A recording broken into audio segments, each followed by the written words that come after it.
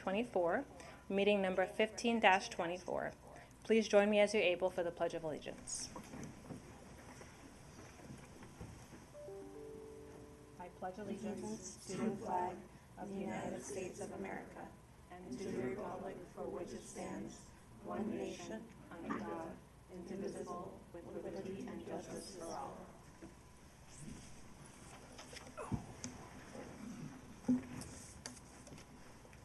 Thank you, Ms. Taylor Farrell. Do we have any changes to the agenda? Madam Mayor and Council, we do have changes to tonight's agenda. We have several changes. Agenda item number 6, boards and commission reappointment to the BSC. Agenda item 10G, ready funding agreement was added. And agenda item 11A, the public testimony exhibits were added, exhibits 1 through 27. And they have all been updated on this evening's website. Thank you. And for the listening public, can you just share which testimony was added for which item? For the agenda item 11A, it's DNI. Discussion and possible on the map amendment, 2024-00125 on the designation of 4 Courthouse Square.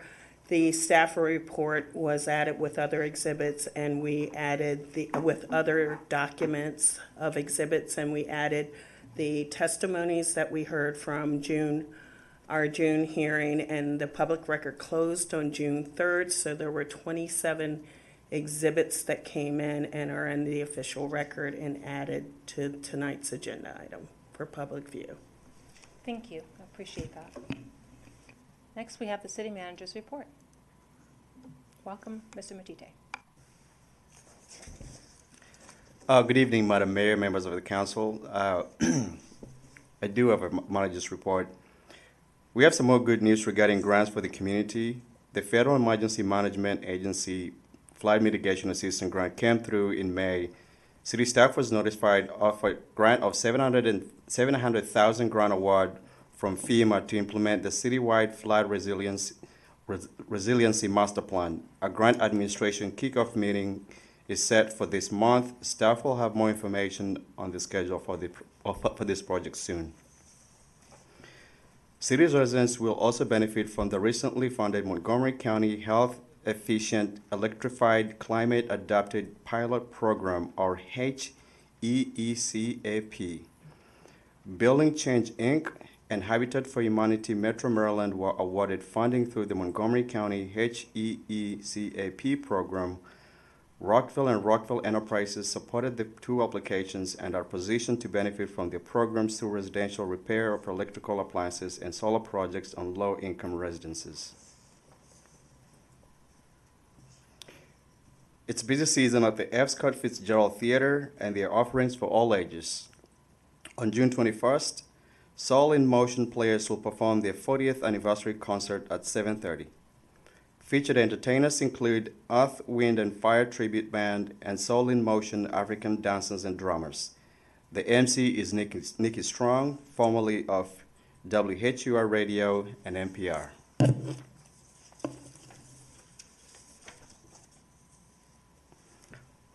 Rockville Music Theater presents Disney's The Little Mermaid on June 29th to June 30th, July 5th to 7th, July 12th to 13th. We urge all residents to visit the website soon before these tickets sell out. And backed by popular demand, on June 13th, the Teens Division's summer kickoff party will be hosted on the rooftop in Rockville Town Center. This will be the first summer kickoff party since 2019. Another important event this week is the 2nd Annual Senior Resource Housing Expo at Rockville Senior Center on Thursday, June 13th from 10 a.m. to 1 p.m. This is free and open to the community. The expo highlights information about local housing facilities for older adults as well as services and companies that promote aging in place. Finally, we want to thank all participants in the Hometown Holiday Music Fest over the Memorial Day weekend. The estimated attendance was 27,500. Large crowds turned out for the music lineup, other entertainers, food, kids' activities, family lawn games, and more. The Memorial Day ceremony closed out the weekend. The Memorial Day parade unfortunately had to be canceled due to the severe weather forecast and safety of participating units. We especially want to recognize and thank all devoted recreation and park staff and staff from other departments who worked throughout the weekend and well before to execute a superb community gathering. Thank you, and this concludes my report for this evening. Thank you very much. A lot of positive news from FEMA and flood protection. I know that given weather events, that is a priority to make sure that we're keeping up with our infrastructure. Also exciting to hear about RHE getting more green so that we can focus more of the funding on affordable housing and all of the other updates you shared. I just want to also thank staff again. Fantastic hometown holidays, Memorial Day, as well as the Pride Festival. It was well attended. Well, all events were well attended and enjoyed by many. So I know that we'll be discussing some things for the future, but I just wanted to give a huge kudos to staff and thank them again. Does anyone have any questions or comments on the city manager's report? Okay. I have two quick updates. One is that Councilmember Dr. Miles is joining remotely, and then Councilmember Van Grack is dealing with a friend emergency and will join as possible for votes. So if you don't see them here today, they are participating in their own way. The second is, I know staff is going to figure out how to do this, but just for the public record, there was a slight discrepancy, or a discrepancy on one data point. For the housing presentation that we had at our last meeting, there was a comment noted that we are at 6% of our housing goal in terms of production of new units and homes. We're actually at 50%, and we'll find a way to make sure the record is updated at some point. Okay.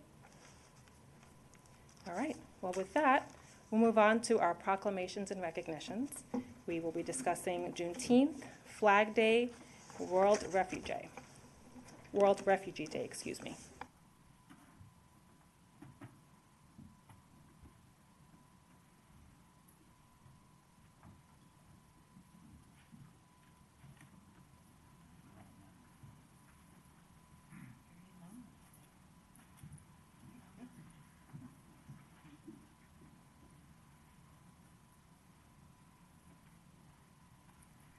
The first proclamation is by Dr. Miles. Take it away.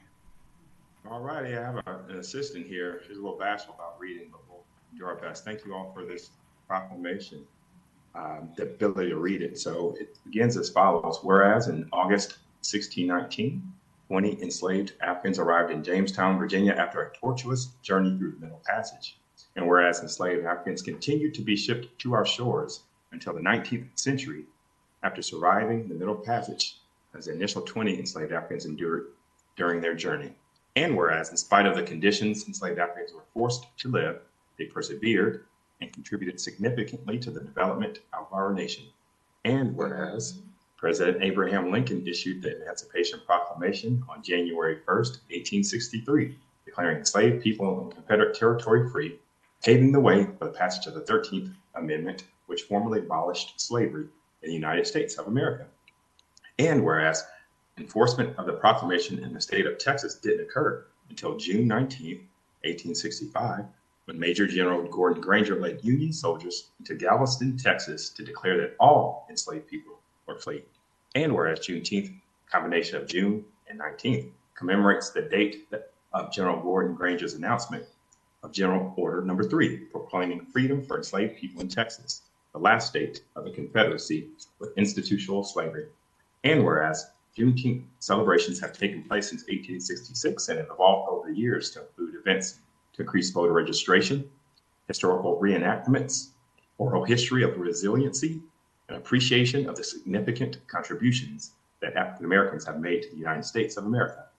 And whereas in July 2020, the Mayor and Council of the City of Rockville unanimously voted in favor of declaring June 19th as a city holiday, and Juneteenth officially becoming a federal holiday on June 17th, 2021, making Juneteenth the first new federal holiday since Martin Luther King Jr. Day was declared a holiday in 1986.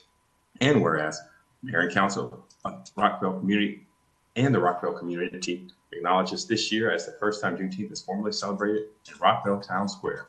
Now, therefore, the Mayor and Council of the City of Rockville, Maryland, proclaim June 19th, 2024 as Juneteenth and encourage all employees, visitors, and residents to use this day to appreciate freedom for all and to become more aware of the significance of the celebration of African American history and the heritage of the nation of our city. With that, Madam Mayor, I have the honor of moving the proclamation. Wonderful. Do we have a second? It's been moved. All those in favor, please raise your hand and say aye. Aye. Wonderful. I'll just have one comment. In addition to the county Juneteenth event, which is in the agenda packet, there are a couple in Rockville. So I just wanted to flag Jerusalem Mount Pleasant United Methodist Church, which is a historical church in Rockville, is having an event on June 22nd from 10 to 4. And in town center, town square, there will also be an event on Juneteenth, June 19th, from 12 to 4. So please join those events as you're able. We'll next hear from Councilmember Jackson. Madam Mayor, can we announce that we're co-sponsors to the Montgomery County Juneteenth Absolutely. Please celebration this Saturday up at Black Rock Arts Center in Germantown from 12 to 10 p.m. So it's a whole day of festival and music and fun. So come out and join us and help support us. Thank you very much. So it's my pleasure to present the proclamation about Flag Day. And I would be remiss not to remember June 6th, 1944, which was the penultimate day, D-Day. It was a day that lives in history when we actually stood up for our democracy, and the day that we fought for everything, our freedoms. So I'm thrilled to be honoring Flag Day. So whereas, by resolution of the Second Continental Congress, dated June 14th, 1777, the first official flag of the United States was adopted, and now, therefore, the Mayor and Council of the City of Rockville, Maryland, do hereby proclaim June 14th, 2024 as Flag Day, and urge the Rockville community to pause at 7 o'clock p.m. on this date for the annual Pause for the Pledge and recite with all Americans the Pledge of Allegiance to our flag and our nation. Madam Mayor, I move the proclamation. Councilmember Larry seconds. All those in favor, please raise your hand and say aye. Aye. And I believe we have some people here to accept the proclamation. Yes?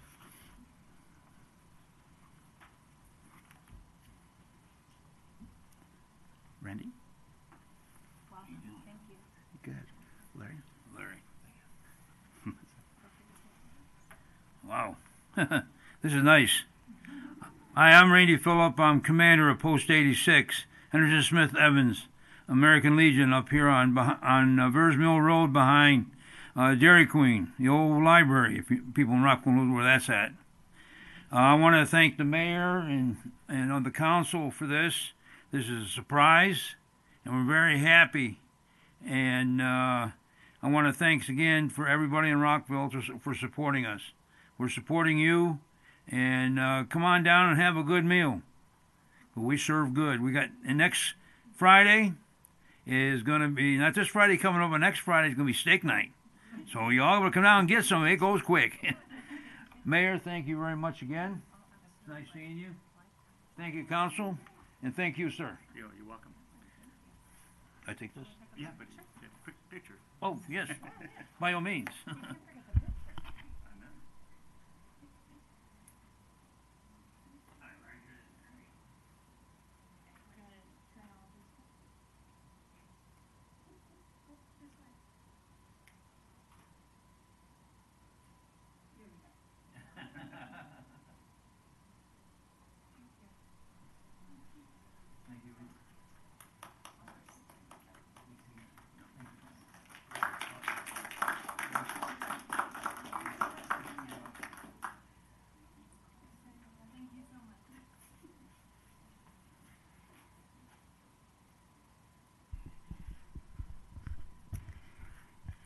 It is my honor to present the World Refugee Day proclamation. We have a very diverse community in Rockville, so this is one of the many ways in which we celebrate our diversity. Whereas World Refugee Day is an annual commemoration adopted by the United Nations in 2000 to honor and raise awareness of refugees, and whereas more than 80 million displaced people have been forced from their homes worldwide, more than any time in record history, including over 30 million refugees around the world. And whereas World Refugee Day is dedicated to providing refugees with opportunities to rebuild and enjoy their lives in a safe environment with dignity and grace. And whereas the city of Rockville is a welcoming city that celebrates the growing diversity of its residents and acknowledges that refugees, immigrants, and all newcomers enhance the culture and economy. And whereas residents of Rockville aspire to live up to our highest societal values of acceptance, equity, and inclusion, treat newcomers with decency and respect, creating a vibrant community for all. Now, therefore, the Mayor and Council of the City of Rockville, Maryland, proclaim June 20th, 2024 as World Refugee Day. So I move the proclamation. All right, it's been seconded by Councilmember Fulton. All those in favor, raise your hand and say aye. Aye.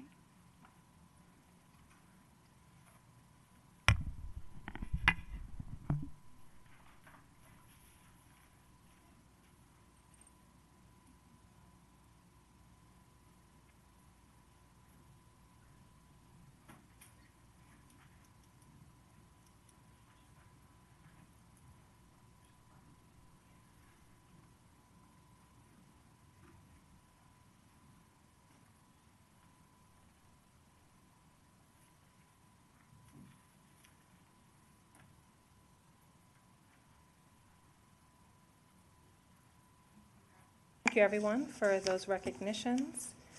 We now have an important presentation from Agenda Item 6, Boards and Commissions, Appointments and Reappointments.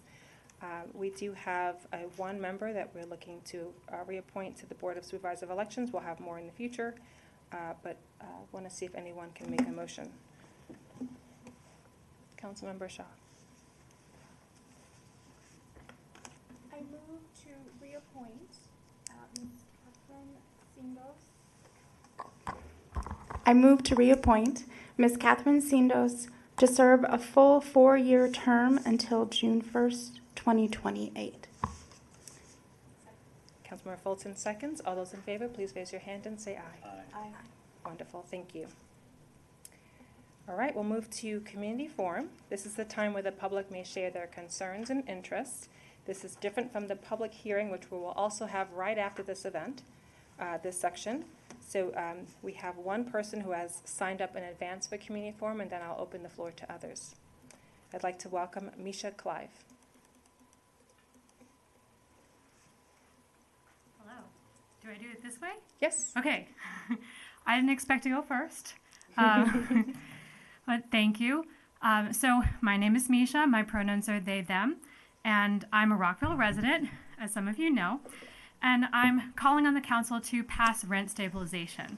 We have a hearing coming up again on July 8th, and it's absolutely critical that rent stabilization stays at the forefront of the affordable housing agenda.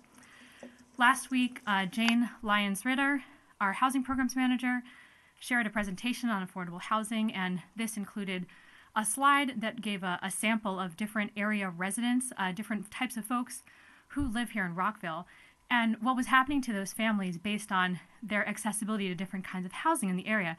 And you could see people disappearing as she went through the expenses of housing. And the median rent is $2,100 in this town. So as I watched that, I realized I am one of those disappearing families. I'm from a family that is about to disappear right off that slide. We're trying desperately to stay here in Rockville, and it's absolutely urgent that we pass rent stabilization. I'm not here for my family. I'm actually here for the tens of thousands of families who would be impacted if we put rent stabilization in place. This is more urgent than supply, which is of course also critical, but stabilization is going to help us much faster than supply. MoCo and Prince George's County and the DC City Council, they've all moved on rent stabilization. I don't want to see Rockville be left behind. I don't want to see us fall behind the rest of our local area and see residents leave here because we can find better protections and more care for renters in other parts of the area. This is my home. I was born here in Silver Spring. I grew up in MoCo. I've lived a lot of places, and I chose to come back and stay as an adult because I really love living here. But the longer I've been here, the more hopeless I have felt about my family's ability to stay. We've given up on a lot. I've given up on my dreams of becoming a full-time teacher. We've given up on our dreams of owning a home. We're trying to not give up on our dream of starting a family. I moved here to Rockville from downtown Silver Spring after going through a toxic mold crisis from a billion-dollar property management company. Came here and got a fresh start living in RTC, which is a place that I think should be affordable and accessible to everyone to live in. At the time, my rent to get a one-bedroom, one-den was $2,142. Currently, 3 years later, we live in a one-bedroom apartment, no den, for $2,100. So we've literally seen a room vanish from our apartment for what we're able to obtain. That's like a nursery vanishing from our lives. It's absolutely critical that we keep rent stabilization at the forefront of this conversation. Our lease renews in November. We're probably going to be priced out of living here, and we're probably going to have to leave. But I want the tens of thousands of people who could benefit from this faster than any other affordable housing policy to benefit as soon as possible. So I'm asking you to make sure to keep this at the forefront of the affordable housing agenda and pass rent stabilization. Thank you. Thank you for your testimony. That concludes those who have signed up in advance for community forum. Is there anyone else who would like to speak? Welcome, Cindy Rivard. Good evening, Mayor and Council members. I'm Cindy Rivard, the CEO of Rockville Economic Development, Inc., or READY. I want to thank the City Attorney for his guidance and expertise in putting together the contract between READY and the city that is on consent agenda as 10G tonight. His openness to hearing our concerns is very much appreciated. We wanted to raise one area of continued concern for READY in the draft that was submitted this evening to you. This is Section 7B, Access to READY Records. This provision allows broad access to records, including many generally considered confidential. We would request that access to personnel records be deleted from this section, although salary and payroll would be available.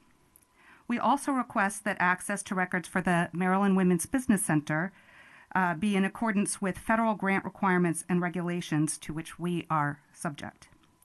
The relationship between READY and the city is unique. READY was created by the city to deliver certain government functions through a separate corporate entity.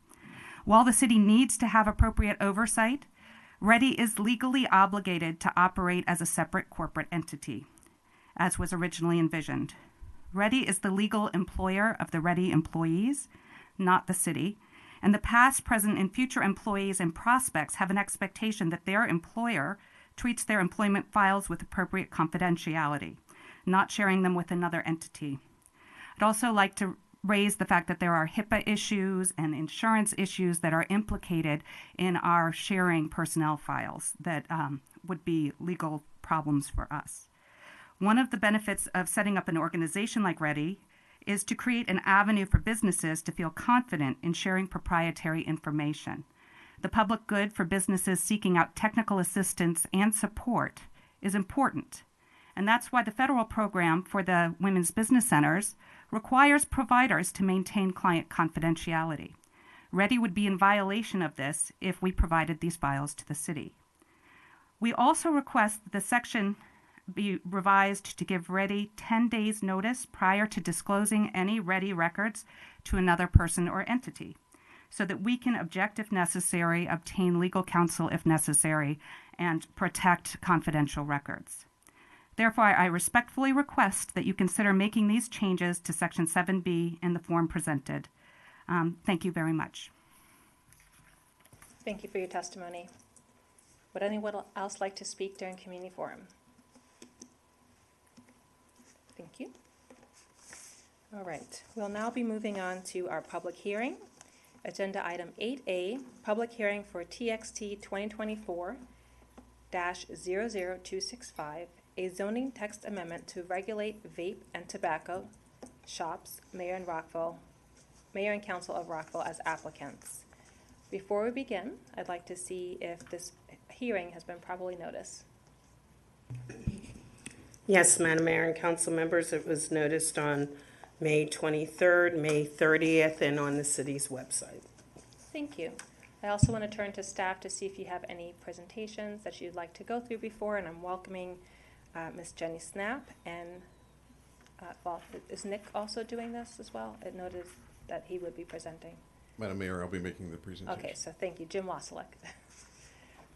Welcome. Thank you, Mayor Ashton and members of the council. As you stated, this is a public hearing this evening, and before you is a zoning text amendment that would regulate smoke shops in the city. By way of background, the Mayor and Council in 2023 had a couple of work sessions on the regulation of smoke shops, which are not currently regulated within the city's zoning ordinance. And the Mayor and Council did provide direction at that time and ultimately authorized the filing of the text amendment in September of 2023. The regulations would add a new use to the zoning ordinance called a smoke shop, and the smoke shops would be listed as a use type and allowed as a conditional use in all the MX zones, which range from MXC and MXT all the way up to MXTD, our densest zone, and also the light industrial zone.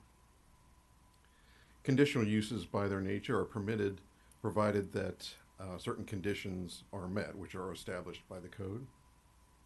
Smoke shops would be prohibited in all other zones, which are the R zones, the city's single unit residential zones, as well as the residential medium density zone.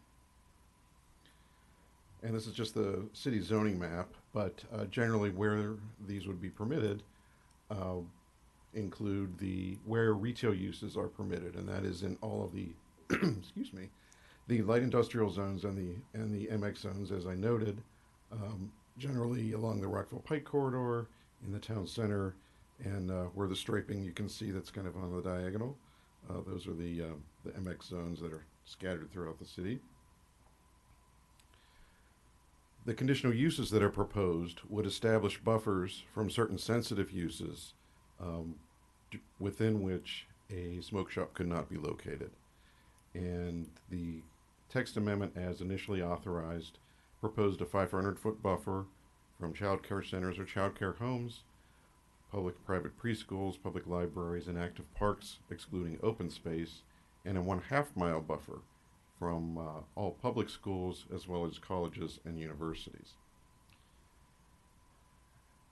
So after the Mayor and Council authorized the text amendment, we worked on the map because there were some directions that were given at the very last meeting that the council considered this, and the map that resulted from the council's authorization is the map that you see on the screen now. All of the areas that are in gray are the buffers, and so no new smoke shops could be located within those gray areas, and also any existing smoke shops would become non-conforming uses with associated limitations on expansion and whether, if the use would cease, whether the use could come back.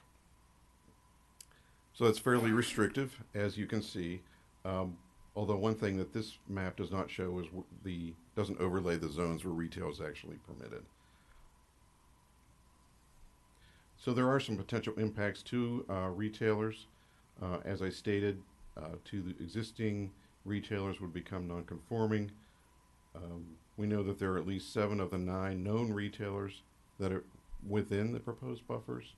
There may be others that could meet the definition of smoke shop, which is fairly conservative in that a business could qualify as a smoke shop if more than 10% of its floor area is devoted to smoking supplies and electronic cigarette supplies.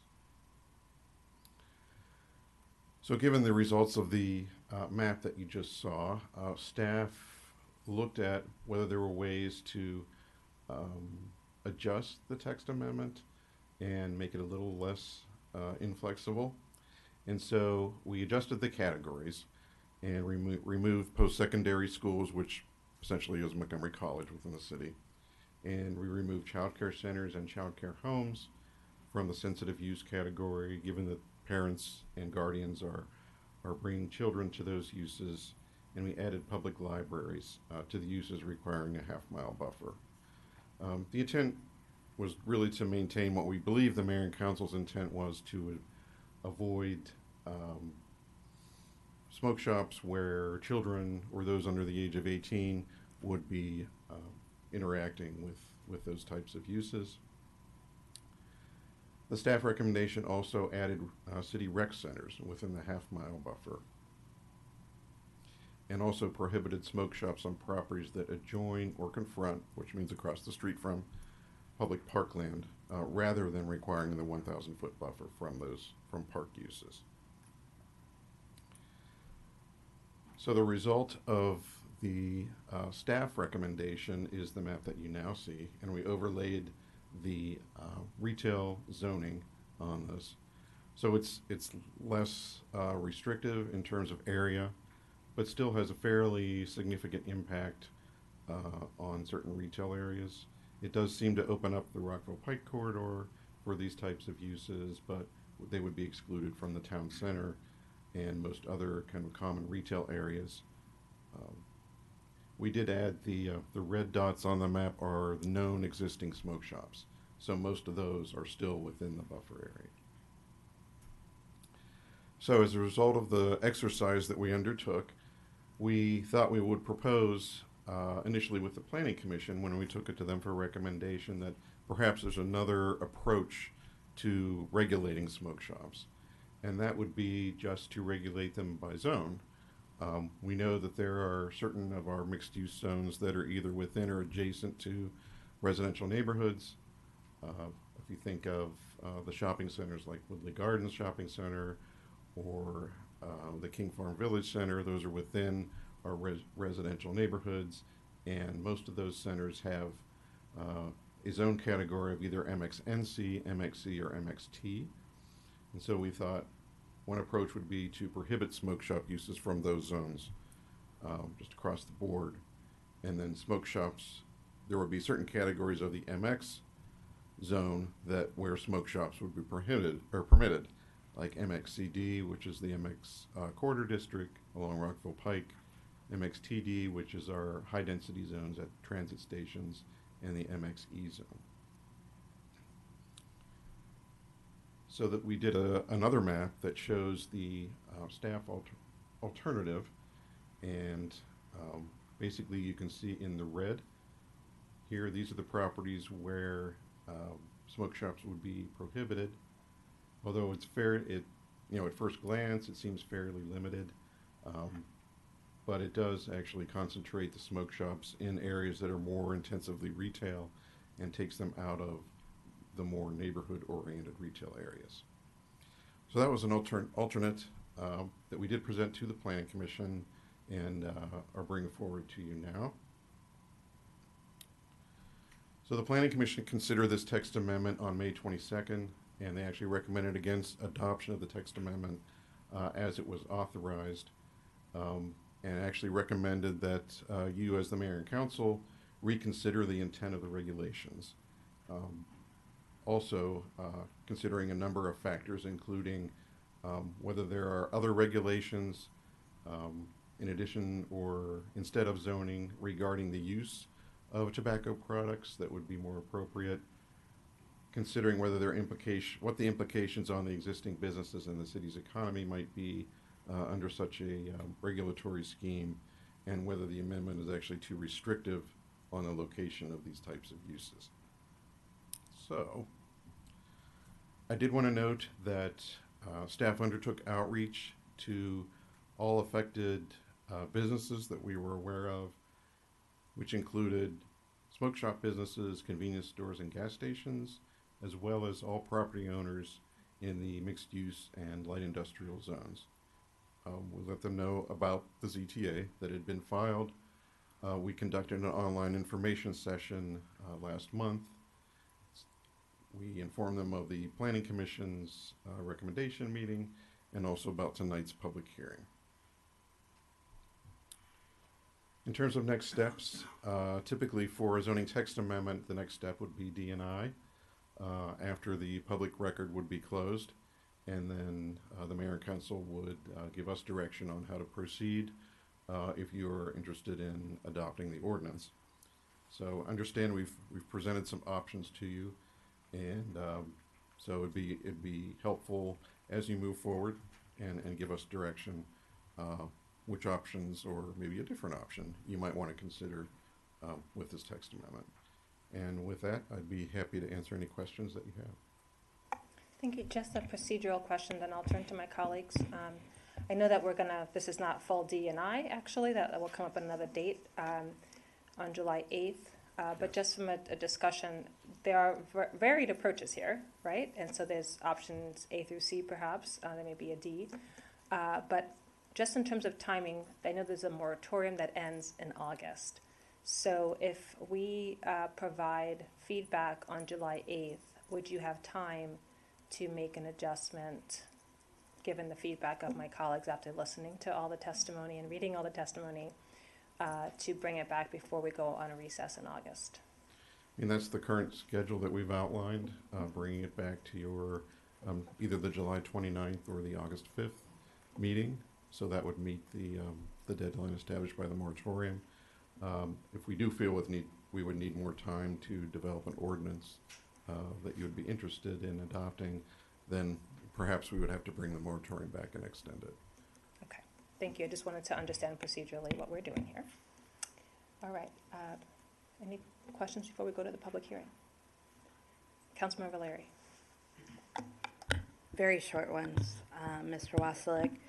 Can you tell me how many people attended the online information session for business owners? Actually, no one attended our online session. Okay. My second question is the definition of smoke shop based on the county state definition?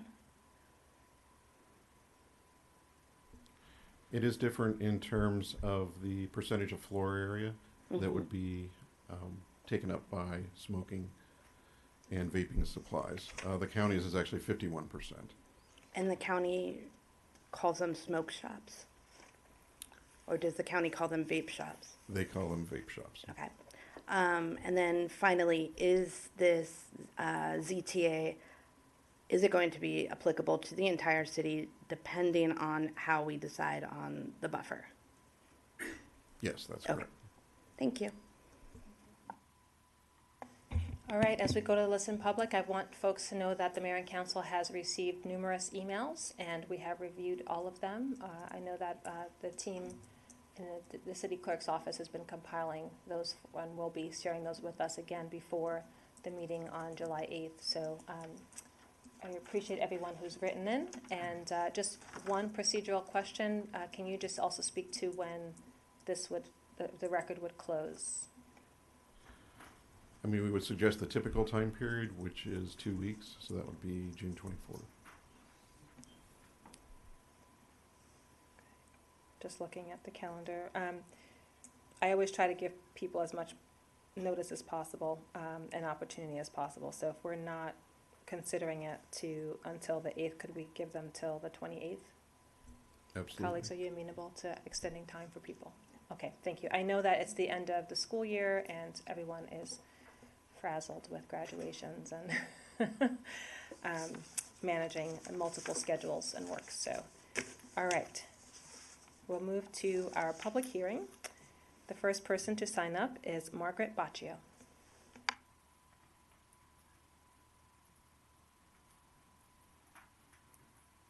Good evening, Mayor Ashton and council members. My name is Margaret Baccio, and I'm a resident of the city of Rockville. I'm here tonight to express concerns regarding smoke shops occupying storefronts located near playgrounds, schools, and daycare centers throughout the city of Rockville. Now, let's be clear, I am not voicing an opinion on vaping done by adults. I am simply here to talk about the location of the smoke shops. Smoke shops and vaping don't just impact the person vaping, they directly impact every single person in their proximity. The CDC has stated that children and infants can be exposed to nicotine from secondhand electronic vaping products, EVP, aerosol in numerous ways. The components of exhaled EVP aerosol are released into the air and then inhaled by others. Additionally, these components can settle on surfaces where they can be ingested, inhaled, or absorbed through the skin by children and infants. Of significance is that infants and children may be especially vulnerable to the possible harmful effects of the substances in EVP aerosol in lower concentrations because of their smaller body weight and developing respiratory systems. Children deserve to breathe clean air everywhere, but an absolute minimum is that they deserve clean air in areas that are designated for them to play, attend daycare, and go to school. Among many concerns I have about smoke shops opening business near areas specifically populated by children is easy access for children created by the presence of these stores. Vapes are already marketed specifically to target the younger population with colorful packaging and fun flavors, despite overwhelming data regarding their harm to this population. Our youth are flooded with propaganda and pressure in the media and by peers. Why would Rockville want to allow this type of store in their regular path on their walk home from the playground, from daycare, or school? A CDC study found 99% of e-cigarettes sold in venues in the U.S. contain nicotine. They also found that some vape product labels do not disclose that they contain nicotine, and some vape liquids marketed as containing 0% nicotine have been found to contain nicotine.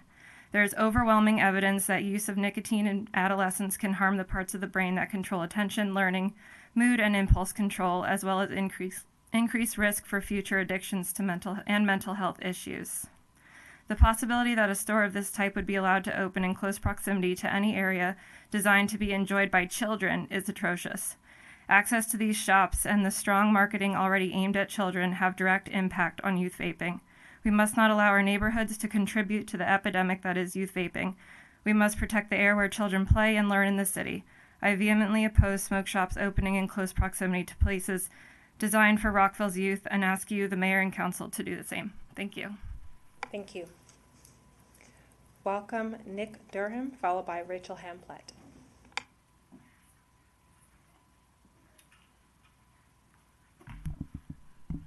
Hi, my name is Nick Durham. I'm a citizen of Rockville, a father, and I'm also treasurer of the Woodley Garden Civic Association. I come tonight to represent my neighborhood and my own views on the recent proposed regulations of vape and tobacco shops, or smoke shops as you guys have identified them. We continue to support regulation that limits vape stores or smoke shops going in near schools, parks, and playgrounds. The reason our community supports this is that regulation of vaping and smoke shops is critical for our children and teens, as they are at the greatest risk of vaping. 10% of high school students, and now the recent FDA statistics show 4.6% of middle school children are now vaping. This is a self-reported statistic. Okay, that number is probably much higher. That's middle schoolers saying they're doing it. How many aren't? Juul, a high nicotine vaping product, was recently re-put on the market, just actually 4 days ago. I want to point out that at the time that Juul was banned, 2/3 of teens believed that it was a low or no nicotine product. This is directly due to marketing. Teens and children are vulnerable to ads, access, and marketing. We're not looking to ban something. What we are looking is to use regulation to control ads and access and proximity to where our children are going. They have the right to go to school. They have the right to go to a park without being confronted by a lot of people trying to push products and ads that may cause them to fall into a very addictive substance. The Community Association and myself strongly supports this city generating regulation to limit where these shops can go. We do not want to ban them, but we do think that there's sensible regulation that can be done to limit their access and their exposure, especially to children. Thank you. Thank you very much. Rachel Hamplett.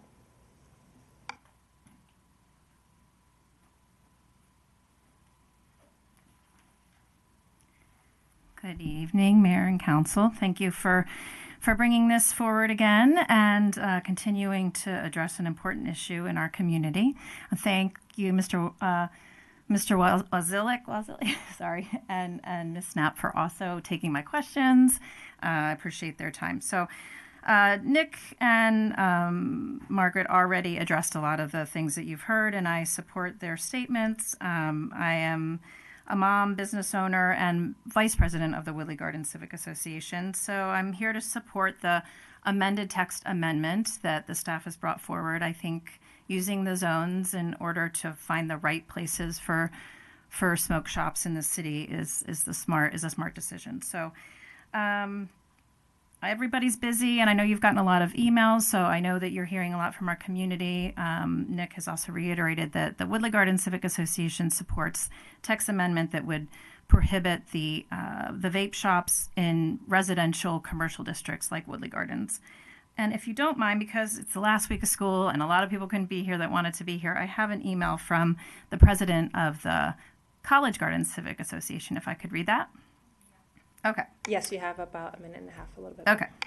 So, dear Mayor Ashton and members of the City Council, on behalf of the College Garden Civic Association, I am writing to express our neighborhood's strong support for the proposed amendment to the zoning regulations that would prohibit the establishment of the tobacco and vape shops within the vicinity of Woodley Garden Park, ball fields, pool, future preschool, and the residential areas. I'll try to skip ahead, but getting to the meat of it, they believe also that that they will support the text amendment. The introduction of tobacco and vape shops poses significant risks to the health of many young people who frequent these residential and commercial combined areas. Such establishments would undermine the health and positive environment we are working so hard to maintain in our community. Tobacco and vaping products are known to have serious detrimental effects.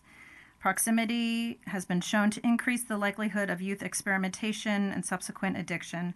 Our shopping center, park, ball fields, and pool are frequented by elementary, middle, and high school children who are particularly susceptible to these influences.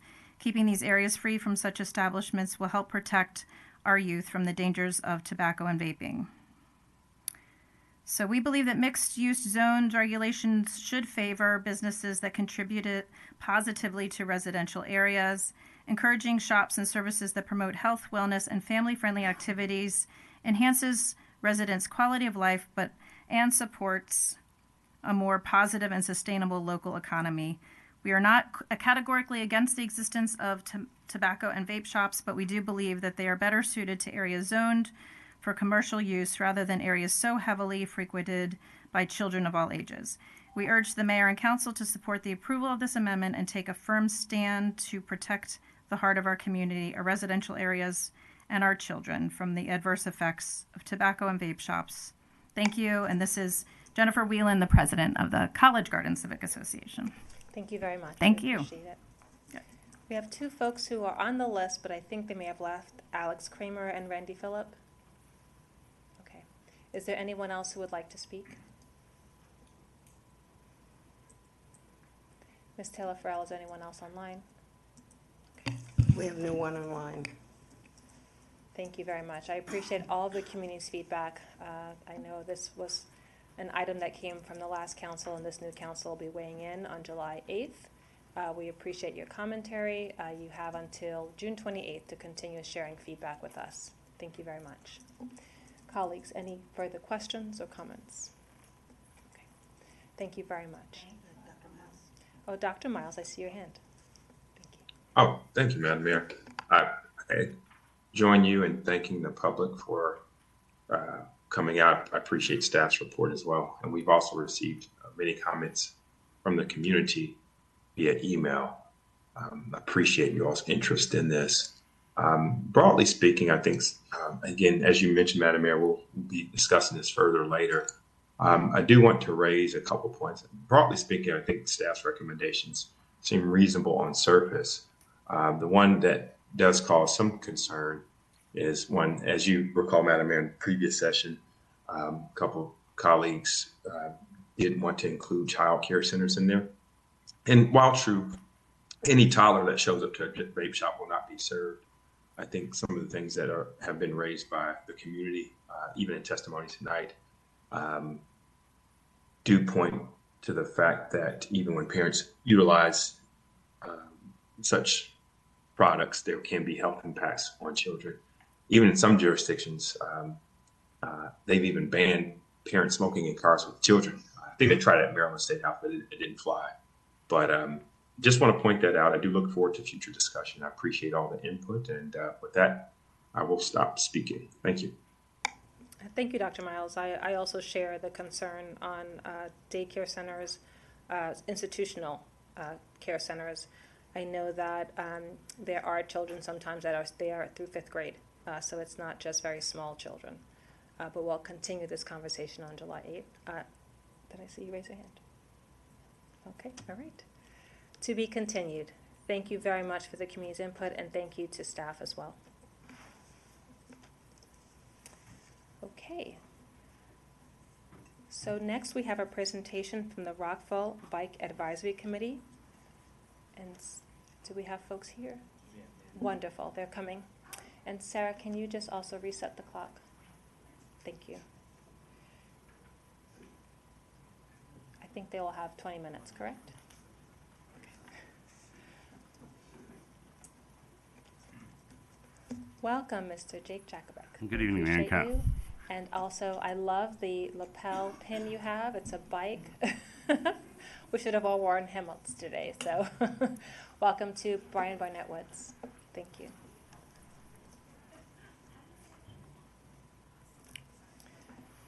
It's a good thing I watched this on Channel 11. Notice they're running early. While staff is waiting to set up the presentation, I will fill some time with commentary. Just appreciate your report. We've gotten some feedback previously on Maryland Avenue, and your report did well note that in addition to adding bike lanes there, did a lot to protect pedestrians as well as to address the speeding. And so there's been 70% fewer tickets. Good for everybody, right? Wonderful, that's excellent. And also thank you for your support when we're trying to go for funding and lending letters of support. We've been able to raise some good money that way. So excellent. With that, I turn it back to you.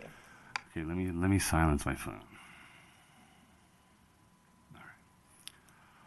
My colleague Olivia Bobrowski is due to arrive at 8, so maybe she'll come into the meeting and kind of piggyback off me when she comes in.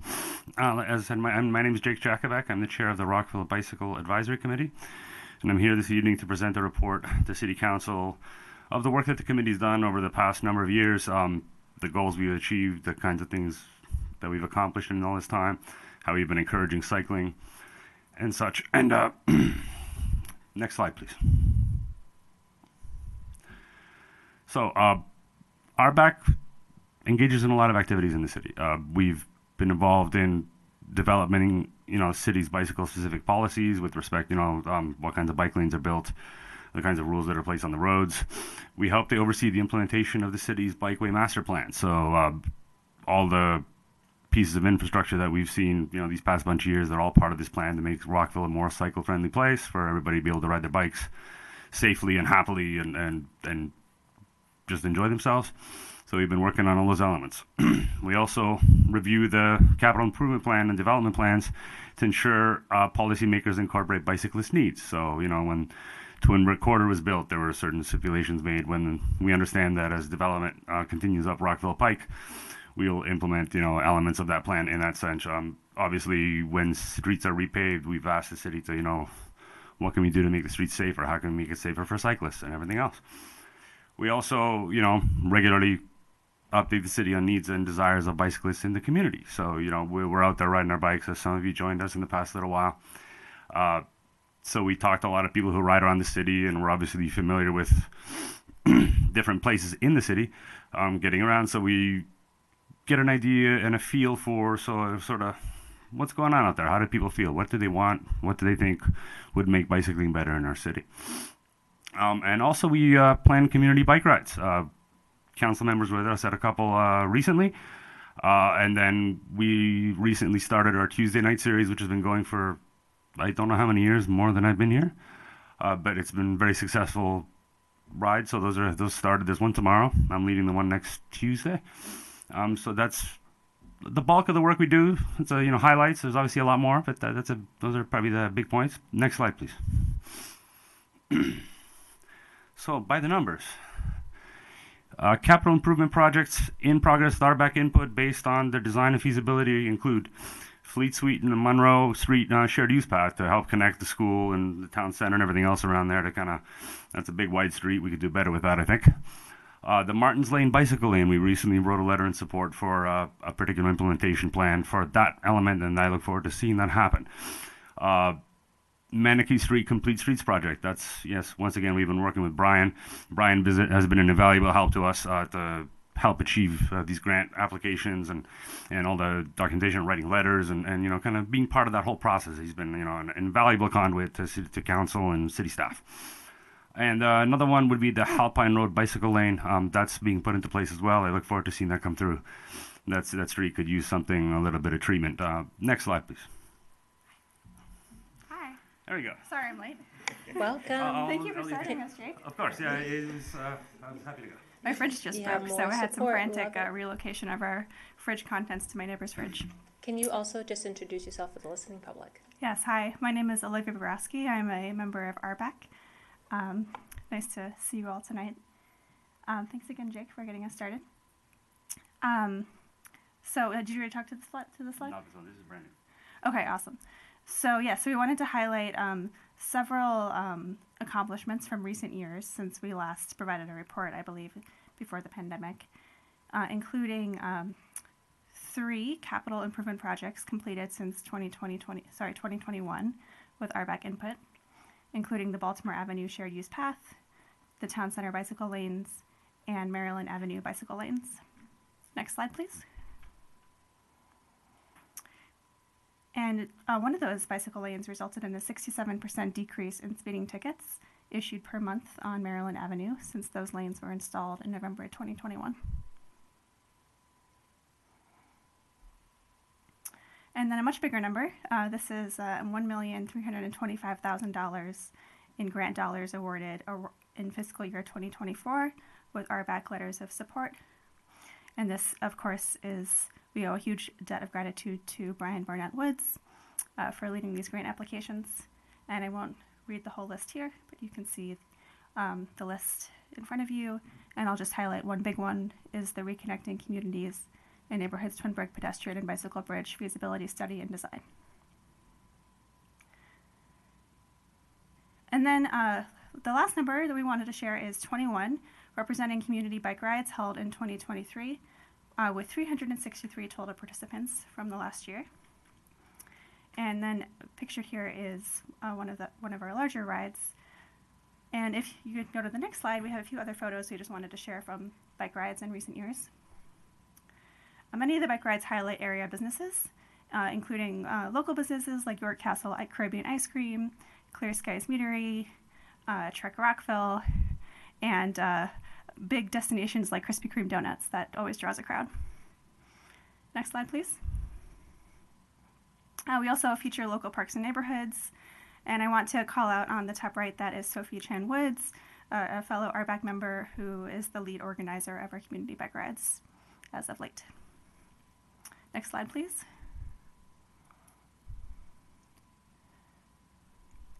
And all of our rides feature the city's bicycle infrastructure. On the top left, that's the Garlehead Millennium Trail, as you know. The top right shows the Capitol Bike Share Station. We often do a tour to bike share stations to highlight those for participants. On the bottom left, that's a new Fix-It station that was recently installed on the Garlehead Millennium Trail. And then many of the rides highlight all of our lovely shared use paths around the city. Next slide, please. A few other activities that we wanted to call out from recent years. Every year we do a Ride of Silence with partnership from the Rockville Police Department, who escorts us and holds traffic throughout the ride. And this ride is a national commemoration of victims who have died from traffic fatalities. And it's one of our most popular rides every year, and the Rockville Police Department provides fantastic support for the ride. Next slide, please. We also take part in regional safety advocacy in partnership with the Washington Area Bicyclist Association and Washington Families for Safe Streets. Pictured here as a rally with those organizations on the left. And on the right was a commemoration held after the death of cyclist Sarah Langenkamp, who was killed in Bethesda, but has rallied cyclists from around the region to advocate for safety improvements. in her memory. Next slide, please. We also take part in safety education in partnership with the city. Last year, we took part in the creation of several videos for the City of Rockville's YouTube channel, featuring safety tips for people using the new bicycle lanes in Town Center. So we made 3 videos, one featuring tips for bicyclists, one with tips for motorists, and one with tips for pedestrians. Again, big thanks to Brian for helping to coordinate these videos. Next slide, please. And then these are a few scenes from the Tour de Cookie, which is a annual bike ride hosted by the Treehouse Foundation, which is, you may know, a Rockville-based nonprofit that serves victims of abuse. And every year they host a bike ride to raise funds for the organization.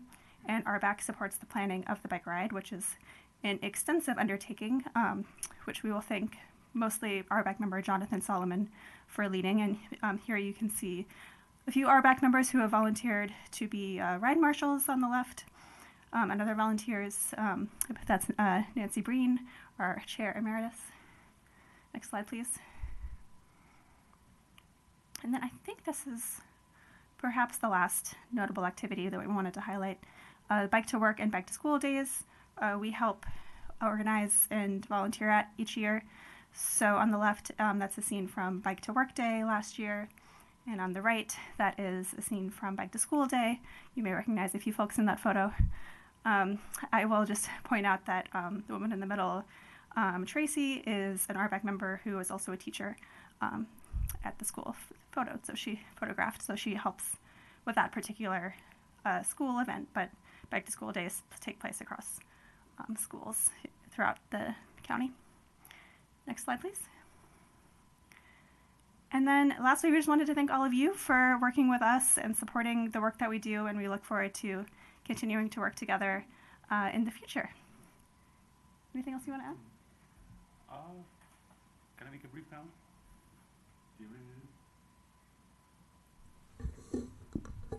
Hi, good evening. I'm Brian Barnett Woods with the Department of Public Works, Traffic and Transportation Division. In addition to being the pedestrian and bicycle coordinator, I'm also the staff liaison for the Rockville Bicycle Advisory Committee. I've been working with them since I started here. It'll be 3 years next month.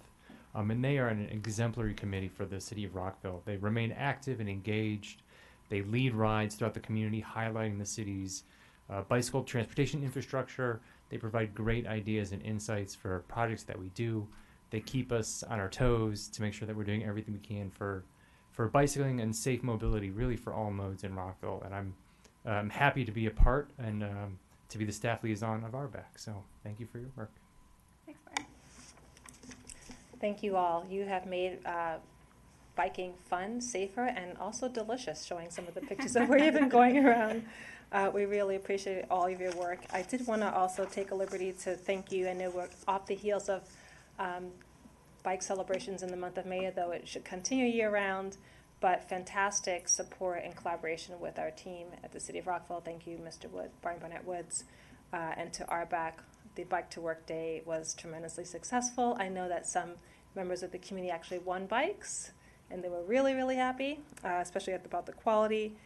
Bike to Work was just fantastic, and then Bike to School also. I think there were about 100 students at least one school who biked, and that's not including everyone else who went around the city and the other schools. So just want to thank you for that. I also want to just sincerely thank you for the work. I know that in addition to RBAC, you have a close association with the Bike Hub, and I want to acknowledge their work on the Terrific Kids Bike Program. I think we had about 67 or 70 kids who came by and participated in acts of good service and received a free bike. The smiles that were on their faces was amazing. So just thank you for giving kids a chance, and thank you to the Bike Hub. I know you're listening out there. I will start with just a few questions. One is, with the Terrific Kids Bike Program, I know that there were some kids who never knew how to ride bikes. Actually, I helped to take one outside and give a little lesson. But I do think that perhaps there's a way that we could, at least those kids who are receiving bikes, give some education. I don't know if that's possible. I know that may take some figuring out, but I wanted to flag it seemed to be a need from some of the students who came in. And I know that RBEC has talked about bike education in the past. So I wanted to just note that. You also showed some of the maintenance rack. Well, we have one, the fix it thing. One question I just wanted to ask is it possible to consider expanding these? And I gave a heads up that I would raise this at one of the rides to see if we can expand those at our recreation centers. So we did include bike racks at our recreation centers and parks. That was something that happened last term with Mayor and Council. But I just wanted to talk specifically about the fix-it because accidents happen when you're riding, unfortunately. I've had it happen to me several times, but it just helps when you have some tools handy. So that was just one piece. I don't know if you want to share anything before I continue. I have just two other small tidbits. Sure, we can move forward working with Recreation and Parks Department as well as Public Works to see about adding fix-it stations, and then continue working with RBAC about opportunities for education. Thank you. Perhaps if there's any decision needed by Mayor and Council, if there's information you can share with the body so that we can be supportive or weigh in. And then the other piece I was going to mention, we've heard a couple of comments about testimony. I know that there have been that there's a capital bike share. And there are these other types of bike programs that are set up, but there are places in the city that are kind of bike deserts, if you will. And so just seeing if we can work with those companies to include some bike rack parking so that, and encouraging them to go to other parts of the cities where there are bike share deserts. Sure.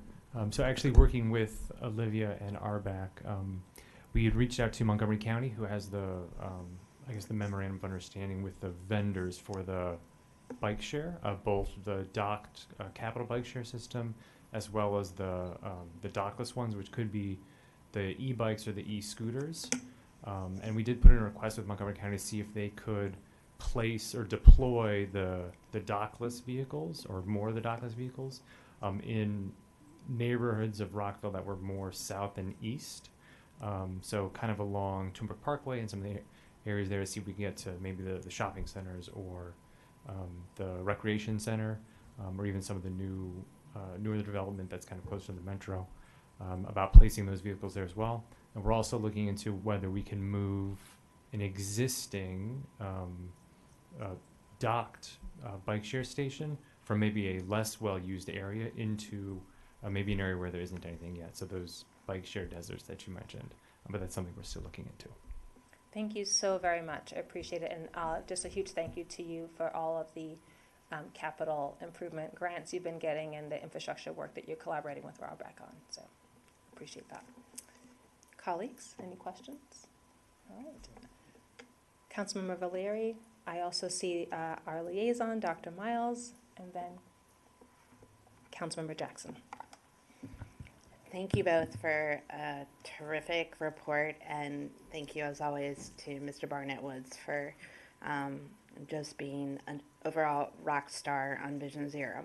I do want to also note, like the mayor did, that the statistics on the number of speeding citations going down is a great indicator of how protected bike lanes in particular are so helpful.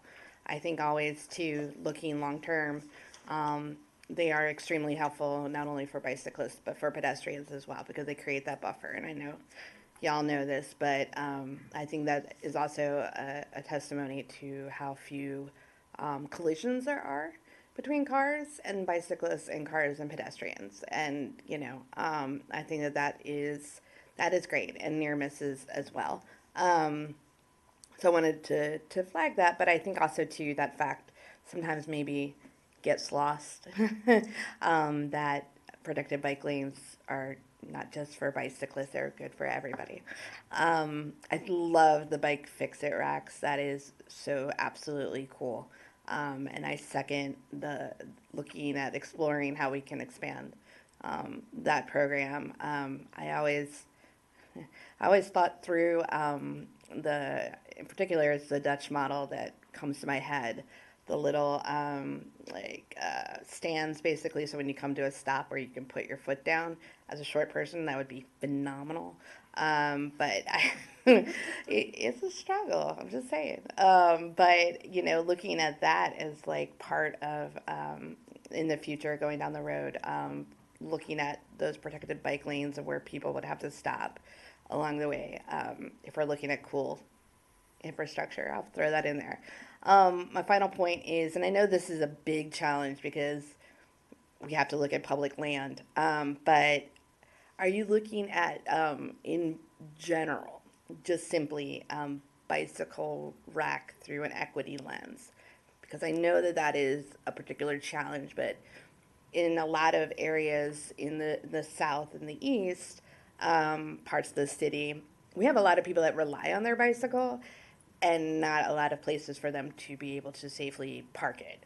And you'll often see people using the poor landscaping trees as as bike racks. And again, I know we're looking at the issue of private property, but maybe some sort of like working together with some of the property owners to try to get them in places where we're seeing a need or seeing repeated bicycles being chained up to trees I think would be pretty cool. I'm just wondering if that's something that in general is RBAC looking at.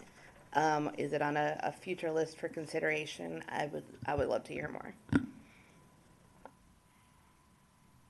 Sure, yes. This is something that has been brought to our attention and that we experience firsthand as well as cyclists in the community. There is definitely a need for more bike parking at area businesses, and we have been attempting to reach out to property owners of the local business centers, and to see if they would be open to putting additional bike racks on their property. The city has a program that perhaps Ryan could speak to that pays for this.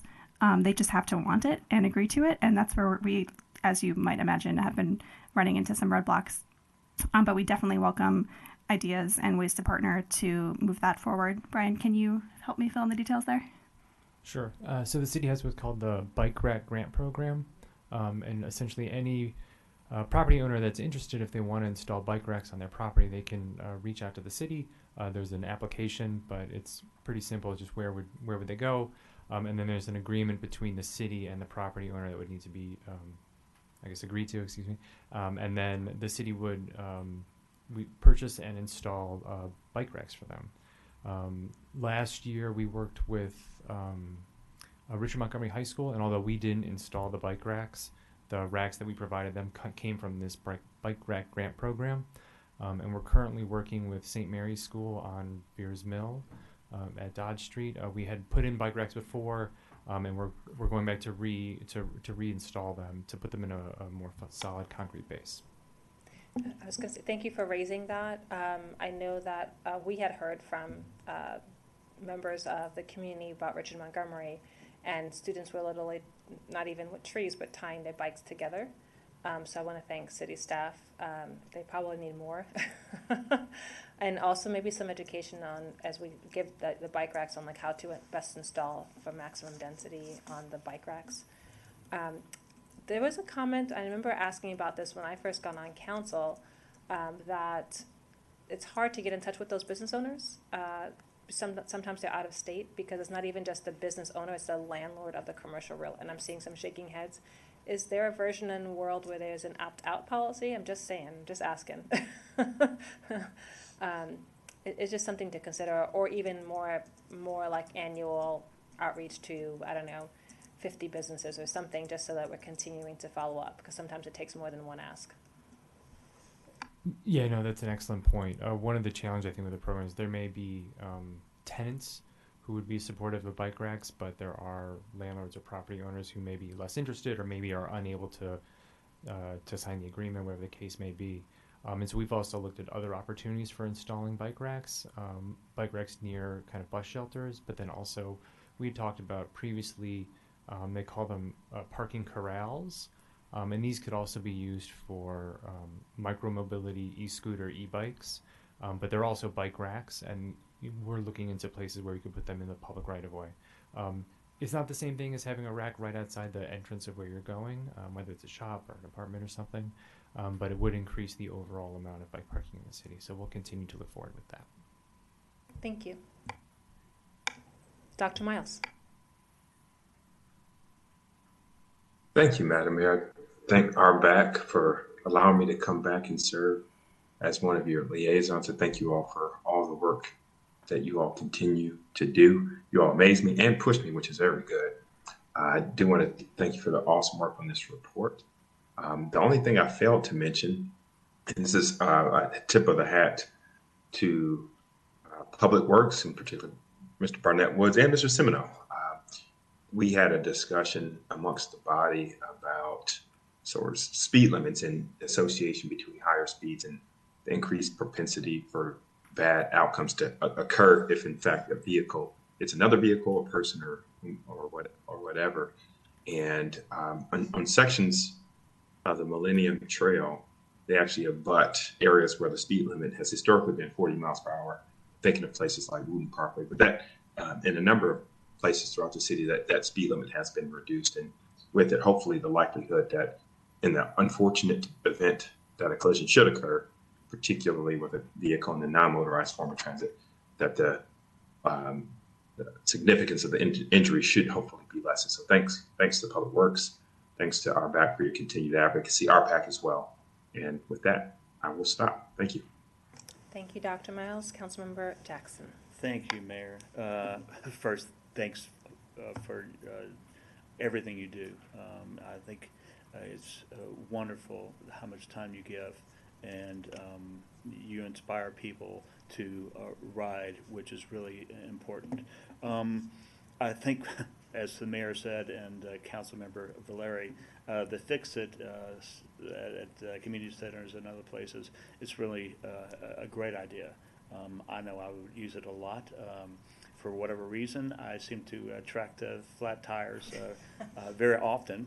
So I definitely would be in support of that Fix-It program.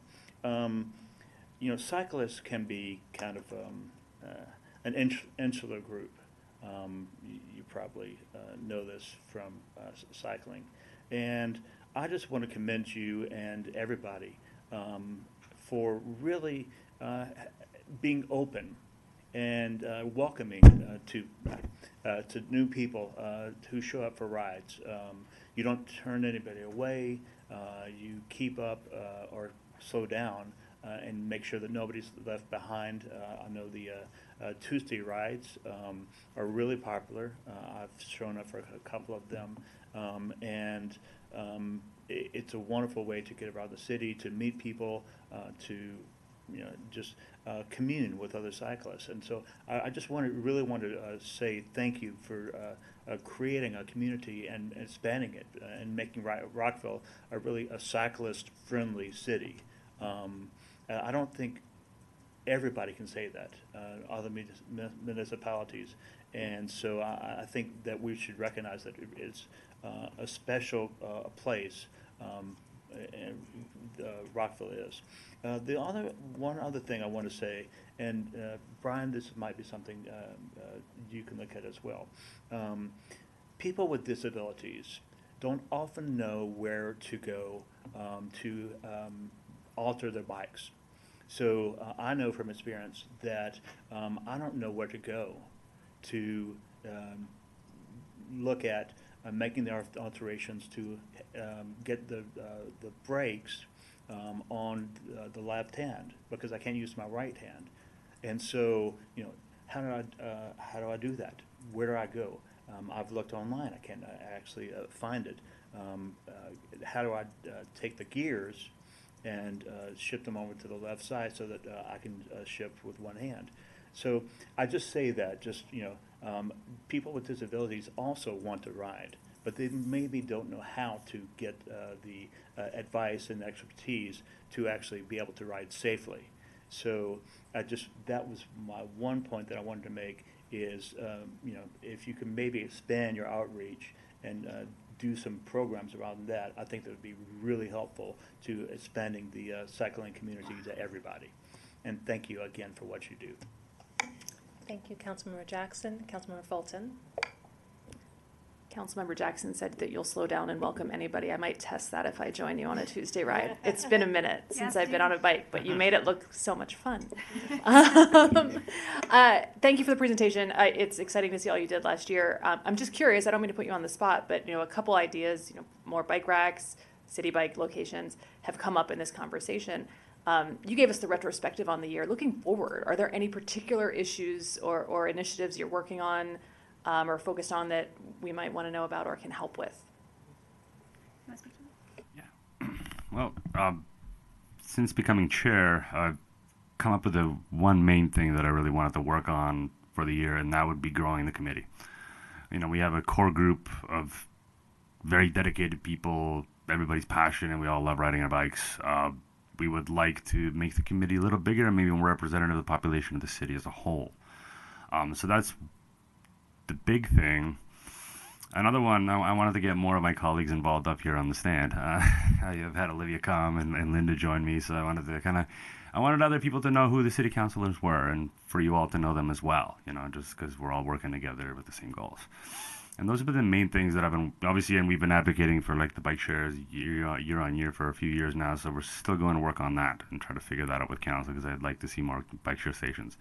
And yeah, if they take away the low usage station, that'll be the one by my house, but that's okay. If it goes to a better place, I'm fine with that. There's no one on the other side of the station, so. Those are probably the biggest things. I'm also, soliciting my fellow committee members for ideas on what else we want to get done.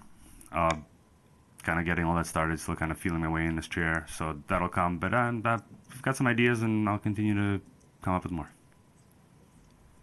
I was going to save it to the. Oh, go ahead. Oh, thank you. I know that to your point, we are not just avid cyclists in spandex who bike for exercise. A lot of members on our committee bike with their families and to get around. And I know one thing that we're looking at is the potential for more family-focused events and education. So we're looking at other area organizations that put on like bike rodeos for kids and, maybe like a festival where you can see cargo bikes and, family-friendly e-bikes setups and sort of test one out. So that's thanks largely to a member on RBAC named Shannon. And I just wanted to ask Brian if there's anything else you want to highlight in terms of what's upcoming, because a big part of what we do is help advise Brian on upcoming grant applications and projects that are being planned to put new infrastructure into the city. So is there anything you want to call out? No specific projects. During our last meeting, we did discuss the Active Transportation Infrastructure Investment Program, which is a federal grant project that we're going to be submitting actually this week, and RBAC submitted a letter. I would supplement what Jake and Olivia said earlier and just let everyone know who may be watching or listening that RBAC meets on the first Monday of every month at 7 p.m. And their meetings are virtual. Wednesday. Oh, sorry. The first Wednesday of every month, excuse me. At 7 p.m. and their meetings are virtual, and everyone is welcome to attend. Whether you're interested in bicycling in Rockville, in the area, you're just curious about bicycling, you want to learn more about it, they're a very welcoming group of people. And so, first Wednesday of the month at 7 p.m. Thank you. I was just going to add, since I was going to leave it to the end, but since Councilmember Fulton raised it, I just wanted to flag that we do have a bikeway master plan that was adopted in 2017. I remember when I first got on council, I was super excited about it, and I said, what % complete are we? And we were 8% complete. And then we moved to 50% complete. But I'm just curious, as we reflect on the bikeway master plan, where are we? I always like to track our metrics. And, when would we plan to, relook at it? I know we have Vision Zero, so I know that's kind of taken some of the elements of that, but I think it's important to just make sure, did we do what we said we were going to do? Sure. I'd have to double check on the percentage of completeness, but many master plans have about a 10-year time horizon, so that was done in 2017, and so in a few years from now, we'd probably relook at updating the plan to make sure it's consistent. It is consistent, but to make sure it's now kind of aligns better with Vision Zero, the pedestrian master plan, Rockville 2040. All of these plans have come out since the bikeway master plan. Thank you. And if there's anything on that plan that RBAC is looking at that we haven't done, that we want to spotlight, I think the council would benefit from just knowing that. I know that was a great exercise for me to learn about previously. Councilmember Shaw and then Dr. Miles. So I want to echo my colleagues. That was an excellent presentation and you do excellent work. Actually, my question was somewhat answered. I was going to ask about some of your equity efforts, and I know you mentioned that you have a goal in the future to help to expand the committee to make it more reflective of our city. And you talked about areas where you talked about having the ability and access to fixing your bike. One of the things that I would consider for tenants that really actually want to have a bike is that oftentimes in apartment buildings there's an additional cost to store a bike. And there are folks that do want to ride. Bike shares are not always accessible or not always known. So I would just recommend just to think about that in ways you want to expand the committee. Thank you. Thank you. Dr. Miles. Thank you, Madam Mayor. I had to find my unmute button. Thank you for the great input and recommendations of my colleagues. I just want to elevate one that I've heard, and I think as were others, is a good one. That is with regard to the fix-it stations. I just want to see if there was if I could take a straw poll to see if there's support among my colleagues to work on putting more of those more ubiquitously throughout the city. That's all. Thank you. So that you would make 4 people who've raised it. Just want to check with my left and right. Everyone is okay, right? So I think that constitutes direction. I know that you'd work with the city manager to figure that out and what the cost would be, but we are interested in exploring that. Thank you. Thank you for your time. This has been an excellent presentation, and we'll see you on the road. Thank you. Take care. Good night. Thank you. We're going to go into a robust presentation from the Board of Supervisors of Election. Before that, just because I do think this might be an extended presentation, it's currently slated for an hour. Do you mind if we take a 5 to 7 minutes? Let's go 7 minutes and recommendations. Thank you. Thank you very much. Can we pull the slides up? Somebody? Okay.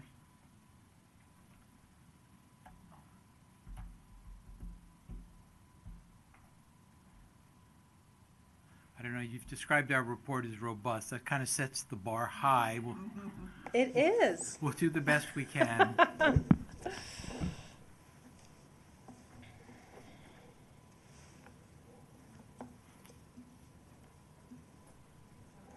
Oh, there it is. Okay, great.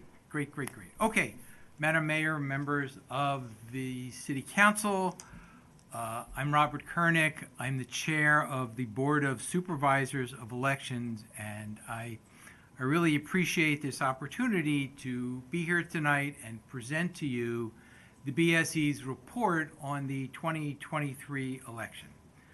But before I do that, let me introduce to you my colleagues, the other members of the BSE. They are Steve Fisher, Steve Weiner, Kathy Sindos. Happy birthday. Oh, happy birthday. You don't want me to sing. And David Flora. I will tell you, this is a great group. They are dedicated, they are thoughtful, they are easygoing, but hardworking, and I am proud to serve with each and every one of them. Thank you for reappointing Kathy Sindos this evening. We appreciate that. She's done a great job. I do want to remind you that Steve Fisher's term has expired. He's applied for reappointment. Steve has worked his tail off for the last 3 years for the BSE. He has done a great job. I could talk for quite a while about all the things that he's done for us, and I hope you will reappoint him as well. But now, on to the report. All right. Let's see if this actually works. No, not that time. Steve?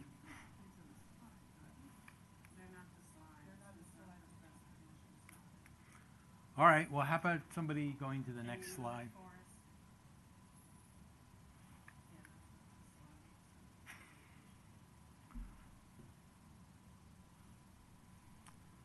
Well, we do need the slides up there.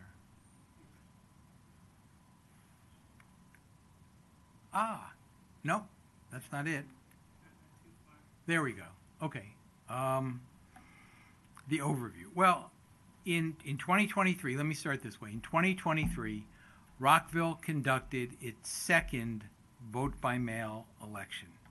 Rockville voters chose a mayor, 6 members of city council, and they answered 4 advisory ballot questions. If I had to characterize the election, I would say to you that it was not perfect, but overall, we think it was successful. Voter registration in Rockville increased, despite the fact that the population decreased. The number of votes cast in the election compared to 2019 increased. Voter turnout remained at 31%, which is the 2019 level, the same level it was in 2019, which was approximately twice the level it had been prior to Rockville's adoption of vote by mail, despite the fact that in other jurisdictions, voter turnout in the second vote by mail election typically decreases, but in Rockville it didn't. The voter database became significantly more accurate than it had been in 2019, as measured by the number of ballot packets that were returned undeliverable. And the BSE made a number of services available, new services available. So we simplified the campaign finance report forms. There were outreach materials in Chinese in this election. We offered ballot curing for the first time ever. There were additional drop boxes. We operated a second vote center. And there were Spanish and Chinese translators at both vote centers. To be sure, there were some issues, all right? And we are going to talk about them. But overall, the process was accurate, it was fair, it was transparent. Ballots were collected, canvassed, tabulated, and the unofficial and the official results were announced and certified in a timely manner. Okay, it's working now. Great. So the preparation for the 2023 election really began as soon as the 2019 election was over. So some of the things that we did to prepare for the 2023 election, we revised slightly the campaign finance report forms so that they could be more easily understood, completed, and filed. We engaged in community outreach, encouraging voter registration and participation, and more about that in a minute. We proposed a series of amendments to Chapter 8 of the City Code, most of which were enacted into law by the mayor and council. We conducted 2 training sessions for candidates and their treasurers on how to complete and electronically file the campaign finance report forms. We reviewed and revised the candidate information packet for prospective candidates, and using the mailings that we sent out, we made the voter database significantly more accurate. The accuracy of the voter database is measured in terms of the number of ballot packets that are returned because they're undeliverable. In 2019, that number was 2,319. In 2023, it was 509. That is a significant improvement. But let me talk about our effort at community outreach. It took several forms. So we set up tables at community events. We were at Lunar New Year's, the Lantern Festival, International Night, Hometown Holidays, Juneteenth, Rockville Pride Day, and National Voter Registration Day.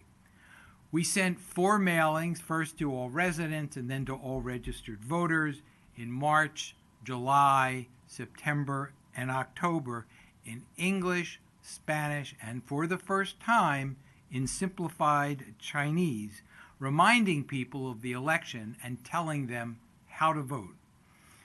We hung posters in all 3 of the Rockville high schools in English, Spanish, and Chinese so that students could remind their parents of their right to register and vote. We printed a voter guide in Rockville Reports. We visited all 11 of the nursing and assisted living facilities in Rockville twice. First, to assist residents who needed to register or update their registration information, for example, if they had recently moved into that facility, and a second time to actually assist the residents in casting their ballots. We added a QR code on all of our materials that allowed voters to access translations in other languages. I tried it once. I think it gave me a choice of over 200 languages. We created, working with IT and the communications department, we created an election website with all sorts of information about the election. There were also social media blasts, videos on Channel 11, a dedicated phone line for questions, message boards, a banner across North Washington Street, door hangers, press releases, and a live Facebook Q&A session. All right. Now, in preparation for the election, we made certain improvements to the election process. We opened a second vote center at Thomas Farm. We added indoor and outdoor drop boxes. So in addition to the drop boxes at City Hall, there were drop boxes at the Thomas Farm Community Center, at the Rockville Senior Center, which incidentally got a lot of business. I mean, I think of all the drop boxes, we got more votes at the Rockville Senior Center than at any of the others. The Montrose Community Center, the Lincoln Park Community Center, and the Twin Brook Community Center.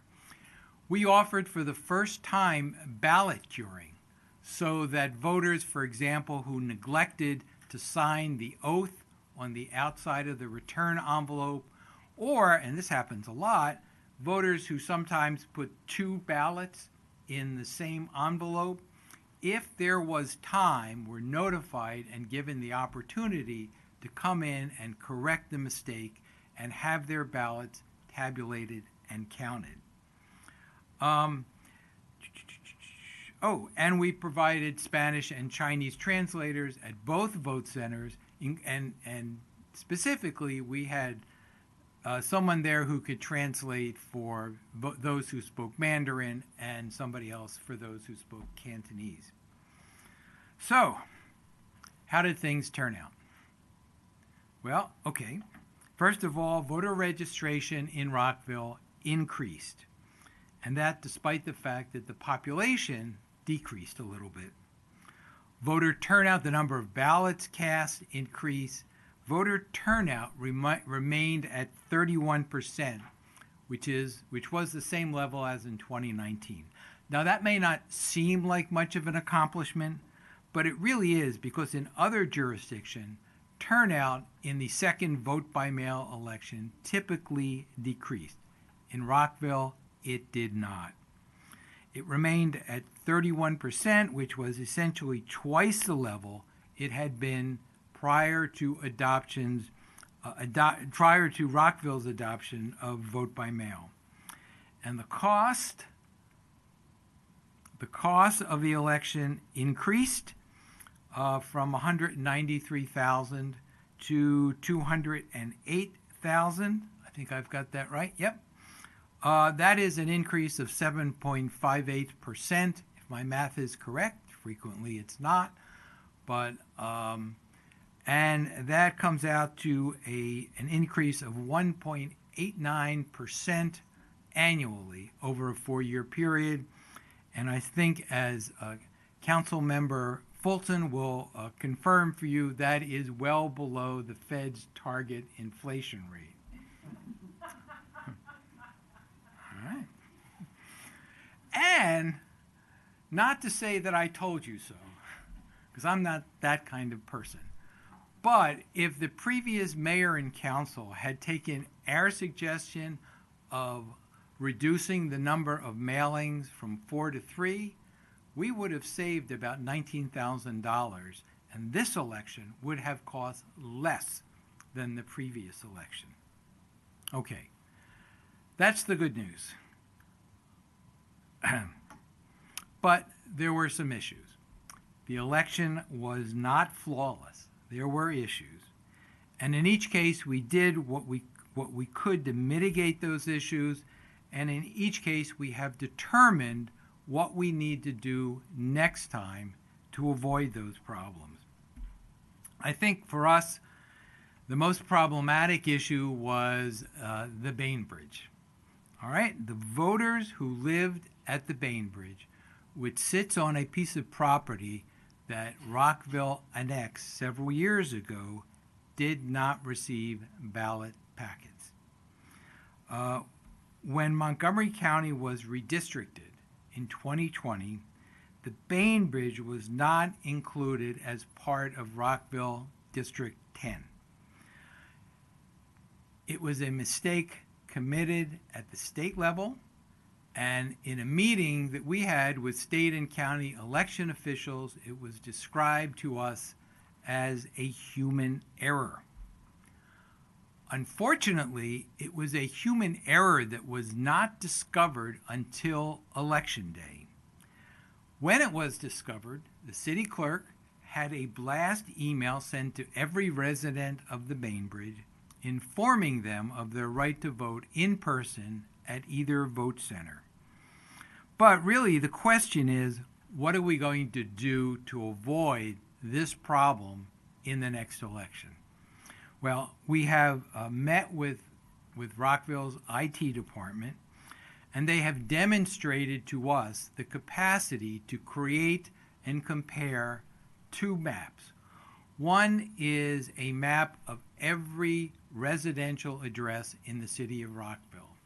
The other is a map of the mailing address of every registered voter in Rockville as provided by the State Board of Elections. Their database is called MD Voters. And if you lay one on top of the other, if there is a property that has somehow been excluded from MD Voters, this is a comparison that will show that fact. So to be sure, before the next election, we will be performing that comparison, and this is a problem that should not occur again. It was not the only problem. There was a delay in sending out some ballots. The database of registered voters goes from the State Board of Elections directly to the vendor that sends out the voting packets. The vendor is a Taylor company. It's located in Minnesota. We discovered that the state database that was sent to the vendor did not include the mailing addresses of the 964 Rockville voters who had opted for web delivery of their ballots in the 2022 election. When we discovered the problem, the city clerk got those addresses from the Montgomery County Board of Elections, and we sent out ballots to each of those 964 voters on October 27th from Rockville so that each of them would get their ballot in time so that it could be cast and counted if they had not already obtained replacement ballots, which a number of them did. So what are we going to do? Well, in 2027, in our meeting with the State Board of Elections, they have said to us, we are going to provide the same sort of data in 2027 that we provided in 2023. Basically, they're saying this is your problem and you have to correct it. Okay, we will have to obtain our own copy of that database and obtain the mailing addresses of those people who have chosen web delivery and whose addresses will not be included. And that's what we will do. Now, I think what we need to do is do that certainly much earlier in the process so that those people get their ballots at the same time as everybody else. There was also an issue about inaccurate ballot tracking. Some voters received inaccurate ballot tracking emails from the vendor. Taylor, the vendor, was supposed to send voters who had opted for ballot tracking emails tracking their ballots from the vendor to their homes. All right? It wasn't from their homes to be brought to the voting center, but it was simply an added feature that we thought would be helpful and would add an additional element of confidence. But as we discovered, the system sent out a series of inaccurate emails, in some cases telling voters who had not yet received their ballots that their ballots had already been voted. Well, when that problem came to light, the city clerk had Taylor remove the link and disable the system entirely.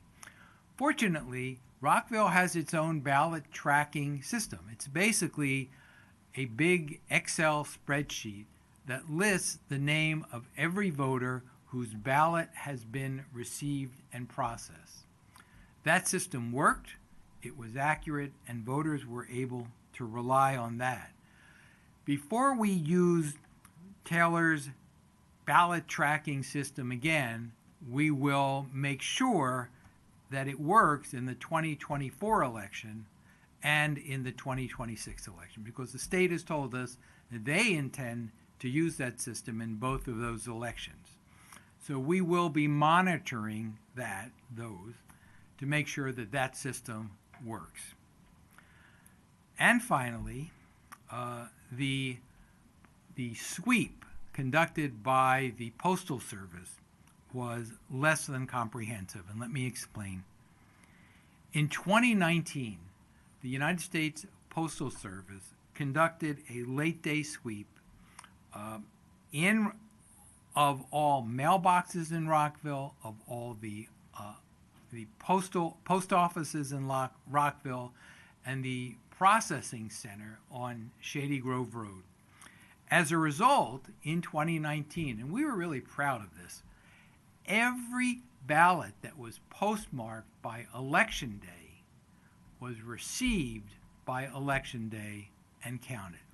Now, we had a meeting with the Postal Service, and they said, we're going to do the same thing this time, but it appears that the sweep that they conducted was less than comprehensive.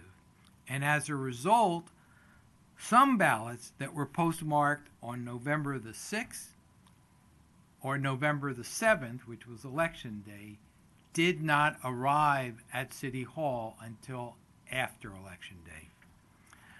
So what are we going to do? Well, I think what we will likely do is do what I understand Montgomery County does, and that is make our own arrangements to pick up the postmarked ballots from the various postal facilities rather than relying on the Postal Service to deliver them.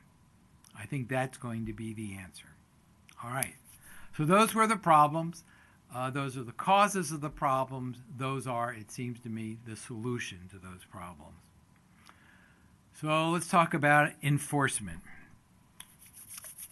In this election, several organizations other than the candidate committee spent substantial sums to try to influence the election.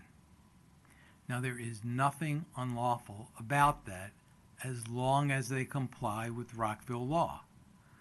But in some cases they didn't, and where they didn't, we issued municipal infraction citations against them. We did our best to investigate, and where those organizations were not forthcoming, and in general they were not forthcoming, they didn't answer our questions, they ignored our letters. Where that happened, we turned to the candidates for information. And for those of you who met with us, who talked to us, who provided information, thank you, thank you, thank you. Your help was invaluable. And I do have to mention that when we asked for you guys to talk to us, Mayor Ashton, you were first in line. No preconditions, no negotiations, just what can I do to help? And thank you for that. Thank you for setting that example. Okay, the BSE, so far as I know, has never before issued a municipal citation, a municipal infraction citation. You see, I barely know what they are. But in this election, we issued 5.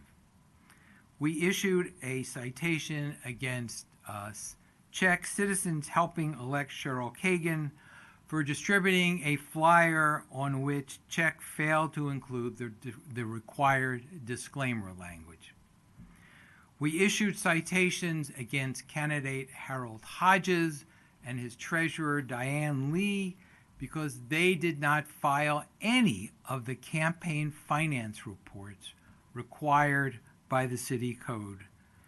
And we issued citations against the chair and treasurer of Our Revolution because it distributed text messages without filing any of the reports required by Chapter 8 of the City Code.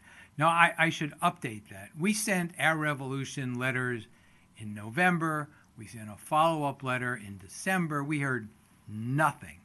Then after the citations were prepared, we got an email on May 17th from the chair of Our Revolution saying that they had not made any expenditures and had no obligation to file anything.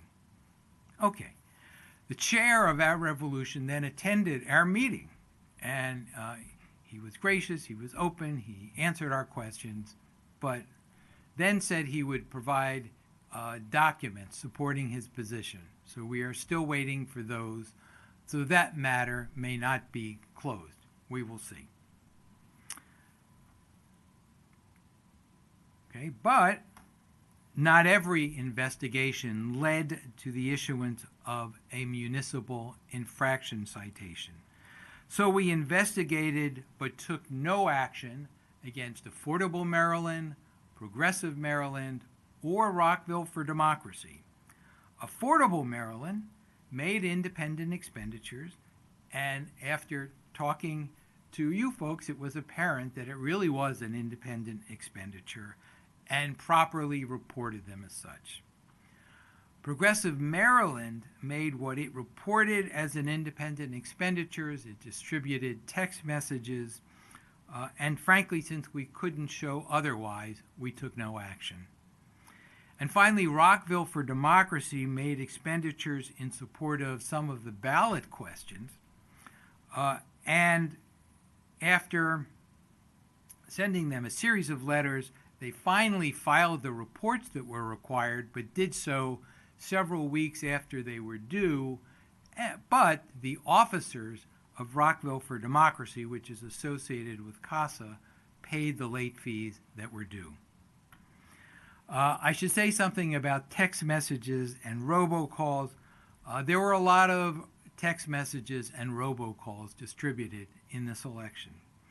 Most of them were made without the disclaimers required by the City Code. It's in Section 81017 of the City Code. Our view, which we reached after consulting with the city attorney, is that they should have included those disclaimers. But in fairness, the issue was a bit unclear because if you look at that section, it says that disclaimers are not required where inclusion would be impractical or inconvenient. We may want to change that language next time around. But so rather than issue citations, we issued a memo in which we said that disclaimers were required and the requirement would be strictly enforced in future elections. Now, if you look at our report, you will see that it includes a series of proposed changes to Chapter 8. We think that the entire chapter needs to be redrafted, to update it, to make it clearer, to avoid the inconsistencies and contradictions. We would start from scratch and do it over. But we've made a series of specific recommendations, and among the most important recommendations is a provision to address the influx of money from organizations other than candidate committees. What we have proposed is a provision that would require the immediate registration and reporting of any organization that made independent expenditures over a certain threshold amount. That provision would basically mimic the language in Maryland's campaign finance laws, and it would let the public know who's spending what, and let them know that right away. Other recommendations include expanding the definition of campaign materials to make it clear that text messages and robocalls are included, and to clarify that they do require disclaimers. We recommend adopting a more streamlined procedure for penalizing those who do not file timely campaign finance reports. The procedure that's in there now basically requires us to wait 60 days. 60 days, the election's over, and basically the public has been deprived of knowing who has spent what. So we think that procedure needs to be streamlined. We would increase the applicable late fees, which are now capped at $360, which you think is not an adequate disincentive to not file reports that are due. We would also change the due dates for, first of all, the candidate certification and the first campaign finance reports, making both of them earlier, because it's apparent, based on our experience and your experience and the comments made at our post-election forum, that this whole process starts earlier. People are collecting signatures, people are spending money, people are raising money, and the reports should be due earlier. And we would suggest adding a provision to protect election workers and election officials from threats, which would mimic the language in the provision recently adopted by the state of Maryland. Right? So let me conclude by just saying this. We would say that overall this election was a success. Voter registration increased, the number of votes cast increased, turnout remained at the same level, the database became more accurate, the election was fair and transparent. There were improvements from the last election. There was more effective outreach, we had more drop boxes, we had a second vote center, we had translation services in Spanish and Chinese. None of that would have been possible without the incredible efforts of the city staff, and in particular, the city clerk and her staff. The work they do is just unbelievable. But there were issues, and we are not denying them, we are not minimizing them, we're not trying to duck them. We are dealing with them head on, acknowledging them, and determining how to avoid them the the next time around. And there were enforcement issues, unlike any in any prior Rockville election. We are addressing those head on as well. I know that that's making some people unhappy, but, and I know this is something that you all agree with, the law is the law, and no one is above the law. So, we're going to do our jobs. We're going to proceed, and we're going to continue trying to make Rockville's elections even better. I hope that we will have your support in that effort, and I thank you. I genuinely thank you for giving me and us as a group the opportunity to do that, and of course the opportunity to be here this evening. That is the BSE's robust report as best we can do it, and unless any of my colleagues who want to add something, no, doesn't look like it. And we would be more than happy to take your questions. I took so many notes, so I'm not going to go through all of them tonight. But I just wanted to echo again, we appreciate all the work that was done. 31% is higher than many jurisdictions. And I also acknowledge that the city of Rockville was the first municipality in the state of Maryland to go vote by mail. Another distinguishing characteristic is that you mail ballots to everyone. Some of the places that have the vote by mail, people have to request them. And so that is a big, I guess, change, if you will, and an opportunity to encourage more voters and to remove one additional barrier to voting. So I just want to thank you for all of that. A few other quick thank yous, and I have questions, but I'll hold on my questions until, as my colleagues go through. I wanted to acknowledge the addition of the Chinese language. I know you know that in 2019 is something I pushed for, could not get in 2019, but we got it in 2023. So I want to thank you for that, because I think that allowed more people to be able to vote and understand what they were voting for. And you also took the feedback from previous people who participated in the post-election hearings to be able to say that we also needed, in addition to translating materials, to have people who speak like those languages, Spanish, English, Chinese, at the ballot centers. You doubled the voting centers, and you also significantly increased the drop-off boxes.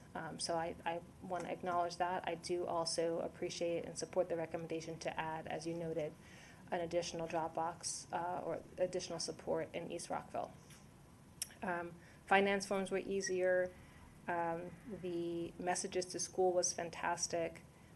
The going to senior facilities increased from 1 time to 2 times. So that's appreciated. And then I personally saw you at a number of events and appreciate that work. And then the ballot curing, that doesn't happen everywhere. The way that you allow people to fix their issues, I think, is commendable. It gives everyone and acknowledges their right to vote and allows them to clarify their intent. And I think it's also remarkable that only 14 of the thousands of votes that were cast were deemed questionable. So just start off with the positive, and really want to thank you. I have some questions I'll hold for my colleagues, and hopefully they'll ask them so I don't have to. Okay. Councilmember Jackson, then Councilmember Fulton. Thank you, Mayor. So thank you for that excellent presentation, and I would be remiss not to add my thanks to the mayor, yourself, Chairman Kernick, Stephen Fisher, Catherine Sindos, David Sklar, and Stephen Winter. Thank you for your service. I know that there were many long meetings and a lot of stuff to do. The presentation you gave was a great overview of exactly how hard you guys worked, and I think Rockville does owe you a debt of gratitude for that. And I would be remiss not to thank Sarah, the clerk, for her hard work in the election. I know that is something that is really near and dear to your heart, and we've discussed it many times, and I think it all paid off. So thank you so much for your service and for doing that stellar job in the election. I acknowledge that there were problems, and there's time to address them, and we will. But I think right now we just stop and say thank you for pulling off what is a tremendous job under a lot of pressure. So thank you for that. I did want to ask a couple of questions. First, the ballot curing. I think the mayor mentioned that, but I want to go a little bit more in detail because I want to understand it. I want the public actually to understand what is meant by ballot curing and what actually goes into looking at problematic ballots and going through the curing process. Well, when ballots are received, they are reviewed at the Montgomery County Board of Elections facility. And ballots, because of its mail-in ballot, ballots are received throughout the period prior to Election Day. So, and I think this is something, Sarah, correct me if I'm wrong, it was the Montgomery County Board of Elections staff that identified the ballots without the oath that need to be cured. Am I wrong about that? So what Montgomery County does when it goes through what we call the processing center, like say there is a husband and wife or a couple or partner in a household that returns 2 ballots in 1 envelope that is signed. So what they will do is pull that to the side, and then they will send me an email with the list of those people who, with their addresses or phone numbers, whatever they have, and then I will try to reach out to them by email, send them a letter or a phone number if there's one on file for them. And then there's others that say they'll vote and cast their ballot, but they'll forget to sign the oath. And they'll send those back for us to get in touch with them. It's a period of time which we receive up to Election Day of anything that will that allows a voter to have their ballot counted. Because if you don't sign your oath, or if 2 ballots come in and there's only 1 oath or 1 ballot, it saves us from making a determination whose ballot gets counted. So it helps with that. But it has to occur early enough so that there's time for the person. And so when we say early enough, it's usually within that first week of ballots hitting the streets and people returning their ballots for voting. We did do it up to the week before. We tried our best by phone call or email, and even up to the day, I was like, if you can come into the office and cure your ballot will be counted. So we did do up until Election Day. No, thank you. I think that's an excellent explanation. And I just want to thank you for doing that. I think ballot curing is really necessary. Obviously, you know, it's not a complex process, but it can lead to confusion, and it would be a shame to have ballots not counted just because they weren't signed or there was people sent in with in the same envelope. So it was great to hear that we did ballot curing for the first time ever. I think that is awesome. I want to turn to the 964 voters. I understand the process and the fact that the state, for whatever reason, didn't give the names that they should have. You mentioned put together the mailing, I guess yourself from the city hall. How did that work? Was that comparable or the same as what was sent about by the vendor? I mean, did you have enough people to stuff ballots? Not stuff ballots. That's probably the wrong word to use.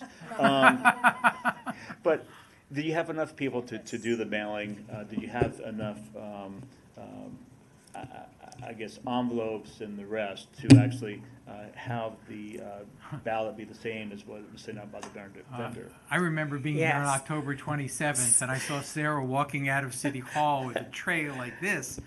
She said, "What are you doing?" Well, I'm going to mail these right now. Yeah, so what happens is that because we also have our staff at the canvassing, I use that same staff that the city pays to during our election, and I took all the ballot packets from, I asked the vendor to send me all of our materials left as overflow to mail to me overnight. We then went up to the Montgomery County to our canvassing. They provided all the addresses of those voters on that 964.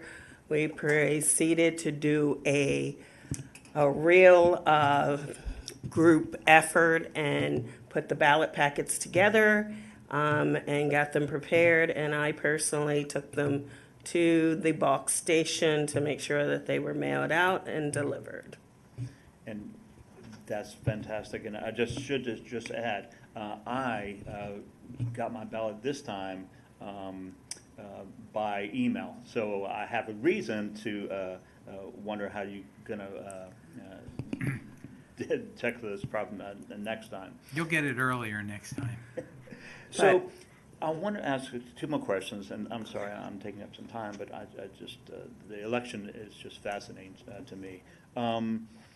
Do we need, and this goes to the point you made about the sweep, about the postal sweep. Do we need a change to allow ballots postmarked by election day to be counted after the date? And I talked a little bit about it with Sarah last week, but I just wanted to get your take on it. I mean, do we need a change, and is it possible so that, if it's postmarked by the date, that maybe a day or two, if they're received, they could be counted? I have no objection, no principled objection to saying that we'll count ballots that are postmarked by election day. But if you do that, you have to think, when's the cutoff, right? Is it a day? Is it a week? Is it a month? And you also have to accept the fact that even the unofficial results could be delayed by that same period of time. So if you're willing to make those trade-offs, then that would be perfectly appropriate. And I will tell you as a personal matter, when I saw those ballots with those postmarks on it, I was angry about that. That should not have happened. So, if you guys want to do that, then that would be fine with us. All right.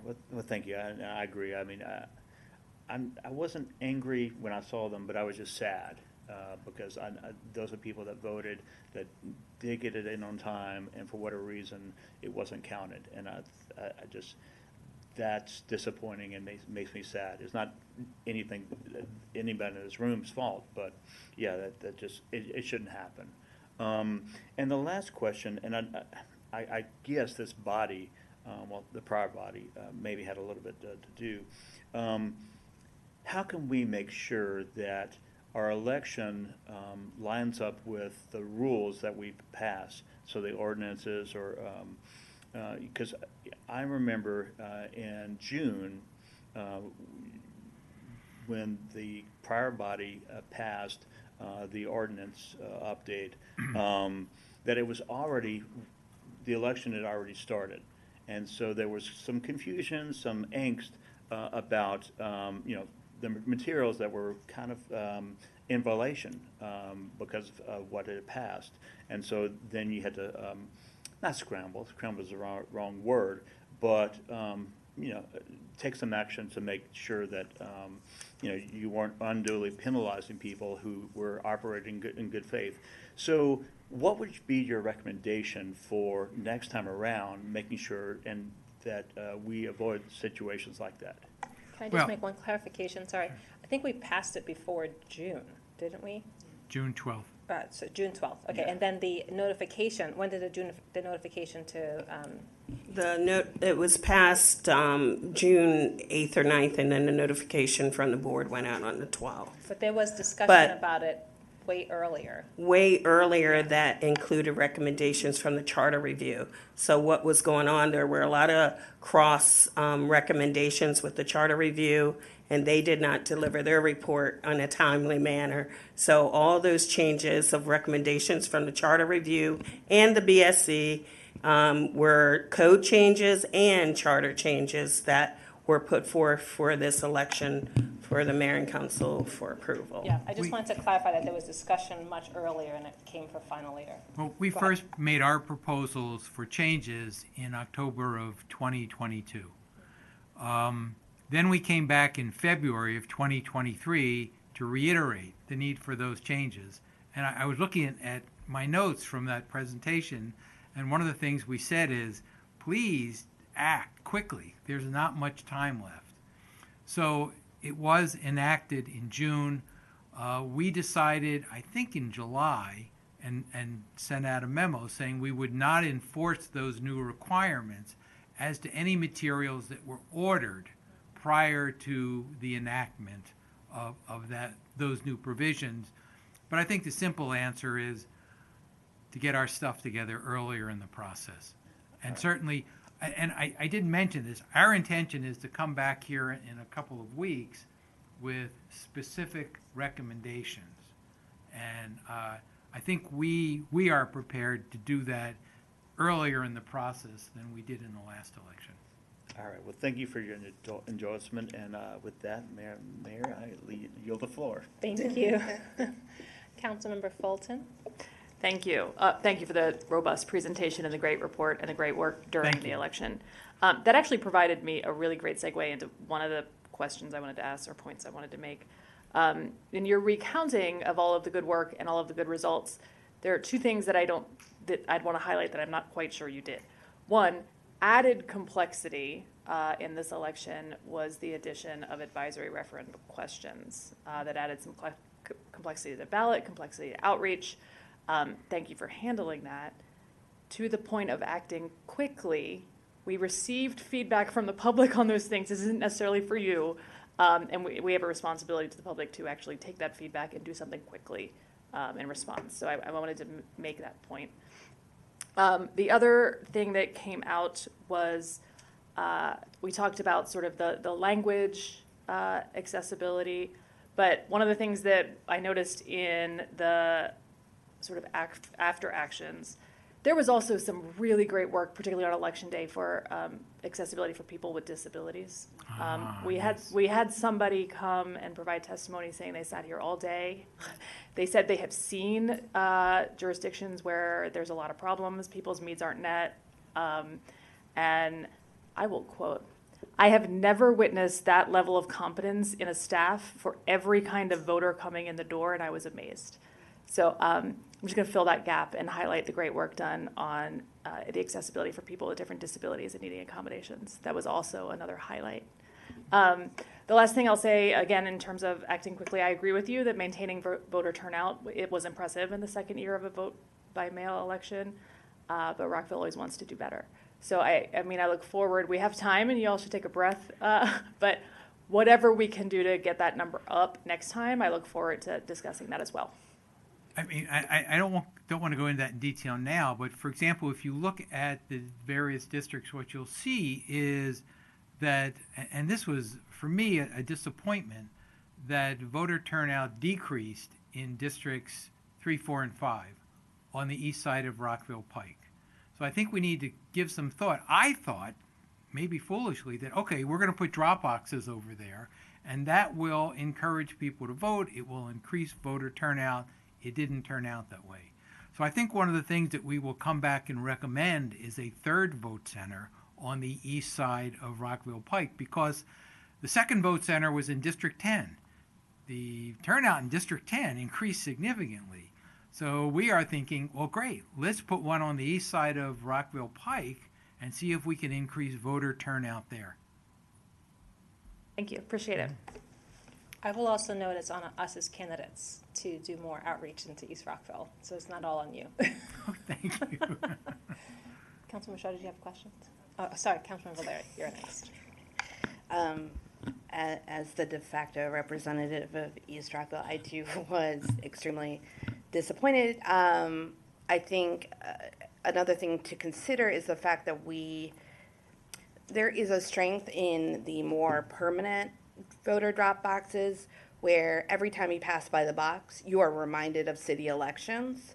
The new ones, for instance, that were in Twin Brook Community Center were the temporary ones, and they are not a constant reminder that, oh, hey, you're able to vote here. So there's something to that psychology or sociology, rather, of marketing these sort of things, because I, too, was extremely disappointed. I have like a handful of just very short questions that I can put in an email to you. None of them are kind of the big picture. Mostly, like Councilmember Jackson, I too am a big old election nerd, and I really do like getting into the weeds on a lot of this. I will say that I strongly support the recommendations so far that were in this presentation, like the changes to independent expenditure language, a better procedure for the people who do not file timely CFRs. Very supportive of it. I would also, in addition, like to see under the more involvement from the city attorney's office to look at a reevaluation of the split in responsibilities between the BSC, Board of Supervisors of Elections, and the city manager. I know that that's sometimes from the candidate side, and frankly from the resident side, the voter side as well. It's not clear if you see somebody that puts a sign in a public right away. Like I know, I would probably think it was under the purview of the BSC. So however we want to reevaluate or more clearly delineate that split in responsibilities, I think could be really helpful. In the realm of needing to add disclaimers for text messages and robocalls, and I really appreciate, I've been, as I think many of us, watching all of your meetings, and I've really appreciated the discussion there. I would also put forward, too, that at least for text messages, that we consider adding language that a text message must include a way that individuals can opt out. That's also pretty pro forma for campaigns generally. Whether they work or not is a whole other issue. But I think that could go a long way toward engendering trust. To me, and I've said this publicly at the election forum number 2, I was less concerned about the independent expenditures than I saw about the sheer amount of money in this last election. I believe I said at the time it was ridiculous amounts of money, and I stand firm behind that. I think that as a body, we will need to address this money arms race, as I like to think of it in my head, because it is making, and it will make, running for city office extremely inaccessible, and will only allow for people of a certain economic class to do so. And I have a real problem with that. On that note, I do also want to, and I owe this to you anyways, that it is City of Gaithersburg, section, and I will forward this, section 6C-12. 1612? 6, as in the number 6C. 6C-12. C as in Charlie, -12. Okay. Restrictions on campaign contributions. They have a single contribution or aggregate limit of $500, and that's remained valid. So I would like us to sincerely look at that as a potential. I'm not saying that this exact amount, but it will go in some part toward eliminating this money race that I don't think does anybody any good. I do also, my question is around generally this election code rewrite/update. What is the timeline on this? Do you have a sense of like when I'm looking at our city attorney as well, what are we looking at? Because I don't want to, it'll take some time. It needs to be a thoughtful process, and I don't want us scrambling at the last minute to do this. That is really an excellent point, but I don't think I can tell you how long it's likely to take. My experience with making changes piecemeal is even that process takes a long time. So I think the short answer is start now. Yeah. With respect to the drop boxes, I have to mention that unfortunately we get the drop boxes from the state of Maryland. Yeah. And we're limited. I mean, I remember we went to go see their facility, and the drop boxes, I agree, were not ideal. It'd be better if they were bigger, more prominent. But we get them for free, and we have to take what they give us. We have to take what they have. Yeah, no, and I appreciate that. I knew that too. I was just thinking as far as encouraging turnout. Yeah, I'm you're sorry. right. It's not just the boxes itself, it's the security and the cameras that is required, 24/7 surveillance. So you have to be careful in locations that we don't have that visibility, and it has to be the city's property too. Because installing these big iron boxes, we don't want to damage somebody else's property and be responsible. No, and so I'm definitely it not. is very costly for these drop boxes that we have. Yeah. They're over like 5,000 a piece. Oh yeah, and I apologize if it came across as No. I wanted us to put like big heavy. I was just thinking through, the differences in the voting trends. There was one other thing. Oh, and I did want to put to my colleagues a Charter Review Commission recommendation that actually, when you referred to this meeting earlier, I was thinking about it. Charter Review Commission recommended increasing the BSC. If I recall, a former council member asked you directly at the point. I think you provided feedback that y'all were okay.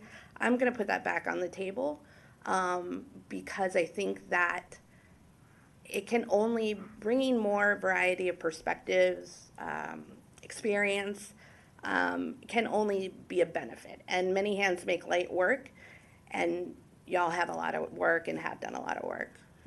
Let me correct the record in this sense. Sure. My view at the time was it was unnecessary. I was outvoted, and the BSC as an organization recommended an increase in our membership to 7, from 5 to 7. And I would say, and I don't know what you're ultimately going to do about this, but if you're going to take some tasks performed by the city manager and give them to us, oh yes, we could use some more people. Mm-hmm. Yeah, and I was thinking about it too from the perspective of the ballot curing. I have been in that space. I know exactly how time intensive it is. I am astounded that you were doing that, and I think it's great. I don't want to dissuade, but if we need to, again, create more hands to make the work a little bit lighter, I'm in favor of that. And I'll end there. And thank you. And thank you to everybody again. Okay. Thank you. Last point, please reappoint Steve Fisher when you get a chance. He really deserves it. Thank you. We have a couple more questions. Oh, and I I'm haven't sorry. shared mine yet. Oh, I'm so sorry. Councilmember Shaw and Dr. Miles, are you okay, Dr. Miles will be next, and I will go last. I just want to echo my colleagues and thank you for the excellent work. I know this wasn't easy, and there were a few bumps, and you overcame them, and so thank you. So I do agree with most of the recommendations. One of the things you may wish to consider with lowering the number of mailings from 4 to 3. I think the mailings are a really effective way for folks that are less engaged, that don't go to some of the city events or don't have time to go to the city events, may not be in the particular places where they can see the banners and some other places. I know especially, or are renters or in some type of apartment or secure building where they're not able to receive door hangers. And so I think keeping the number at 4 makes it more accessible. And then I was curious, do you have the percentage of first-time Rockville voters available? I don't think we do. We do, in the voter database, we just haven't really pulled the data. You can tell from the final voter database, the first-time voters. I'm super curious about that percentage. We'll get that to you. Okay. And then along with that, and this is something I did mention at the forum, there were a number of, particularly folks in apartments and tenants, who were first-time voters, and they went to their drop box that they went to for the state election. I mean, they know what they know, and they went to the state state drop box, and there wasn't really any information. They were worried about that. I think there were some county officers that redirected them to City Hall.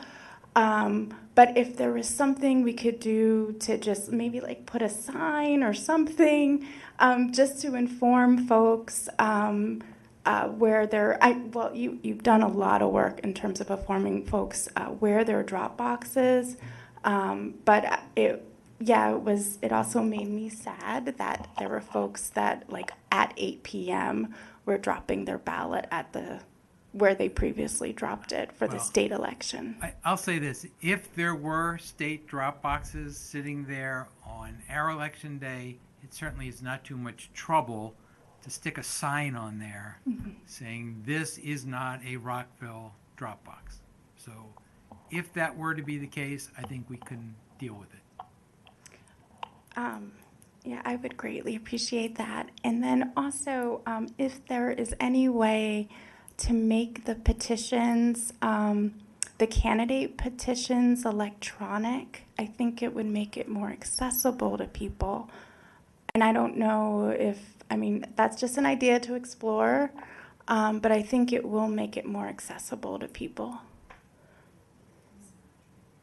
Okay, we will take a look at that. Okay.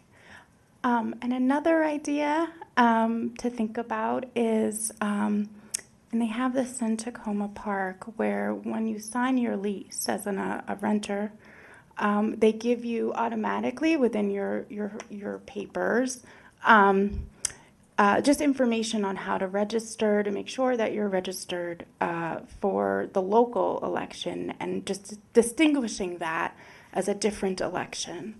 And it could be something to help to increase voter turnout. Yes, but of course in Rockville, if you're registered in Maryland, you are registered to vote in Rockville. So the information they're sharing is that it's at a different date, a different time. It's a different election. Okay. Some folks think it is the same. So that information would be helpful and just an idea to throw. Okay, all right, thank you. But excellent work, thank you. You're very We do welcome. include voter registration in our welcome packet to Rockville residents. So it is there. The difficult is that a lot of people don't understand the difference in the local election versus the gubernatorial and presidential. So that's the education that we have to really hit the ground and getting that out there to our residents. A lot of them just don't know that they are eligible to vote in a municipal election. They think it's all county and state and the gubernatorial and the presidential. So that's the biggest thing in these apartment buildings that we have, and even accessing and getting in there. But we are going to reach out to those new ones that we know that are coming on board and see if we can get in and do a voter outreach within the actual buildings. So that's one of the things that we're proposing to do. Thank you. Okay. Appreciate your comments. Dr. Miles. Thank you, Madam Mayor. Also echoing the thanks of my colleagues to not only the Board of Supervisors of Elections, but also the City Clerk, DCO's office. It almost seems that y'all didn't take a weekend off, and the city appreciates all the time and effort that y'all put into this. I think, I agree. I think it was largely a successful election with minor hiccups in the grand scheme of things. I think one of the biggest one major challenge was maybe tacitly discussed, but I think, as staff, and particularly having a full board of supervisors of elections was an issue that was exacerbated by, a previous mayor and council. But glad we're up and operating with a full complement of individuals. I did hear the recommendation about the reappointment, but I do think that while city staff is paid, I really appreciate the work of BRC, all the volunteers that help make elections work. Just a couple follow-up questions. Mr. Kernick mentioned that this is the first time y'all issued citations. Is that correct? So far as I know, I've been on the board for 6 years. Let me turn to my more senior colleague, Dr. Wiener. When you were there, were they ever issuing citations? As far as I know, this has never happened before. Okay. And it seems like, as you correctly pointed out, both in the report and in your comments, that these were issued to both individuals and organizations. Right. I'm curious because a number of the organizations were involved in the 2019 election. That's the only one I know about just because I ran then. I'm curious what changed between 2019 and 2023 with some of the bigger organizations and or individuals that appear to warrant or prompt the citations being considered and issued this time. Well, in the disclaimer requirements, first of all, were enacted between elections. In 2019, we were operating with the old disclaimer requirements, which were really, really ineffective. You could satisfy them by saying authorized by Joe Schmo Treasurer, which is not very helpful. But in all other respects, I think the requirement of filing was the same, but I just do not recall, I only recall one organization making independent expenditures, and it was about $500, and they filed a report. They did what they were supposed to do in 2019. But this was the election in which we saw this pretty significant influx of I don't want to call it outside money, but organizations other than candidate committees who were spending substantial sums in support of either candidates or, in the case of Rockville for Democracy, ballot questions. And it seems to me, at a minimum, the voters are entitled to know who's spending what. And I don't think it was an issue in 2019 because I don't think as many organizations, and again, I can only recall one, that were spending those sorts of funds. Now, for example, for an organization, the obligation to report is triggered once they spend more than $500. So I think, again, I think one organization spent more than $500 in 2019. In this election, it was more than half a dozen. Understood. Okay. And also, so thanks for the answer. And I also appreciate, I asked several questions of staff, particularly the city clerk's office.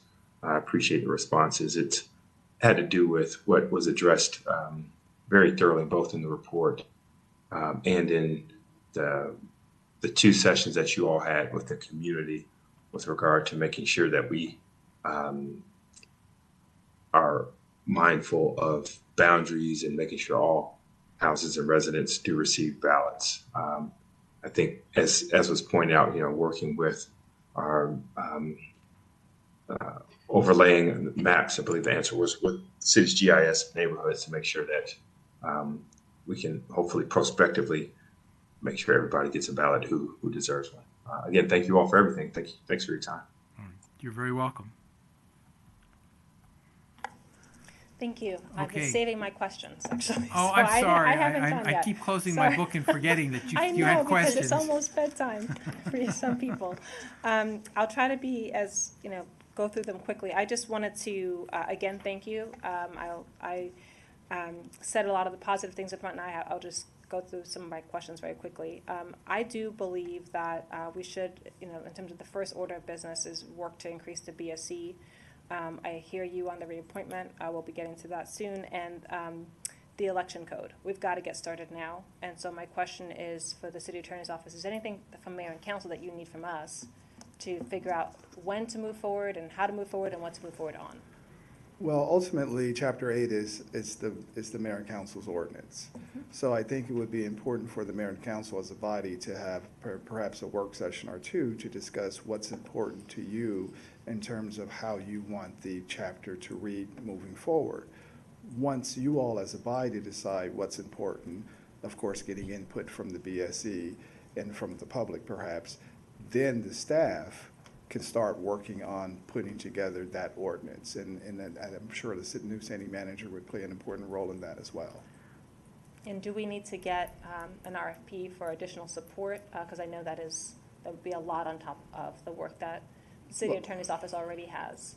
Or would we do that in-house? Well, I guess with an RFP, I'm not sure if you some sort of a consultant. Consultant, right. Well, that would be through the city manager's office or the clerk's office, so they could speak for themselves. But in terms of the city attorney hiring perhaps outside legal counsel with certain special expertise in election law, we definitely would do that as well. Okay. Given how long this process takes, I would support getting that on agenda as soon as possible so that we can allow you time to figure out where we want to go specifically on the election code, as well as to get the outside support that you're recommending. I see Mr. Matite's rolling up to the mic.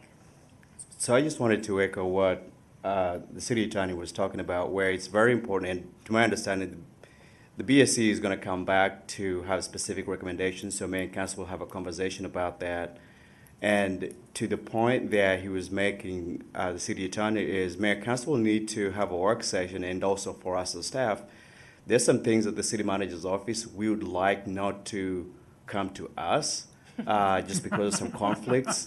So we have to have some conversations, obviously following their recommendations to you all, and some next steps, and then to be able to have a conversation about what does moving forward look like. And I think that's the more in-depth conversation that will probably occur as part of a work session.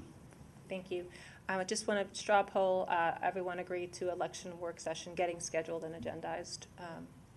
Yes, so that's direction. Please feel free to move forward and get that on the schedule. And again, thanks in advance to the BSC for being a part of that. I did look at, and I believed I supported many of your recommendations and lessons learned that you included on page 94 through 97. As I noted before, I support a third vote center. I do support protecting election workers. And there were a couple of things that I did, have exception to in terms of, I do think that mayor and council should be able to have an opinion on voting locations. So I know that we added more than what the recommendation was, and I think it was important to make sure we're looking at it from an equity perspective. And then I also support the 4 mailers as well, as my colleague noted. And the earlier registration was a question that I had. We can talk about that at the work session in terms of having to provide your signatures earlier. I just wouldn't want to disenfranchise, people who are thinking about running but uncertain. And then those are some of the ones that I just had some questions about in terms of recommendations, but most of them I largely agreed with. I'll just note that I do know that the database issue with Bainbridge caused some heartburn. I know that was not this team that did it, but we do need to, as my colleagues have mentioned, address that. I did want to flag in advance that we have some new communities coming on board. So I had, thankfully, before the election, identified something that wasn't in our GIS system, which was at the Village. It's a senior living facility, and it was added. So I just want to make sure, since we have new communities coming on board, Farmstead District, Twin Brook Quarter, Halpine, there are others that may come online before 2027. We need to proactively make sure that those are getting into our database. In our meeting with the state and county election officials, that's one of the things we discussed. And they said to us, when these new communities get created, you need to tell us right away so that they can be added to the voter database. So you're right about that. Yeah. The one other thing that we heard a lot from voters, and they were writing into mayor and council even though we did not have control over, was some of the late receipts on the ballots. So I think it came out maybe a week or so later, and there was a vendor issue with the holiday or something. the holiday is an annual one, so hopefully we can help to address that in the future with, and I know that we may or may not have full control over that vendor, but we just need to kind of have a pre-meeting and make sure that they're clear on what the specific mailing dates are expected, because that gave people heartburn. It was delayed by Indigenous Peoples Day last year, and we don't want that to happen again, yeah. But that's an annual, so Yeah. we can plan Yes, ahead. it is. Earlier training for candidates, or maybe even videos that people can watch, I think that's super helpful. I know that there were a lot of people who were new this time, and even I know when my experience when I was first running, and even the last time, there are a lot of questions, and so being able to know things early in advance. And I know, like, even sometimes people were like, "Can I use my own funds until I set up my bank account?" There were just a lot of things like that caught people Yes. in terms of having to make adjustments and fix. So I hope that can be considered. I won't go into all the things about this UPS sweep and ballot tracking, but I do think that we should have a discussion with the manager of USPS because that's significant. And I appreciate the fail-safe, but we need to make sure there's a real partnership there. Right. I hope that meeting will be scheduled. It looked like there was a lot of voter turnover between 2019 and 2023. That was something that I would love to know what those numbers might be, in addition to the data request of my colleague on the new registered voters or first-time voters. And then again, trying to find more creative ways to get into apartment buildings. That's a place that candidates generally not always can get into, the ones that are locked. Some of them are not locked, and we can. And there was an interesting number of, I guess, unregulated short-term rentals, or you would go to even a home, and that was not the person who was there. So I just wanted to flag that. That came up among some of us. Yeah. The sign issue, that was something that I know candidates talked a lot about. It's like, well, someone else is putting this stuff in the right of way, and they're getting the visibility, and it's not being taken down. We need just consistency there, and sometimes I know that people were testing the number to call and report the issue, and then no one was picking it up. So Okay. I know that's not a BSC issue, but it's something that the city has to figure out just to make sure there's fairness. My last comment is that candidates who may have visual impairments. The candidate guide was not something that could be read by a screen reader. And I am aware that there are municipalities in the state of Maryland that have, and even in Montgomery County, that have people who have run, who are visually impaired, have different visual abilities. And so we just need to make sure that at a very basic level, that's accessible to everybody. Anyone should be able to run. Okay, I agree. Yeah, I really appreciate all the work that you've done, Chair Koenig, and as well as Commissioner Wiener, Fisher, David Sklar, and Catherine Sindos. Thank you for all of your work. I want to thank staff. The city clerk's office was incredible, and I know how hard you all worked. I also want to acknowledge PIO and parts of the city manager's office. I know you want to change that in the future, as well as MoCo Board of Elections. The last comment I'll make is for some of the candidates who are a lot of people are working full-time, and I will just note to everyone, sometimes the council work is full-time, but we put a lot of hours in, as I know you do.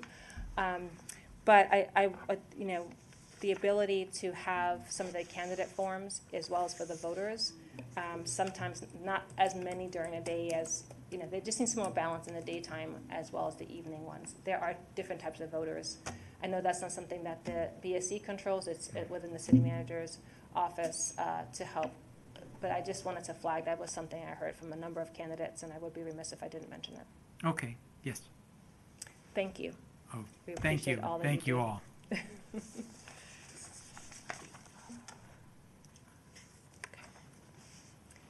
just going to ask my colleagues, we have the consent agenda item next. Are you all okay to proceed, or do you need a bathroom break? I might need one after consent. You need one? Okay, all right. We're going to make this one 3 minutes. Straight to the bathroom and back. Thank you very much. We'll be right back.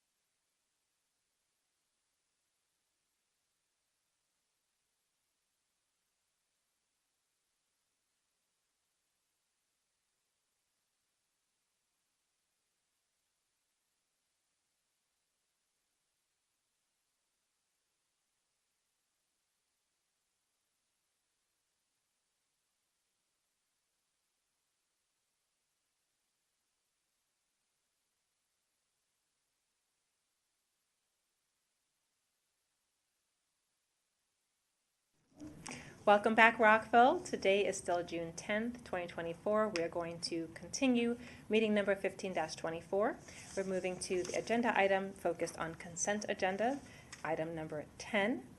I believe that some of my colleagues may want to pull a few for discussion, and we'll entertain a motion to approve the ones that we're not pulling. But I believe the ones that we might be pulling are F, G, and H. So if you would make a motion to approve the others, that would be greatly appreciated. Councilmember Jackson. Thank you, Mayor, and you're right. F, G, and H will be pulled. So I make a motion to approve consent items A through E and I and J. Councilmember Fulton? Second. All right, motion's been made and seconded. All those in favor, please raise your hand and say aye. Aye. All right. Madam Mayor, I apologize. Yes, please move forward. Dr. Miles, you have additions? Yeah, I just wanted to have not a really in-depth discussion. Just want to make a quick point about option B. I'm okay with supporting it. There was some discussion with staff about this human needs assessment and a vendor in particular. I just wanted to let the listening public know that there was one that came in lower as a bid that they proposed to the city. That one of the bidders was a sort of minority female disabled veterans serving institution, or one who employed those individuals, but it didn't meet some other criteria. So just want to just be transparent on that topic. That's all. Thank you. That's a great comment, and I appreciate you raising it. It did spark a question that I've sent to staff on where do we stand on our MFD goals in terms of procurement. Last time we had a report, there was a dip and then it went back up. So would like to not be surprised on that. So I'm asking the city manager's office if we could please get a response to that question when it's possible. It doesn't have to be right now. Please. Staff did respond, but Perfect. May have been late. All right. Let's talk through item number F. Councilmember Jackson. Yeah, so not to belabor the point, I don't really want to get into the details of the agreement. I just want to make the point that I'm fine with approving this 12th amendment to the interim agreement. But at some point, we need to sit down and have a discussion and come up with a more permanent agreement or updated agreement. So I just wanted to pull it just to make that point because, you know, kicking the can down the road is fine, but there's only so many times you can kick the can. And I think, you know, when we get the new city manager in, we can meet with him, and then he can go and meet with Beauregard and start making some real progress in the interim management agreement, or the management agreement. It won't be interim. So that's all I really wanted to say, but I wanted to pull it because I do think that we have a duty to not just have an interim management agreement, but an updated and new agreement that reflects the times. So that's all. Thank you. A quick comment on that point. We have a whole year out. So when would it be appropriate to have a discussion on the new agreement, just so that we can give some direction or at least get some thoughts on, you know, what we should improve? I don't really have timing. I think we'll probably wait for the new city manager to come in, be briefed, and then be able to at least know what those next steps will be. But at least we'll have a year. Obviously, to your point, Councilmember Jackson, we're not going to take the whole year and come back with a 13th amendment. But the new city manager will be briefed, and then hopefully by that we'll be able to know how to proceed. Thank you. My one request is that we allow more than 2 months to get through it, that we maybe allow ourselves 4 months, just so that there's more time for back and forth, and if it's going to be a substantially new agreement. City Attorney. So the memo that I provided Mayor and Council back in March it isn't necessarily a new agreement, but of course that will be up to mayor and council. But the memo that was provided did share that there are many options that the mayor and council can take moving forward with regard to its priorities in Rockville Town Square, which would include perhaps assessing levying taxes against certain property owners in Rockville Town Square, or entering into some sort of new type of agreement with more guard, et cetera. So I do think that this will be another instance where a work session or two would be important in terms for mayor and council to decide what its priorities are in Rockville and Town Square, how it would like to meet those priorities, how it could fund those priorities, and from there, the body can decide what the next steps would be. Thank you. So that would, if we were to try to work ourselves back on that timeline, looking at maybe a February or early March work session so that we're agendizing that discussion, and perhaps before that discussion sort of getting the additional information. But I totally agree. We've got to have a work session to discuss and to help share with staff where our priorities are and have that broader economic development discussion. So I appreciate that. Thank you. Councilmember Fulton. I think you got there at the end. Like, I just want to acknowledge that it's really hard to do this because everything's connected. Like, deciding what we would want in a final Morguard agreement requires us to know what our priorities are on both housing and economic development. So I absolutely agree we need to get to this sooner because it's going to be a key part of a lot of those policies. Also recognize that it's on us to figure out our housing policies and our economic development policies to prepare for that, which you said at the very end of your comments. Thank you for reiterating. Any other comments on this one before we approve this one? All right. Do we have a motion to approve consent agenda item F? So, since I pulled it, I will happily make the motion. So, I move for approval of the 12th Amendment to the Interim Management Agreement and authorization of the acting city manager to execute the agreement. Thank you. It's been moved and seconded by Councilmember Shaw and Councilmember Jackson to the original move. All those in favor, please raise your hand and say aye. Aye. All right, thank you. Next, we have consent agenda item G, which is the approval and authorization of the acting city manager to execute the READY funding agreement for fiscal years 25 to 27. I want to thank staff for the substantial work back and forth. I know there was a lot of feedback. The city attorney sent us a draft, some drafts, but there was an updated version that was sent today. So I wanted to just flag that. I think it was sent around 10 a.m.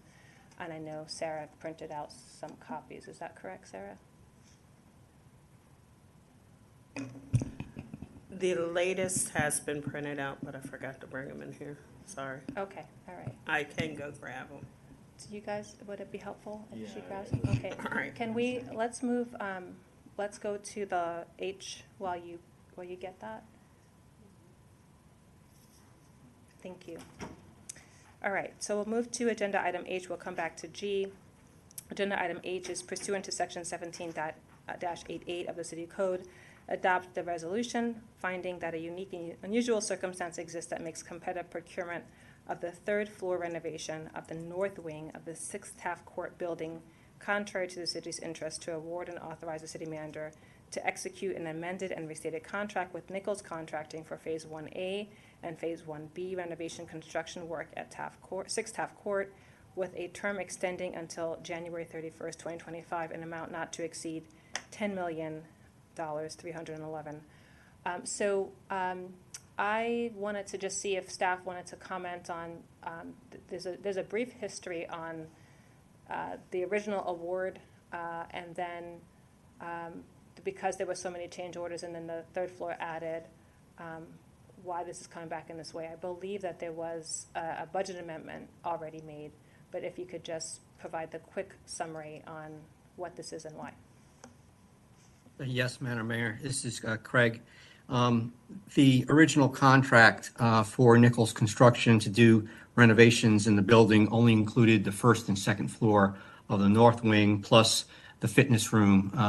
And the reason why the third floor was not originally put in there was because at that time we were going through a space planning exercise to determine how and who would be going on the third floor, as well as considering who might go in the south wing, et cetera. That took several months. And then when a decision was made that Recreation and Parks from City Hall would move into that third floor, we awarded the contract for the first and second floors because that was going to house the Rec and Parks and Public Works staff that is currently at the Rothgab Maintenance Facility. They're in very decrepit, old portable buildings. And so then we started designing the third floor concurrently when the construction started. And so this here contract is to award the third floor to Nichols, who already has a contract and is completing the contract on the first two floors. They're already in the building, they're already mobilized, and in fact, they've already have subcontractors and already have wrestled to the ground the long lead items that need to be done there. And if we don't go to Nichols, we're afraid that we're going to incur a significant delay in time, and that's going to result in a significant increase in cost because we're still seeing large increases in costs with lead time, et cetera.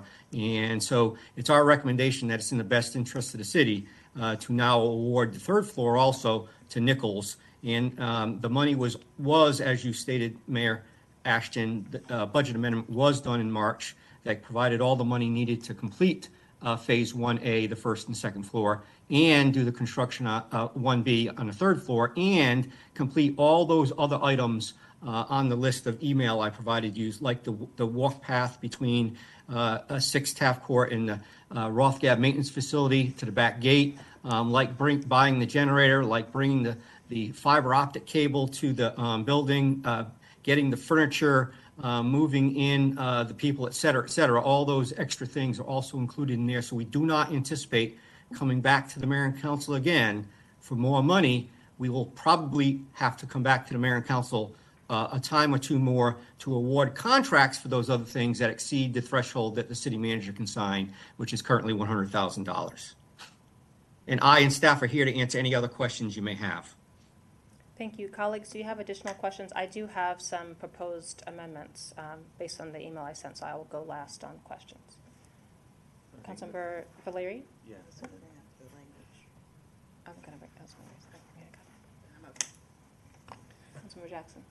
Thank you, Mayor, and thank you, Mr. Semino, for that explanation and what you provided earlier. So I just want to say, I mean, maybe my colleagues have the background for Taft Court, but I would appreciate a briefing or a presentation, whether it's to the council at large or just a briefing, to understand exactly where it is that we've gone and then where are we going and what other decisions that are going to be asked of us moving forward. You know, I know that the third floor on the south wing was something that was added later, and I understand why, but what about the north wing? I mean, you have 3 floors there. You know, so how much is that going to cost, and what are we going to do with that space? That's a decision, I guess, that has to be made in the future. So, and the final thing is, and this is really why I'm glad that my colleagues agreed to pull it.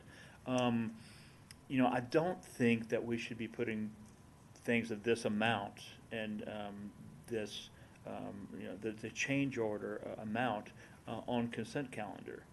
When something comes up that is $2,788,000, I think we should have a regular agenda, you know, and put the item on the regular agenda rather than consent items, just because the public and we need to understand exactly what's going on and what we're going to do with that money. So I thank you for your indulgence, Mayor, and I just want to say, you know, I think that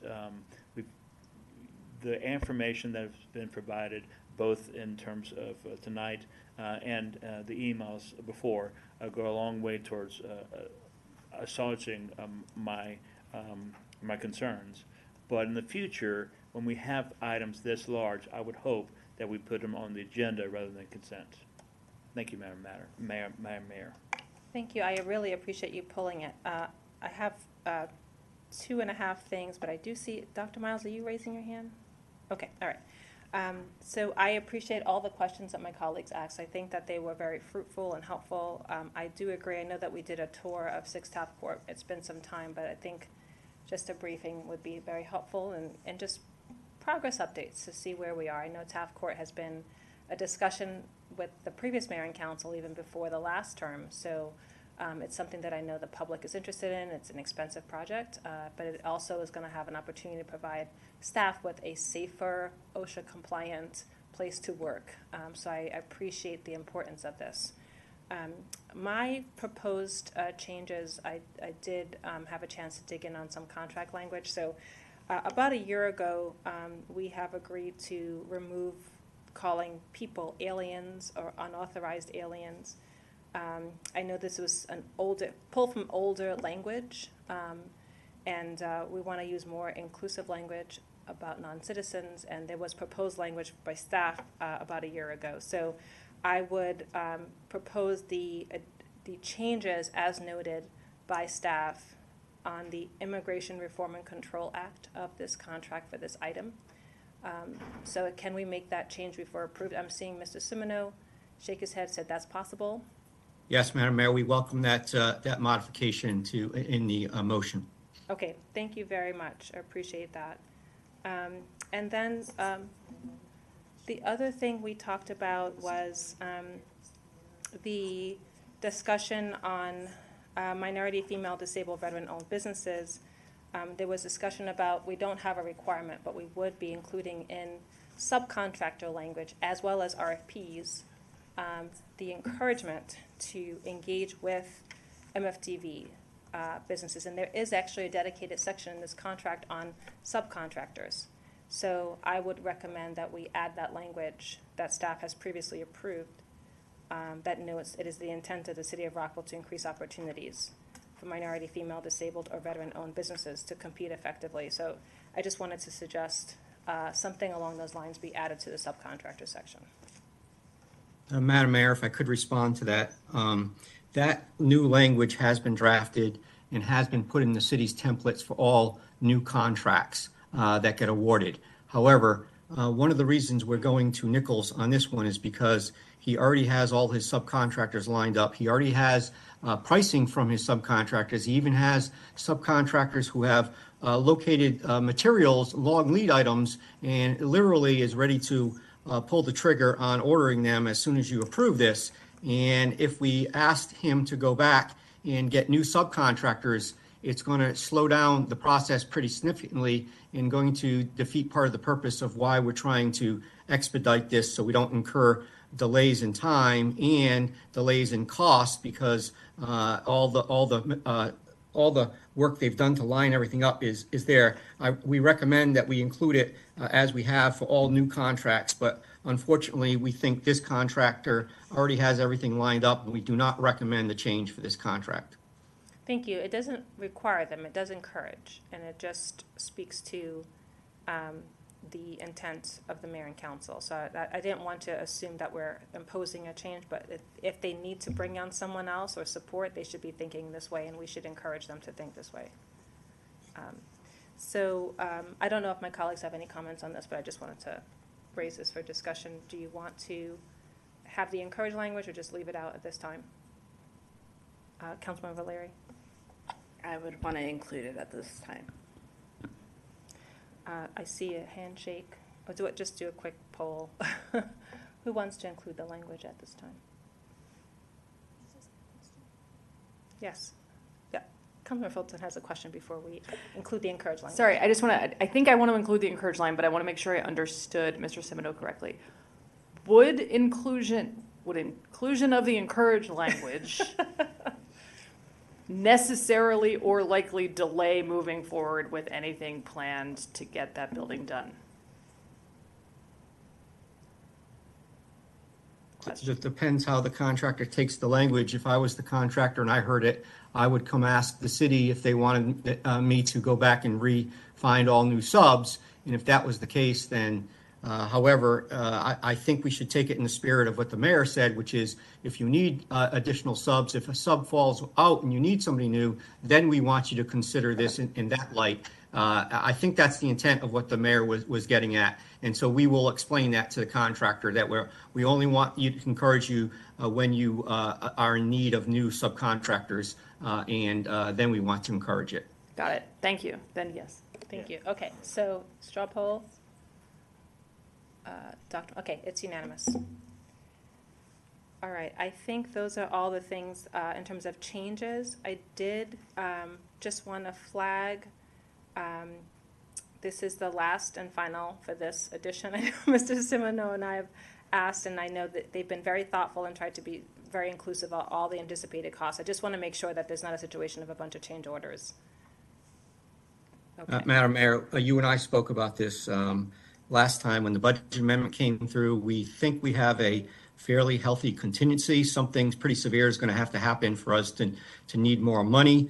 To the question of what we're doing with the south wing of the building, we do not have any plans now that we've completed that space study and no decision was made. My recommendation would be we wait till the new city manager gets here, we orient him to what's going on, and then we start afresh with what could be in that wing, and then bring something to the mayor and council to get your input.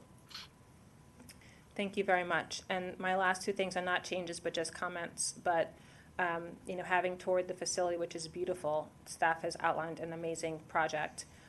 It just really struck me that there is not a current dedicated locker room for women. I understand that our current workforce is mostly male at that place, but look at our scientists, look at the story of almost any major field, and you'll see that the change does happen over time.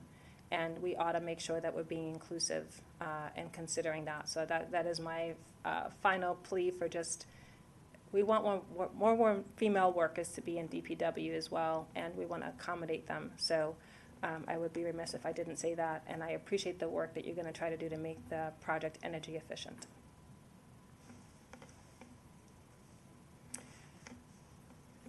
Councilmember Shaw.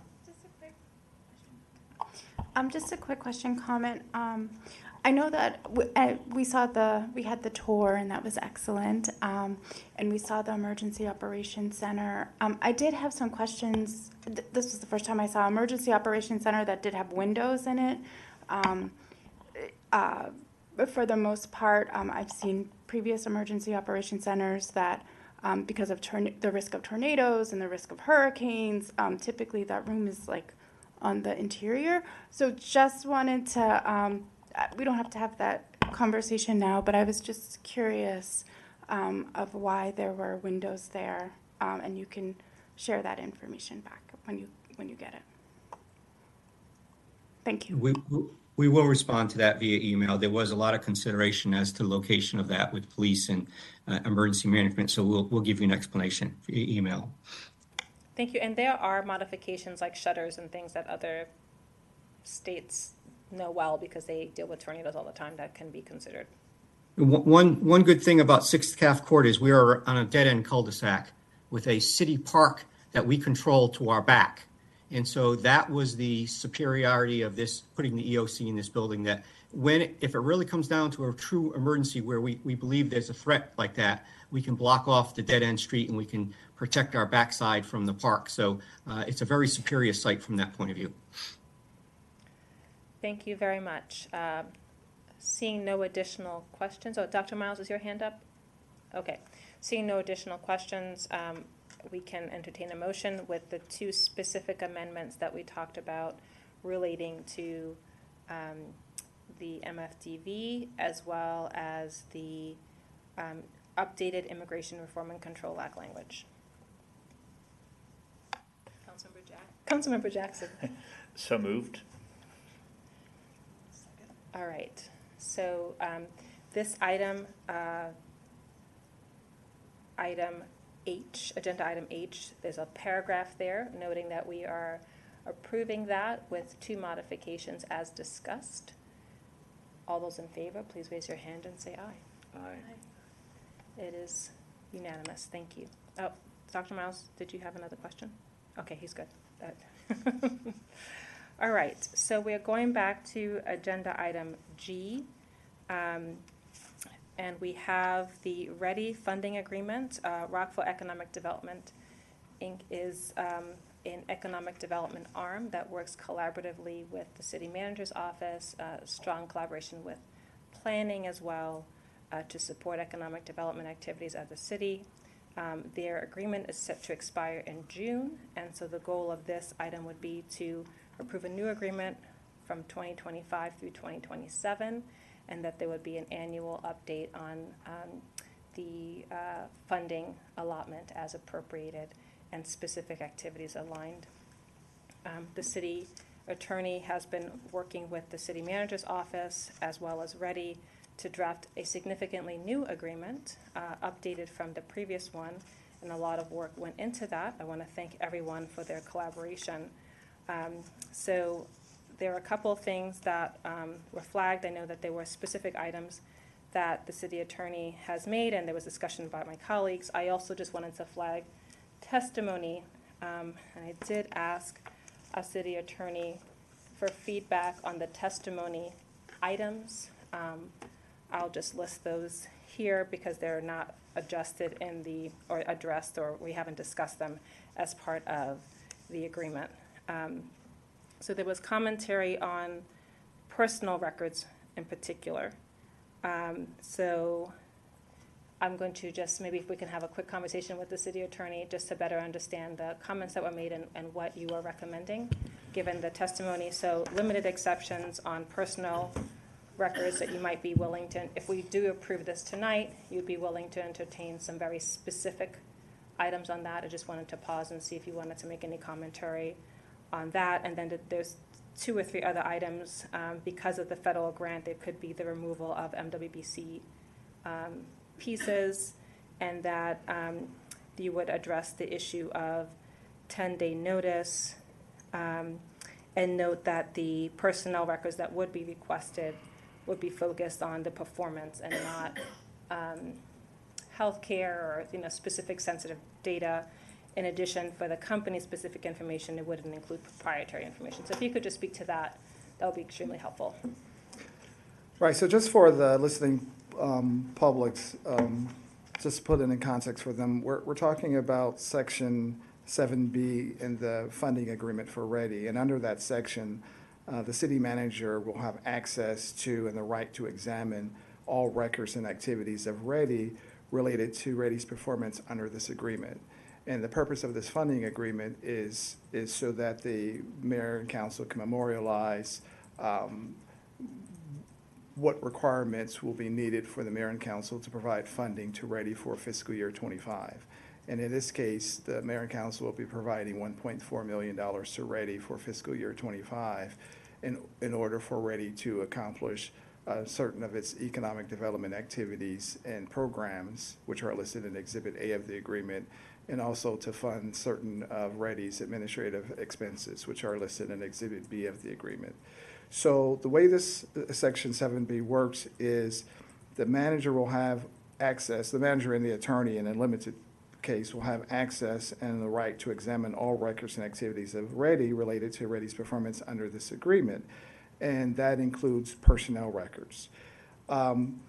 If you go towards the end of the agreement, it says all confidential financial and or proprietary information received by the city manager and the city attorney shall not be publicly disclosed except as may be required by law or court order. So I just wanted to put it in context before going over the 3 requests made by READY during community forum. So the first one was, could we remove personnel records from the records that the manager will have a right to examine in relation to READY's activities under the agreements? And I would be reluctant to remove that only because in terms of what's being funded by taxpayer dollars going to READY, over $500,000 will be going towards providing salaries for READY's personnel, their benefits, their professional development. So as the city manager is monitoring the use of the taxpayer funds, it may be necessary for the city manager to examine personnel records. Now, I do understand the concern in terms of, well, what personal records will be examined, HIPAA violations, et cetera. But I would encourage the mayor and council to have a little faith in the city manager in terms of what records will be needed and how he would do it. Having said that, if Reddy's attorney can propose, sort of a limited exemption to the types of personnel records that they wouldn't want the manager to examine, then I would absolutely review that, and perhaps we can include that. The second thing I believe that was brought up was the records related to the Maryland Women's Business Center. And I believe the concern from Reddy was that they'll receive a federal grant to help fund the Maryland Women's Business Center, and so they wouldn't want any records shared related to the Maryland Women's Business Center to impact that grant. And in that instance, again, because of the $1.4 million that the mayor and council will be providing to Reddy, about $35,000 of which would go towards funding the Maryland Women's Business Center, I would be happy to examine any language that the attorney could to sort of exclude any records that perhaps could impact that grant, especially given the size of the grant and the size of the money that the mayor and council would be funding for the Maryland Women's Business Center. And the final thing was, in terms of any confidential financial and/or proprietary information that's received by the mayor and council, by the city manager as he's monitoring the use and activities of Reddy, that if any of that information is required to be disclosed to the public as required by law or court order, that Reddy would receive sort of a 10-day notice. And in general, I'm fine with that, with the caveat that if law or a court order would require the body to turn those records over sooner than 10 days, then obviously we would have to do it sooner than 10 days, and I wouldn't want to be in a position where a court order is requiring it to be turned over right away, but the contract says, no, we have to wait 10 days. So I'm willing to examine or, review any exception as long as it takes into account that subject to a court order or state law. Thank you. I'm reading body language and shaking heads, and it sounds like there is interest in that conversation, but I'll just want to hear from my colleagues. Just procedurally, we could say we're okay with this agreement subject to the city attorney, approving those items and approve this tonight. We could also say we agree with this agreement.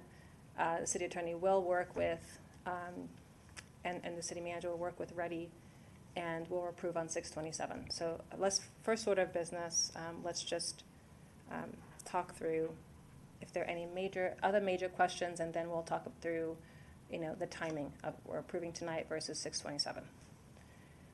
Councilmember Valeri.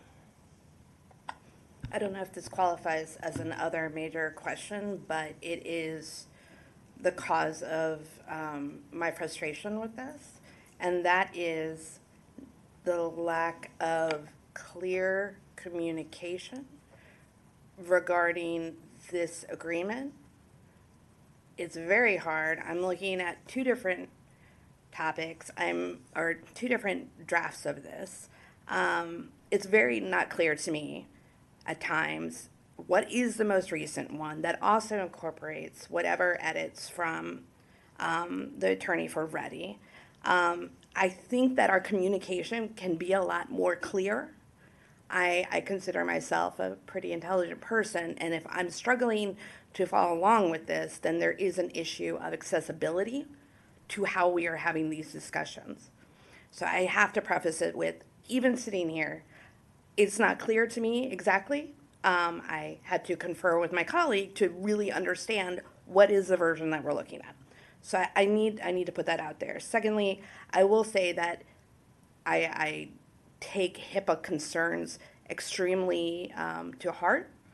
And while I want to have faith in everybody, I also do not want to expose someone's personal, identifiable health information to discovery by those entities that should not have access to that. So those are my 2 points. But in all, Madam Mayor, colleagues, I have spent way too much time just trying to wrap my brain around what is the version that we're looking at, what were the edits from Ready, and what are we discussing tonight. I'm cobbling myself along, but I'm real frustrated. Thanks for sharing your feedback. I appreciate everyone involved. I know this was a lot of work. So it sounds like you are also okay with the city attorney working with Ready on the specific exceptions as outlined by the city attorney? Yes. Okay, thank you. Councilmember Jackson. All right, so thank you, Madam Mayor. So a little bit different tack. Thank you to the city attorney for all the work that you've done, and thank you to Ready. I think we have the makings of an excellent agreement, which adds transparency to Ready and what they do for the city. The economic development is really important, and as I was going along through the city, knocking on doors, talking to people, people didn't understand what Ready did, and I think this agreement helps clarify exactly what Ready does, what you're responsible to do, and it lays out, kind of the guardrails for how you're going to do it. So I would say, I know that there's been a lot of bumps in the process. I know it hasn't been perfect, but I really do think that we're ending up with an agreement that will we can be proud of, and that will move us towards a place of transparency and ultimate success. So thank you for the job that you've done. I think it's a worthwhile endeavor. Thank you very much. Any other questions or comments or major, discussion points, and then we'll get to next steps. Okay. All right. Thank you. So the city attorney has sent us a revised draft. We really appreciate all the work you've done. Thank you to the city manager's office as well. Thank you, Ready. We are going to, I want to just do a straw poll and say, is everyone okay with the city attorney working with Ready on the refinements as discussed? He outlined 4 areas, I believe. We're all good? All right, I'm seeing everyone is good with this. The next question is, do you want to grant authority and approve tonight, or we could have the city attorney send us the refined language and approve on 6/27. We're going to have an additional mayor and council meeting, letting the full mayor and full public know that we're calling a special meeting on June 27th to address some consent agenda items that were not able to be included as of today, but are time sensitive for the end of the fiscal year. So if we could just go down, are we okay with, I'll start with you, Councilmember Shaw. Do you want to approve fully tonight, or do you want to approve 6/27? Thank you, Madam Mayor. I would like to approve 6/27. Okay. Thank you. Councilmember Jackson. I'm really agnostic. I've deferred to the will of the body. 6/27 is fine, but if we approve tonight, I'm fine with that as well. Thank you. I'm fine granting authority to the city attorney, noting that we would get a copy of what is done before it's officially signed. Just if there are any red flags, we can always come back together. Councilmember Valeri? My preference is for the 27th, but again, happy to go with the will of the body. Councilmember Fulton? I'm happy to grant authority tonight as long as we get a copy. Okay, so we have, we need Dr. Miles. You're the tiebreaker. I associate myself with the comment of Councilmember Fulton. Grant authority. We'll get a copy. That's all. Thank you. Okay, so now we're 3-3. Before it's signed? Yeah. Well, you are open to flexing, right? I was. Okay. I was flexible. So we will grant authority to the city attorney, though we would like to see a copy before it's officially approved. And if we have any issues, we can always pull it and flag it for 627. But I have full confidence that this will all be worked out. Okay.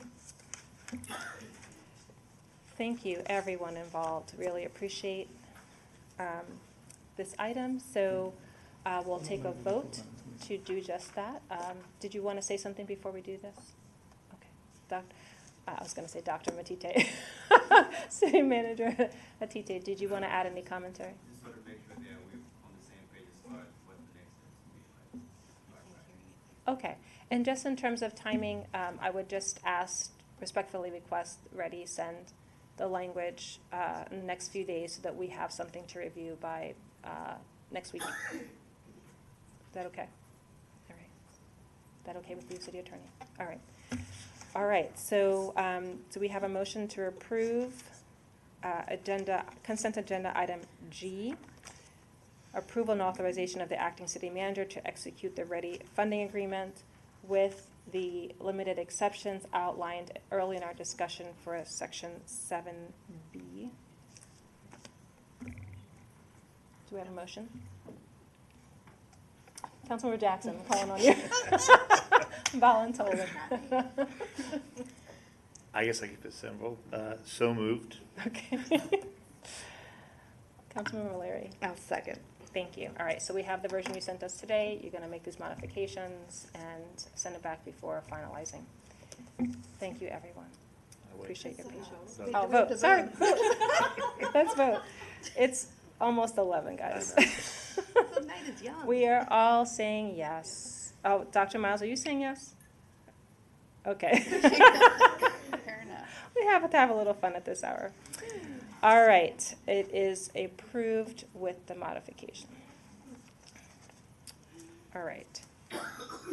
We're now moving on to agenda item 11A, which is discussion and instruction and possible introduction and possible adoption of an ordinance granting sectional map amendment application, map 2024-00125, to designate 4 Courthouse Square within the Courthouse Square Historic District by rezoning the property from MXTD to MXTD HD Historic District. I welcome our staff, Ms. Katie Gerbes, as well as Sheila Bashiri. Thank you. Good evening, Madam Mayor and council members. I know it's late, but we'll try to make this quick. Okay. This is for sectional map amendment MAP 2024-00125. This is a discussion and instruction and possible introduction, possible adoption, ordinance adoption. And this is actually follow-up from the public hearing from May 20th. So the property itself, it was nominated by the Historic District Commission, and they filed an application. They had a review of the property, and they decided to make a recommendation to change it to a sectional map amendment to make it a historic district. They sent in a application to the city clerk, and the planning commission did review it and make a recommendation. And so now tonight we're looking at the mayor and council making a reviewing it and possibly making a decision. This is the property located at 4 Courthouse Square. You can see in the red square, that's where the property is. It's in the National Register Historic District, and all the areas with the dots in them are the historic district, the National Register Historic District. It is not in the Courthouse Square Local Historic District, so if you look at it, you can see that the areas with the brown around them are the local district, but it's not within that district. So that's what we're looking at, is designating it so it becomes part of that district. And one of the things, the reason that the HDC even looked at it is to become part of that district, it had to be designated first. This is 4 Courthouse Square, formerly Farmers Banking and Trust, and you can just see it sits almost by itself, but completely surrounded by development at 4 Courthouse Square in South Washington. This is the building. You can see the details. It is one of the last Art Deco buildings in the city. and it's almost 100 years old. So you can see the detail, the carving in the masonry. You can see the windows that run from the first floor all the way up to the third floor. The ornate doorway. So this is really what makes it, part of what makes it special for the city of Rockville. And I did find this today on eBay. This photograph, a historic photograph of the building. Sorry, 1 second. Somehow all the mayor and council got unmuted. Please check your mute button and add. It happened for me, and that's why we're hearing an echo. Please check your mute button. I just got the message unmuted. Okay. Perfect. It looks like it was just changed. Thank you so much. All right. Yeah, Proceed. I found this today on eBay. It was for sale for $9.99, and it was a picture I had not seen previously. But this actually shows the bank in 1985. And this is a historic, this is what's called a HABS photograph. So it's a historic American building survey. And it just shows that it was completely sitting there alone in 1985, just surrounded by parking and nothing else. And so you can see how the property has changed since before it was before it was actually a National Register property. So I think there was another map here. I don't see it right here. But anyway, so tonight what we're looking at, one of the things I did want to point out is that some of the changes that were made to the Historic District Ordinance are a result of the picture on the right. If you can see way back here in the back, that was the Pink Bank. And that was a bank that was demolished, and it was very controversial to tear it down. So some of the ordinance changes that were made were that any building that was up for demolition would need to go to the Historic District Commission for review, because this building, though it was very modern building and they tried to save it, I think it was one of the first attorneys that was a female. Her offices were in that building, and so there was just very controversial, and it was a loss for the city. And it was replaced by Bank America that's there now, the new Bank America. So that was, I think, a catalyst for a lot of the ordinance changes that were made as far as anyone being able to designate a property, any building needing to go for a review for an evaluation of significance prior to being demolished. So the property is in conformance with the HDC's adopted criteria. It's almost 100 years old. It's one of the only remaining Art Deco buildings in the city. It's significant as far as where it sits at in the commercial district of Town Center. It does meet the requirements of the comprehensive plan and also the requirements of the zoning ordinance. So the Planning Commission did look at these things, and it does meet those requirements. So the mayor and council's role tonight is to determine whether or not you should approve the sectional map amendment to change this from MXTD to MXTD HD Historic District. And some of the factors that you want to consider is the HDC's recommendation for the criteria that it meets, the Planning Commission submission that it does meet the, it is in conformance with the comprehensive plan, and it does meet the requirements of the historic district zone, the public testimony, and staff analysis. And so we did get public testimony in, but the record for the May 20 meeting, it closed on June 3rd, but the actual report was published on May 31st. So a lot of the public testimony did not go into the report, and it can be found for the public. It can be found on the city's website with this particular agenda. So the mayor and council's options tonight for approval: you can introduce a proposed ordinance to grant sectional map amendment MAP 2024-00125 for rezoning of the 4 Courthouse Square from MXTD to MXTD HD Historic District, or you can introduce the ordinance and proceed to adoption at this meeting. The ordinance must first be introduced, and then a motion should be made to waive the layover period. Or if the motion is to waive the layover period is approved by an affirmative vote of 6 or more members of the mayor and council, a motion to adopt the ordinance can proceed. And then your other option is to make a motion to deny the application. So This is it. Do you have any questions for me? I am certain that my colleagues do. I will just know I appreciate the comments and questions that my colleagues have asked already and sent to you. I know I also sent one from the public hearing. I appreciate staff working diligently to get us responses to be able to make an informed decision. I also appreciate the addition of the Planning Commission and HDC as part of our record for consideration. I want to just say I really appreciate the thought in here. I will be sharing more of my opinion, but I do appreciate the opportunity to get these options.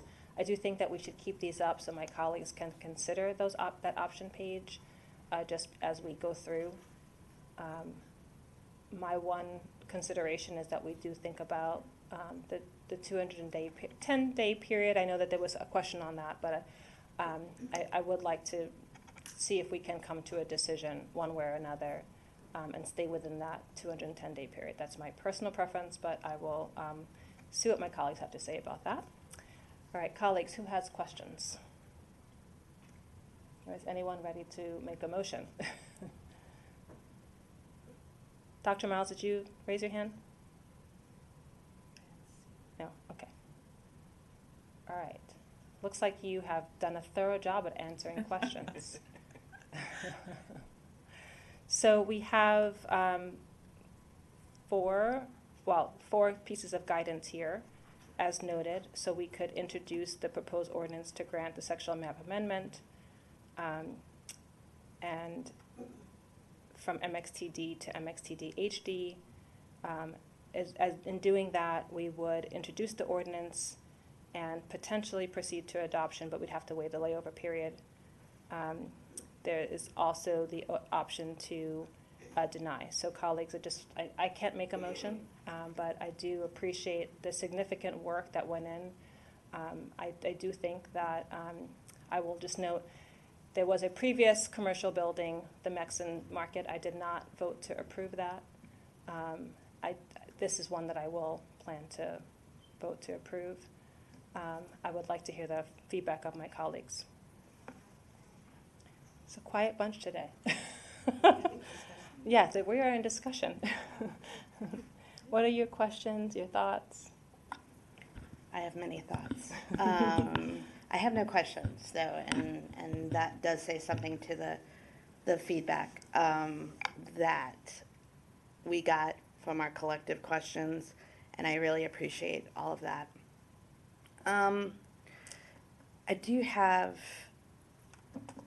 I had a lot of questions, and a lot of them were answered, but I remain unconvinced of the need to enact this particularly, given that this is a building that survived urban renewal without any designation. As actually that picture showed from 1985, isn't like the last person standing, and yet it stood. So in my mind, I was kind of thinking through, why is this needed right now when this was a building that survived urban renewal? That's one point. Two, I was very disheartened by the perceived community outreach that was minimal as far as beyond getting the input from the West End Civic Association. I understand that postcards are sent broadly to, the area around, but there are a lot of people that live in town center, and I would have liked to seen them as engaged, or would like to see them as engaged, because this is also part of their community. And I think by not engaging them, that you may be missing some good feedback, a new perspective, but generally, I think that that's something that we need to think through and be a little bit more deliberate with. One of the biggest reasons why I'm extremely uncomfortable with designation at this time is because this is in the midst of a sale negotiation. And per the staff report, the seller noted that this designation may affect the sale. I understand that there's no clear testimony from the seller. That's neither pro or con, just only thing that was noted by the seller was that this designation may affect the sale. I actually appreciated the neutrality in that regard. However, to me, it's also hitting me again that this is another example of a historic designation sought possibly without the consent of the owner. And that was a unfortunate misstep that occurred with previous mayor and council. And I do have concerns with regards to that. I really think to that extent that we should look at the process as it relates to either historic designation without the approval or consent of the property owner, or, you know, in general, how we're looking at things during the active sale negotiation. I think that that can be problematic. I also want to note that the Planning Commission was not supportive of historic designation, and I think very pointedly said, you know, meets the intent of the historic zone, but that's it. That's as far as the Planning Commission went, to my understanding. And that during those deliberations, there was a variety of viewpoints from Planning Commission. So this actually raised more questions for me than anything else. It did raise some process issues more broadly. And at this point, I cannot see a path forward currently for this particular designation. Thank you very much. I do recognize that the Planning Commission did note that it's in compliance with the comprehensive plan. They did note a number of questions. In watching the HDC meeting, they were fully supportive, and they are a very key part of our city's review with a historic lens. I just wanted to note, we have Councilman Van Grack for a limited period of time. Do you mind if he speaks? Okay, all right. Councilman Van Grack. No, it's okay. Thank you, and I apologize. I'm actually in the hospital chapel. To the extent you can't hear me, please let me know because I'm on my cell phone. But I just wanted to add my 2 cents. I have very much wrestled with this issue as well. I think that what a lot of other people are saying, I am generally uncomfortable with having an historic designation without being presented by the owner of the property. Just what Councilmember Valeri was also saying. And I also understand the need and the importance of us maintaining development as we need, especially within the town center area. That being said, I think it's very instructive to me, the vote that did occur with the Historic District Commission. And I know from me personally, this building itself does have a significant history with Rockville, both with its image, its location, and its architecture. So those 2 things have struggled with me significantly. That being said, given that we did get approval of what the merits are within designated historic district from the Planning Commission and what we got from the Historic District Commission support of this, I lean in favor of the designation. I think that this is one of the few buildings in the city of Rockville that does have a historic nature with its Art Deco imagery, with its history within Rockville that would merit much as what was stated from the presentations that we've seen on this issue. In addition to which, I do find, as I noted what Councilmember Valeri said, that we don't have this being designated from the owner, but we also don't have any owner or prospective owner telling us that they don't want this designation. I think that is instructive because we're not being told by whomever is controlling this property that this is not what they want. So I am currently in favor of such a designation, but I do understand that there could be potential other opinions and thoughts going into this process. Thank you. I saw Councilmember Jackson, Shaw, Fulton, and I assume Dr. Miles will go after that. Thank you, Councilmember Van Grack. Councilmember Shaw, going to you next.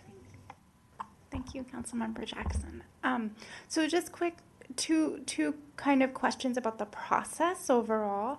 I think we have in our rules for the public hearing around zoning tax amendments that owners who live near the area can talk for 5 minutes.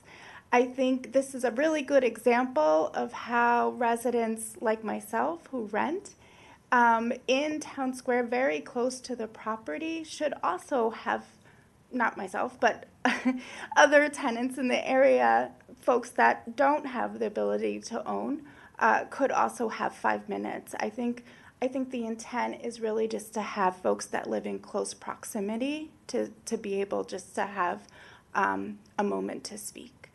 So I think that's just something about our process in terms of public hearings. And just another thing, I saw, I would like to see a little bit more of the history around urban renewal and our history. Quick question, what was the demographics of that area around the urban renewal? Like who was most impacted? Could you answer that question? It's my understanding that a good deal of it was African American community, and this is common in most cities, Right. that the African American community is the most impacted because there's federal dollars coming in to make what are perceived as improvements, and a lot of times the property that they own is considered dispensable, and for something better, that's what happens. And I happen to live in the town center area as well. So I do know the property that I live at, I do believe there were African American businesses that were located there and no longer there. And as far as the area that was notified, our ordinance requires 750 feet, but whenever we have a property that's going to the Historic District Commission, no matter where it's located, I try to contact the community organization to let them know that there is a property in their district that's going to be coming before the Historic District Commission. This is a courtesy that I do a month before the act. Once I know what's on the agenda for the following month, I will send out an email directly to that. Problem that we're having right now is that we don't have contacts for some of the different community organizations. We used to, and pretty much West End was the closest community that we did have the contact information for, but otherwise it would have gone to more people. But I see your point as far as requiring that it go out further, and I would say that if this is what you would like to see us do, this is something that is possible to do, and I understand your point in doing this. Thank you. I just wanted to, I appreciate you answering the question around urban renewal, and I think it's really important in a way that we're sharing our history, just to ensure that we're identifying the community that is being impacted and sharing that history, because we don't want to repeat that. So thank you. Thank you. Councilmember Jackson. Thank you, Mayor. I struggle with this one because, I agree with Councilmember Valeri about the owner and, whether they initiate the process. But, I look at it, and as Councilmember Van Grack noted, they were neither for it, but they were neither against it as well. And I do think that is something that should be taken into account. Also, the Historic Commission voted unanimously for this designation. And while the Planning Commission was not strong in terms of saying that we should do this historic district, they did find that the conditions were met. So, when I look at the process, and the staff as well are in favor of this district designation. So I don't want to set a precedent, and I want to be really clear that this, what I decide here does not bind me to any other decision that I'm going to make. But in looking at it and taking into account that there's as the one remaining building that utilizes the Art Deco technique, I'm coming down on the side of being in favor of this designation. So, I understand the reasons of my colleagues, but I think in this case, I'm going to go with, vote in favor of this designation. Thank you. Councilmember Shaw, did you want to share? I know some of us have shared where we stand. Or are you still thinking? Okay, thank you. All right. Councilmember Fulton. Thank you. Maybe I want to offer what seems to me to be sort of a right there solution to some of the struggles that Councilmember Jackson, Councilmember Valeri, and Councilmember Van Grack said. Setting aside entirely my views on the merits of this designation, I have concerns about the timing. And I'm really grateful to staff for answering a lot of questions on this. It is my understanding that the HDC has a work plan in place right now. Work being done on things like creating and improving alignment with national and state historic preservation standards and best practices, specifically addressing the idea of parties of interest and property owners having to consent, amending language to better define overall process and the designation criteria. These are things that are in place right now and being worked on, and the work plan's there because presumably we need it to address some of the things. So what I don't understand, also staff did a really great job of explaining that nothing will change in the immediate if we don't make this call until that work is done. A hypothetical permit would need to be submitted. It would take 3 months or longer to decide on that permit. And in the interim, no major structural changes can be made, including things like replacing doors and windows. What staff told me was that things like landscaping and some fixtures could be changed. And permits would need to be addressed.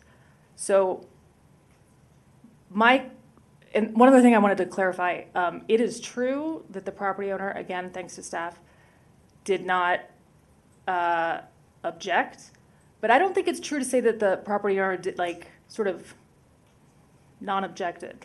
The property owner was on record at least twice saying, I have concerns about the ability to impact on this sale. So to me, it's not ripe. There's work underway to address some of the issues that my colleagues talked about. We don't have to do this now. We can wait to see the good work of the Historic District Commission, to see some of that work plan, which I reread again. It's fantastic. It has timelines. It has rationale. There's no need to do this now. I believe that waiting for the work of the commission would resolve those issues. That's all. Thank you for the comments, my colleagues. I have a couple of quick questions, and Dr. Miles, I didn't see your hand up, but I know you probably want to speak as well.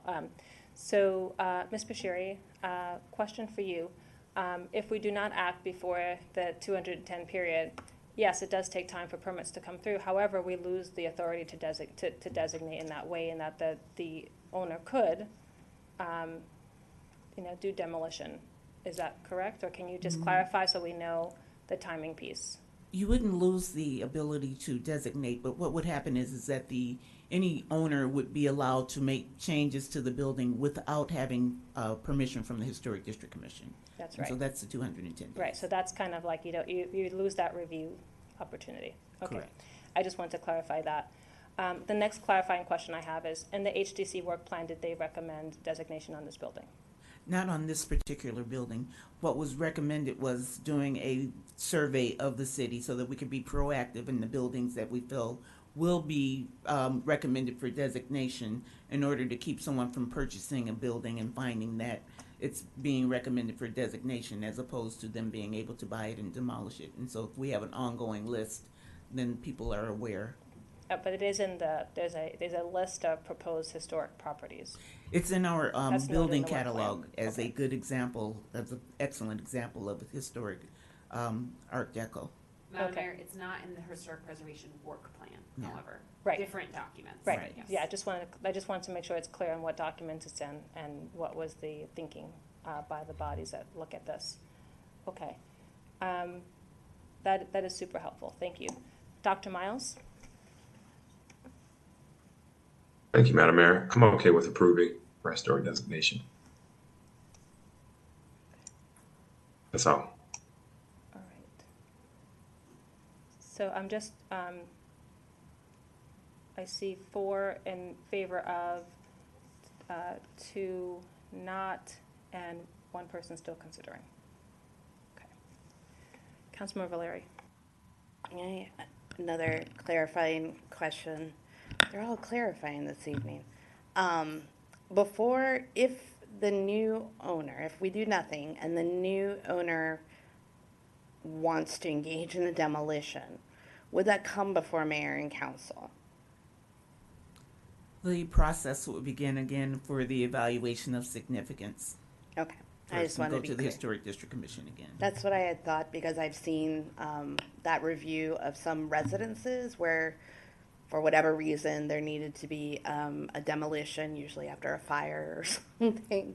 And yeah, so I see that that's a part of it. So there's still protections in place for a full demolition. And I appreciate that our hardy folks who are still here at 1122 have a viewpoint, but this is just a discussion. So I hope all can be respectful of that. I want to thank everyone for being engaged on this topic. I appreciate all the work that went into it. Everyone who submitted testimony, our nonprofit partners, the HDC and Planning Commission, they gave us a lot to consider. So I just wanted to know that I know this is not easy. I do also note that staff noted that they're going to look at designation, that there's a bunch of things that are going to be coming through the zoning ordinance rewrite as well as the historic work plan, just to address some future concerns. I also have a concern that if a new owner should know what they're buying. And it shouldn't change once it's done. So I know that there is a number of things that this property has gone through, and I'd like you to just clarify that there's intent for some kind of look at historical significance on this building. Can you just enumerate that? Just because I do know that at least there's something that people can see if they're looking at this property, what the potential is. Yes, and I do believe that the representative, which is the vice president at M&T Bank, is informing people as they look at it, and they do have someone who's looking at it that's local, that's looking at purchasing the building, but right now that's not being disclosed because they're still in negotiations. But I am sure that they are informing people just based on my conversations with them. They've had other buildings that they've sold, but also had to go through this process as far as historic designation, because they have banks all over the country. And so they did inform me that, this is something that it's not new to them and that they've done it before. Thank you. And the commission will also be looking at the list of properties to make sure there isn't overreach in the future, just to clean up the list a little bit. Okay, I just wanted to address some of the concerns that we've heard. Thank you. Councilmember Shaw, did you want to share your thoughts, or do you want to move to someone making a motion? I would like to have more time on this issue, so I'm not ready to approve tonight. Okay, thank you. So I know that there were 4 people who weighed in, and can you just, for those people who have shared, can you discuss whether you want to introduce the ordinance and proceed to adoption, or just introduce the ordinance and it will come back? Now, I should note that given where we are, we probably would not get approval on the layover period because you need a vote of 6 or more members of the mayor and council, which we likely would not have. Do you want to move to introduce at this meeting? Councilmember Jackson. So I guess I just need clarification. So what posture are we in right now? Can you clarify the question? Well, I mean, so we're talking about introducing a motion. I mean, we have four people that have indicated that they are in favor of it, but then what? So. Yeah. So there could be well, someone could introduce it. Actually, it doesn't need to have introduction does not need to have a motion. So you could simply, one person can introduce, okay? However, to waive the layover period, we would require 6 members. So you can make a motion to waive the layover period, it may fail. So I just wanted to lay that out. So if and it'll come back, sorry to interrupt, it will come back to us. If we introduce it tonight, it will come back to us for everyone to vote on. But when will it come back? Question for staff, I believe. We'll work with the city manager to get it on an upcoming agenda, probably one of the July meetings. Okay, thank you. All right, and Councilmember Shaw, you'd have more time before the final vote. Yeah. So, I mean, in the interest of moving it along, and I guess moving it along, then I will introduce the proposed ordinance to grant sectional map amendment MAP 2024-00125 for the rezoning of 4 Courthouse Square from MXTD to MXTD HD Historic District. All right. It doesn't need any second. I understand it as introduced. And you'll work with staff for this to come back. Okay. All right. Are we good? Well, to move on, this will come back to us for full vote. All right. Thank you, everyone.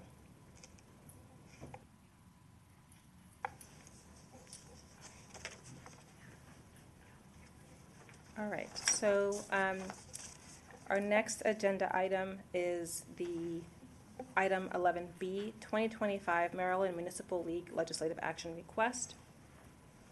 I see Miss Linda Moran coming forward to present to us. I apologize for the hour. We'll try to move as quickly as possible. In full transparency, Ms. Moran sent an email to us early May, or sometime in May, and shared some ideas and asked us if we had any input, and allowed us to provide that and then present it before the brief book was put out. So, Ms. Moran, do you want to provide a quick overview of where you are, and then we'll take comments and questions from my colleagues. Sure. Good evening, Madam Mayor, members of the council.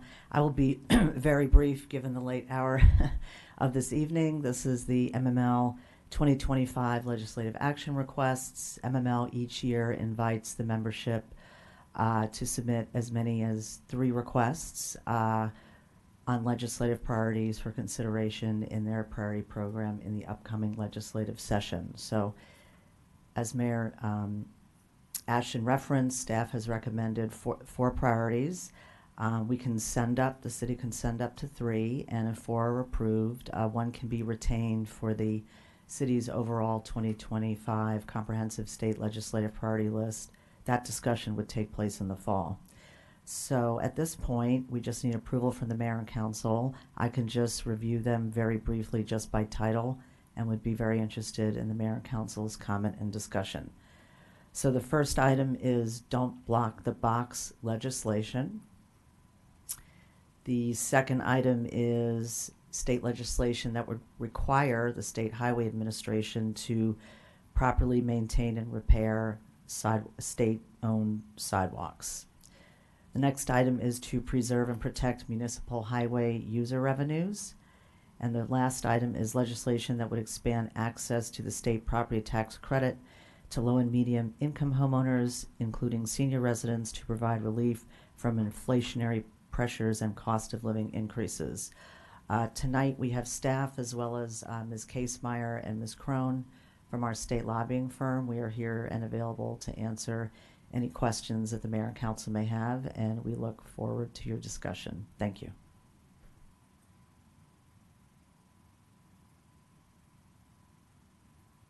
Thank you. I just wanted to note that what happens here is that the Maryland Municipal League takes our LARs, they look at all the other municipalities all across Maryland, and then they decide which ones will seek merit for them to be focusing on. And they pick 3.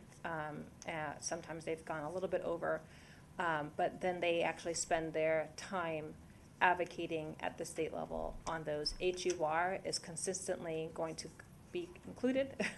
So there may be a way of saying we completely support, HUR, as we know that you are. Here are some additional things. That's another way to get our piece in if we want to add any others. So I just wanted to give that background for the listening public. I also want to note that the city of Rockville this year went to our delegation to share our priorities, and we leveraged the list that is approved to do that. So in addition to helping MML, it also gives us an opportunity to have something to give to our delegation, our 3 delegates and senator to advocate for what we'd like them to help support. All right, that's enough background. Councilmember Valeri. So I'll start with a question and then I'll end with ideas. So if we bring up anything, or let's say anything we put forward is not accepted as a, what does it say, LAR? Would that then kind of go on our priority? Okay, on our priority list for Yes. the cities. Okay, cool. Well, then in that vein, not going to be, I'm just going to continue the trend of Marissa not being popular, but we as the state have not increased our speeding fines in a very long time. And I believe that there had been, I'm not actually quite sure. I just know that we haven't in some time. So that would be something that I would be interested in from the enforcement end of Vision Zero. We just haven't addressed that for the cost of inflation.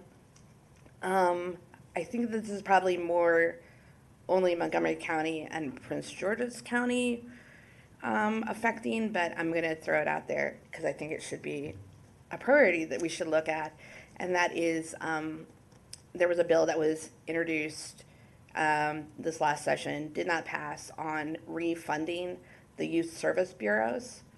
That I know that the county juvenile justice community as a whole is really interested in revamping, rejuvenating the youth service bureaus given the crisis that young people are in. So I want to throw that out. And I will reserve my ban on certain invasive trees and plants for another discussion. But I think mostly the speeding fines and the youth service bureaus would be my only additions to this excellent list. Thank you. One quick question for Ms. Moran. When you had sent the 3 and I had asked, hey, what happened to our senior tax credit, our low-income tax credit, which is around the $495,000 range. In our housing presentation, it was discussed that the average home price of Rockville is $660,000. I had also, through the housing discussion, asked about the renter tax credit, which is for $1,000. I believe that was implemented around the time of COVID for the first time. But please don't quote me on that. I just remember that was part of the discussion then. When you go to the state's website, it asks you for the application to include your income from 2022. And I've sent this as a question previously, but my question is, can they get it for each tax year, or is there just a backward look at 2022 as a post-COVID piece? I hope that's not the case, but if it is, I just wanted to make sure that that is something that I would support as ongoing.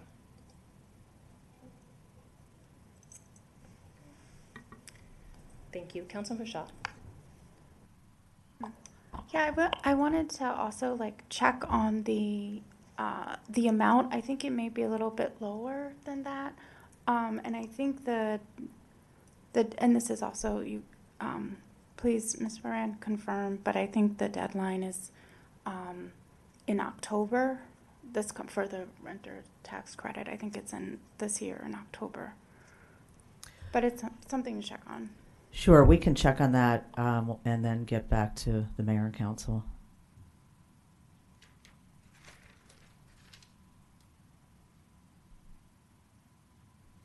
Thank you. Any other comments or questions on what is outlined here? And then we'll go to, do we want to add something more that may not be part of MML, but may be part of what we include as our priorities? Ms. Moran. Yeah, thank you. Yes, just to reiterate, tonight is the MML legislative action request selection. So the mayor and council can send up to 3. 4 were recommended. There was 1 extra that could get looped in the email. But I just want to remind the mayor and council that we'll have a full discussion on the mayor and council's comprehensive state legislative program for 2025 in the fall. So we'll have some more time to think about what's happened, to see what priorities MML have adopted, because the mayor and council usually also adopt MML's priorities. So we will listen to your feedback, but just wanted to remind you that we have time to develop that broader comprehensive program. Thank you. And I will just note one practical thing is that the delegation or legislators are often working over the summer to think through their ideas. So maybe as we have a few items for exploration, we could explore what's viable with them so that that can inform our fall discussion, because we want to plant seeds and also just see what's possible. That sounds like a good idea. And you also have a few things that you have additional information to come back to us on. Okay. Councilmember Jackson. Thank you, Mayor. So I just want to put in a plug. I think that the legislation to expand access to the state property tax credit to seniors, renters, and low and medium income homeowners is a really good priority, and I would hope that it's in our 3 that we send. I wanted to ask, though, about number 3, preserve and protect municipal highway users' revenues. I'm fine with that as a priority, but isn't it true that as we have more electric vehicles on the road and more, that the gas tax is going to decrease? So, I mean, while I'm fine pursuing that as an option for our priorities, what are we doing to plan for that decrease as the usage of electric vehicles becomes more prominent? That's a good question, Councilmember Jackson, and I believe that revenue is already decreasing. And I mean, I'm sure you've seen the headlines of a $3 billion gap in transportation spending, the needs versus what's available. I believe there's a commission that's called the Train Commission that's looking at this issue at the state level. I'm going to ask Ms. Casemeyer or Ms. Crone to add anything, but I believe that they're looking at this issue and a report may be due by the end of this year to the governor and state legislator. So Pam or Christine, could you please weigh in?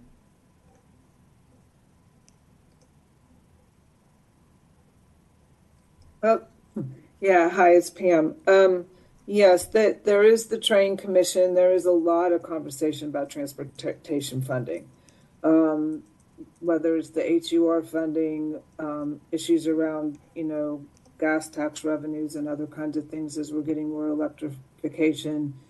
Some of those issues were addressed a bit during the session with change in registration fees and some other things, but those conversations will continue given the challenges that are already present with the transportation budget. Thank you, Pam. And as Pam was speaking, I remember that the state, I think they're considering putting some fees on electric vehicles. I mean, I think they've been talking about this for a couple of years, so perhaps we'll see more discussion in 2025. But it's correct. The gas tax and highway user revenue, that's just going to continue to diminish, and it's not sustainable. So I would anticipate we'd hear more conversation. We'd hear perhaps an update for MML over the summer as their legislative committee considers all of these requests, and then they make a recommendation to the board. So you've identified a ripe issue for discussion and action. Thank you. It is a good and not good problem to have. Good that we're getting greener, not good that we're having to deal with the revenue. However, I will say that this is a priority that is really important because it does provide significant revenue to municipalities. We experienced this year there was a potential cut in the percentage that will come to municipalities, and we want to make sure that next year's percentage is honored. There was a one-time fix to address that. Thankfully to our legislators who went back and pushed for that. So I'll note that, but I do think it is extremely worthwhile to continue to push for the honored rate of return that has been agreed upon. There's a schedule that was shared by the state with municipalities, and I would strongly encourage that we continue to push that schedule be followed. All right. Did you want to say anything? I see a shaking heads. Are you agreeing? I'm agreeing, and I mean, the HURs were decimated during the 2008 recession. They were cut by 96%. So there was a huge effort, and finally in the 2018 session, MML brokered a deal to get some restoration. So I wholeheartedly agree with what Mayor Ashton is saying. Thank you. Councilman Valeri. I have a clarifying question. Am I reading this right, Ms. Moran, that for number 4, it was 2024 LAR that was not accepted? Was there at any point, was there legislation that was introduced, or, okay. Yes, well, let me answer the question. So there was a 2024 priority, and it ended up evolving because what the 2024 priority sought to do was not feasible in terms of SSTAT. The city initially was seeking to see if the income value parameters could be changed by SSTAT. They're in the middle of an 18 to 24 month mainframe system upgrade. They were very clear that they were not going to consider any changes, and even after the implementation, SSTAT said, we could get you a quote from our consultant, but it's going to be very expensive and you're going to have to pay for it. And oh, by the way, we may stop administering this supplemental program for Rockville for free. And unfortunately, the city doesn't have the capacity or the infrastructure to take it over. So that's why it wasn't advisable to move forward with that priority. But then instead, the mayor and council approved a priority to look for legislation that broadened the parameters for the state tax credit. And so we monitored legislation during the session, and the mayor and council advocated for it, but a bill was not introduced. So we would hope, if the mayor and council approve this priority, we would hope that perhaps there would be legislation next session that would expand resident access to the value of that state tax credit. Okay, that was helpful. Thank you. Additional background is that some of our folks were still grappling with what is this issue? Oh, that's interesting, and they kind of wanted to do more research on it. So I think in working with MML and our state legislators, we could, and I know the comptroller's office also had asked for more information about this, so there might be some momentum. We don't know, but certainly home values are no longer in the 495 range average in the city of Rockville, so there is a housing insecurity, and then I know you're going to look at the renter's tax credit as well. All right, so I will just also make a plug for, in addition to talking about that and highway user revenues, the State Highway Administration sidewalk and bicycle path. So our county MML chapter, as well as the county staff, have come together jointly to put our brains on how do we make state roads safer. We know that that is one of the major areas where we see the most serious crashes and we have fatalities along state roads. And so they actually worked, the county helped to put forth and get a bill introduced. It was introduced by Delegate Chi and heard. It was the first time it happens. Most people know that bills don't make it the first time. But I just would, of the two other, if we have to only pick 3, pedestrian safety, bike safety, all transportation safety items, I do think that we need to see if, since that has some momentum, to see if we can push on that. So that is, I'm just sharing so the body can share their opinion, but those would be my 3. Councilmember Fulton. I'm in favor of moving forward with 2, 3, and 4. Thank you for the succinct clarity. Anyone else have a difference of opinion? Let's start there. Okay. You have one? Okay. Councilmember Valeri. It's a horrible choice because I think number one is undervalued, but having seen active blocking just about every weekday, it is a serious concern. And it does overlap with our state highway safety issues. Folks may not think that blocking the box legislation would make an impact, but it does when it forces pedestrians to have to go further into an intersection to get around someone who's blocking it. So I'm torn because I just want to do all the things. But if I had to choose, it would be 1, 2, and 4. If I really had to choose. Thank you. All right, so does anyone want to weigh in with their priorities? Okay, Councilmember Jackson, Councilmember Shaw, and then I see Dr. Miles. Not a surprise. Okay. 2, 3, and 4. Okay. Councilmember Shaw. I have 2 and 4, and then an extra one. I'm sure I may be the only one on this, but good cause eviction. I know this is Delegate Wilkins' bill that she has brought up for 7 years now, or 7 times rather. And this provides more stability for renters and allows jurisdictions to make their own good cause eviction. Thank you. I appreciate that. It's an issue I've been following as well, and I think it's important. I don't know if staff, my colleagues would need to see additional information on that, but I just wanted to note. Go ahead, Councilmember Shaw. And I'm just flagging it for next sessions as well. And maybe we could get more information, and that can come forward in the fall. Is that fair? Okay. All right. I have one other thing that I raised this number 4 in advance, and I did not raise this one in advance, but I was inspired by some of the conversation here, so I'll just say this. I know this will not get, I'm not pushing for this to be under the 3, but just looking forward to the 4, is to look for cameras beyond school zones on state highways, and that has been a very limiting issue for us. So, I know. Sorry. I also know the state is very reluctant to approve anything fine related. So, all right. Mr. Matite, did you have something to add? I saw your red light go on. Are you going for a vote for the body so that we can be able to know? We will. Okay. We will get very clear. Very clear. Thank you. Ms. Moran, did you want to share anything? Thank you. I was going to say similarly what Mr. Matite just noted. Thank you. Thank you. All right. Dr. Miles. Thank you, Madam Mayor. I'm good with 2, 3, and 4. Okay, so 1, 2. We have 3 of us for 2, 3, and 4, right? Okay. 4 for 3 and 4. Yeah. So let's just say 3 and 4 are in.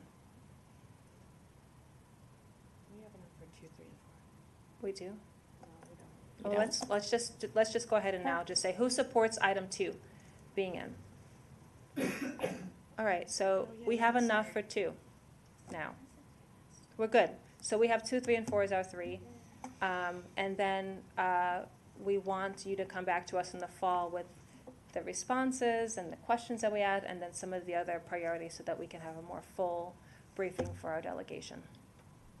Thank you. That was successful, and lots of good thoughts and ideas for the fall to come back for the broader discussion for your comprehensive program. Thank you. Thank you to my colleagues. All right. We have 2 other items on agenda. I'll try to be very fast. Thank you for your time. We're done with that section. Moving on to agenda item 12, mock and future agendas. I did have a chance to share in advance with the city manager some thoughts on July 7th. And then I also sent a note to my colleagues, July 8th, looking forward to our next meeting, which is scheduled to run till 11:30. There are a couple of concerns I've raised. If we're starting at 7, it's proposed to 11:30. There's only 20 minutes for a community forum. We have some very, very big topics: vape, rent stabilization. There's a bunch.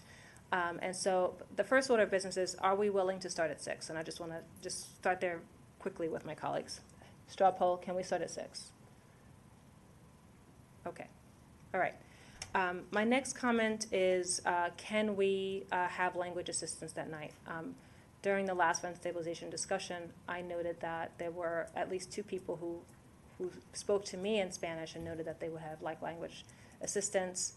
We tried to organize it, and it was late. So I just want to just proactively look at language assistance. Are you guys okay to give that direction to staff? Councilmember Shaw, you have a comment? Yeah, just a quick comment. I do know that some folks will need language assistance, and they're planning to go through the process of making that request. I know there's a formal process, but We can do that ahead of time. Okay. So the idea is that we are going to practice understanding our community. We're going to proactively request language assistance. And it was for Spanish, right? Yes. This may be for Okay, go for it. If there are other languages, yes. Okay. If there are other languages for the listening Because I public need beyond the Spanish. 3 days, right? Yeah. Okay. Please note, but for now, we're saying yes on Spanish. Okay, all right. The other item is the public hearing and instruction on the same night. I don't need you to answer that tonight, but at some point, if staff could get back to us on that. Okay. And then, given the length of one of our items, just thought on moving up consent agenda item, so we can get that business done and let staff go home in a timely manner. Do you guys, okay? Yes, we are saying yes. Okay. All right, anything else on mock and future agenda? All right, old new business. We're almost before midnight, guys. Councilmember Valeri. Maybe we should move old new business and Linda Moran's items to early, because I'm gonna start calling midnight the Linda Moran hour. Okay, so I have 3 things. I'll be quick, but I need time. I'm the liaison to the Youth Commission. Attended their meeting before our meeting this evening. They have approved and have put forward changes to their commission's resolution. They wanted to kind of know from me what the next steps are. Madam Clerk, I told them that you would work with them, but I want to make sure that we get it on the agenda if we need to reapprove that resolution. And seeing, these are not hugely differing changes in the form of their resolution. It's just kind of making some adjustments to some of the numbers, and then the grade eligibility to be on the youth commission. So I think we need to put that on the agenda, long story short. I support putting that on the agenda and sent an email about that. This makes sense, so thank you. No problem. We'll work with the city manager and his staff to get this done. Sure, yeah, and I apologize. I always look at you for commissions, but whoever needs to be part of that. 2, I wanted to flag, and Council Member Fulton kind of raised this, but we do need to, I think, have very intentional listening sessions around the referendum, because unfortunately as it stands right now, the results are just a survey of those already enfranchised. So it's really just taking the temperature of the folks who voted. We don't actually have a good sense community-wide where folks stand or what their questions are or anything. And all of these, if we do want to do anything around the referendum, it's going to take time. And in the spirit of getting ahead of things, I defer to my Councilmember colleague. Fulton. I wasn't trying to interrupt, but, sorry. But maybe this will help you. Can we do this thing where I say we need to have an agenda item to talk about what to do with the referendum questions, and then somebody else says, yeah, we should do that thing, and then therefore it's officially on an upcoming agenda? Can we do that thing? Yes, you can do that. Okay, consider it done, thanks. Okay, that's 2. And I also believe that thank you. I'm going to try to move us along. I also believe that we discussed earlier that there is an agenda item that's supposed to come forward as a dedicated work session. We're going to not just squeeze it in a bunch and other things, but have a large discussion on elections in general. I do have election next steps, right? Yes, and I think, just to be clear, we would be able to schedule work sessions on a different day, not necessarily on a Monday. So those are some of the things that we'll probably plan ahead. Thank you. Thank you very much. I have one last super quick thing. Please proceed. We have been talking about it for a while now, but about raising the approval threshold for consent agenda items. When can we expect to get that? Because then our consent agenda item list may not be as long and onerous. Can staff get back to us on that? Yes, thank you. Okay, thank you. Are you done? I am done. Okay, I have one quick thing, and then I see Councilmember Shaw. I keep delaying this because of the time, but I'm just gonna say it really quick. So most of our city materials talk about the city of Rockville being founded when settlers came here, and start our history from there. So I'd like to just make sure, I know this was raised in the comprehensive plan, and there's a dedicated goal to inclusion in the comp plan, but as we look to name or talk about our city's history when it started, can we acknowledge the indigenous peoples and even the enslaved peoples who helped support and create Rockville? So I just wanted to raise it as an exploration for land acknowledgement on our city facilities. If you go in the front hall, it still says where Rockville started, which is part of the history, but it's not the only one. I also know that we need to engage communities, so I wanted to put that out there just for exploration. Colleagues, where do you stand on this? Yay, nay? Okay. Okay, all right. Thank you. And this is not like this is just moving. Staff is going to come back to us. I see you have a comment. Oh, you good with this? I'm in favor of doing that thing. I just don't know what it entails and how much it costs and how much work it does and priorities. But yes, I'm in favor of doing that thing. Staff will explore and get back to us. Okay. Mr. Matute, you'll come back to us. All right, you don't have to answer now. Councilmember Shaw. Yeah, I just wanted to circle back on the proclamation conversation that we had. You don't want to leave at midnight. Oh, not that we would revisit that conversation, but that we would kind of get a status update about, Yes. where we are, and kind of some guidance moving forwards for future proclamations. Thank you. I'm looking to Sarah Taylor Farrell. I know that your office is working on the form that's going to be and some of the parameters. That's coming back to us. Okay, thank you.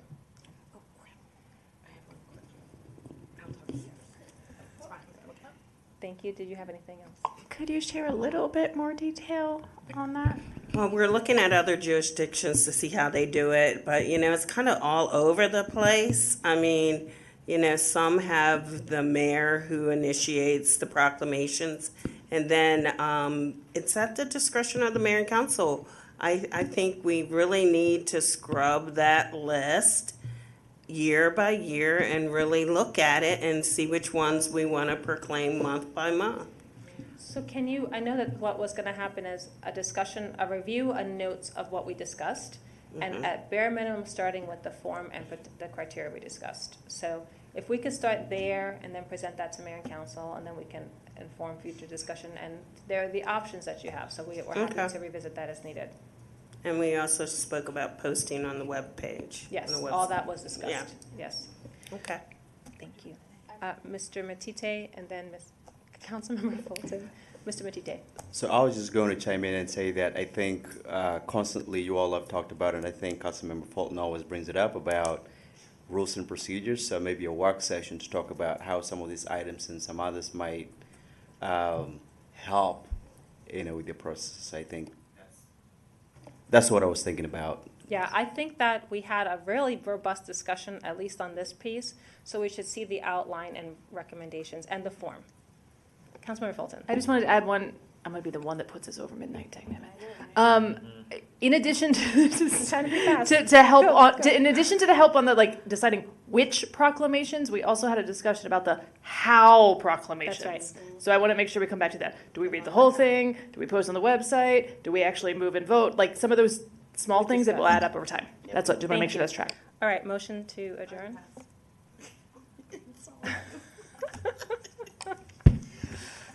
Do we have a motion to adjourn? I make a motion to adjourn. Thank you. Second. I'm still going to call 11:59. No. No, Madam Mayor. It is Tuesday. No revisionist history. It is officially Tuesday. Oh my and gosh. Who motion second? All those in favor? We're done, guys. Thank you, Rockville. We will see you July 8th and July 27th. Way to go.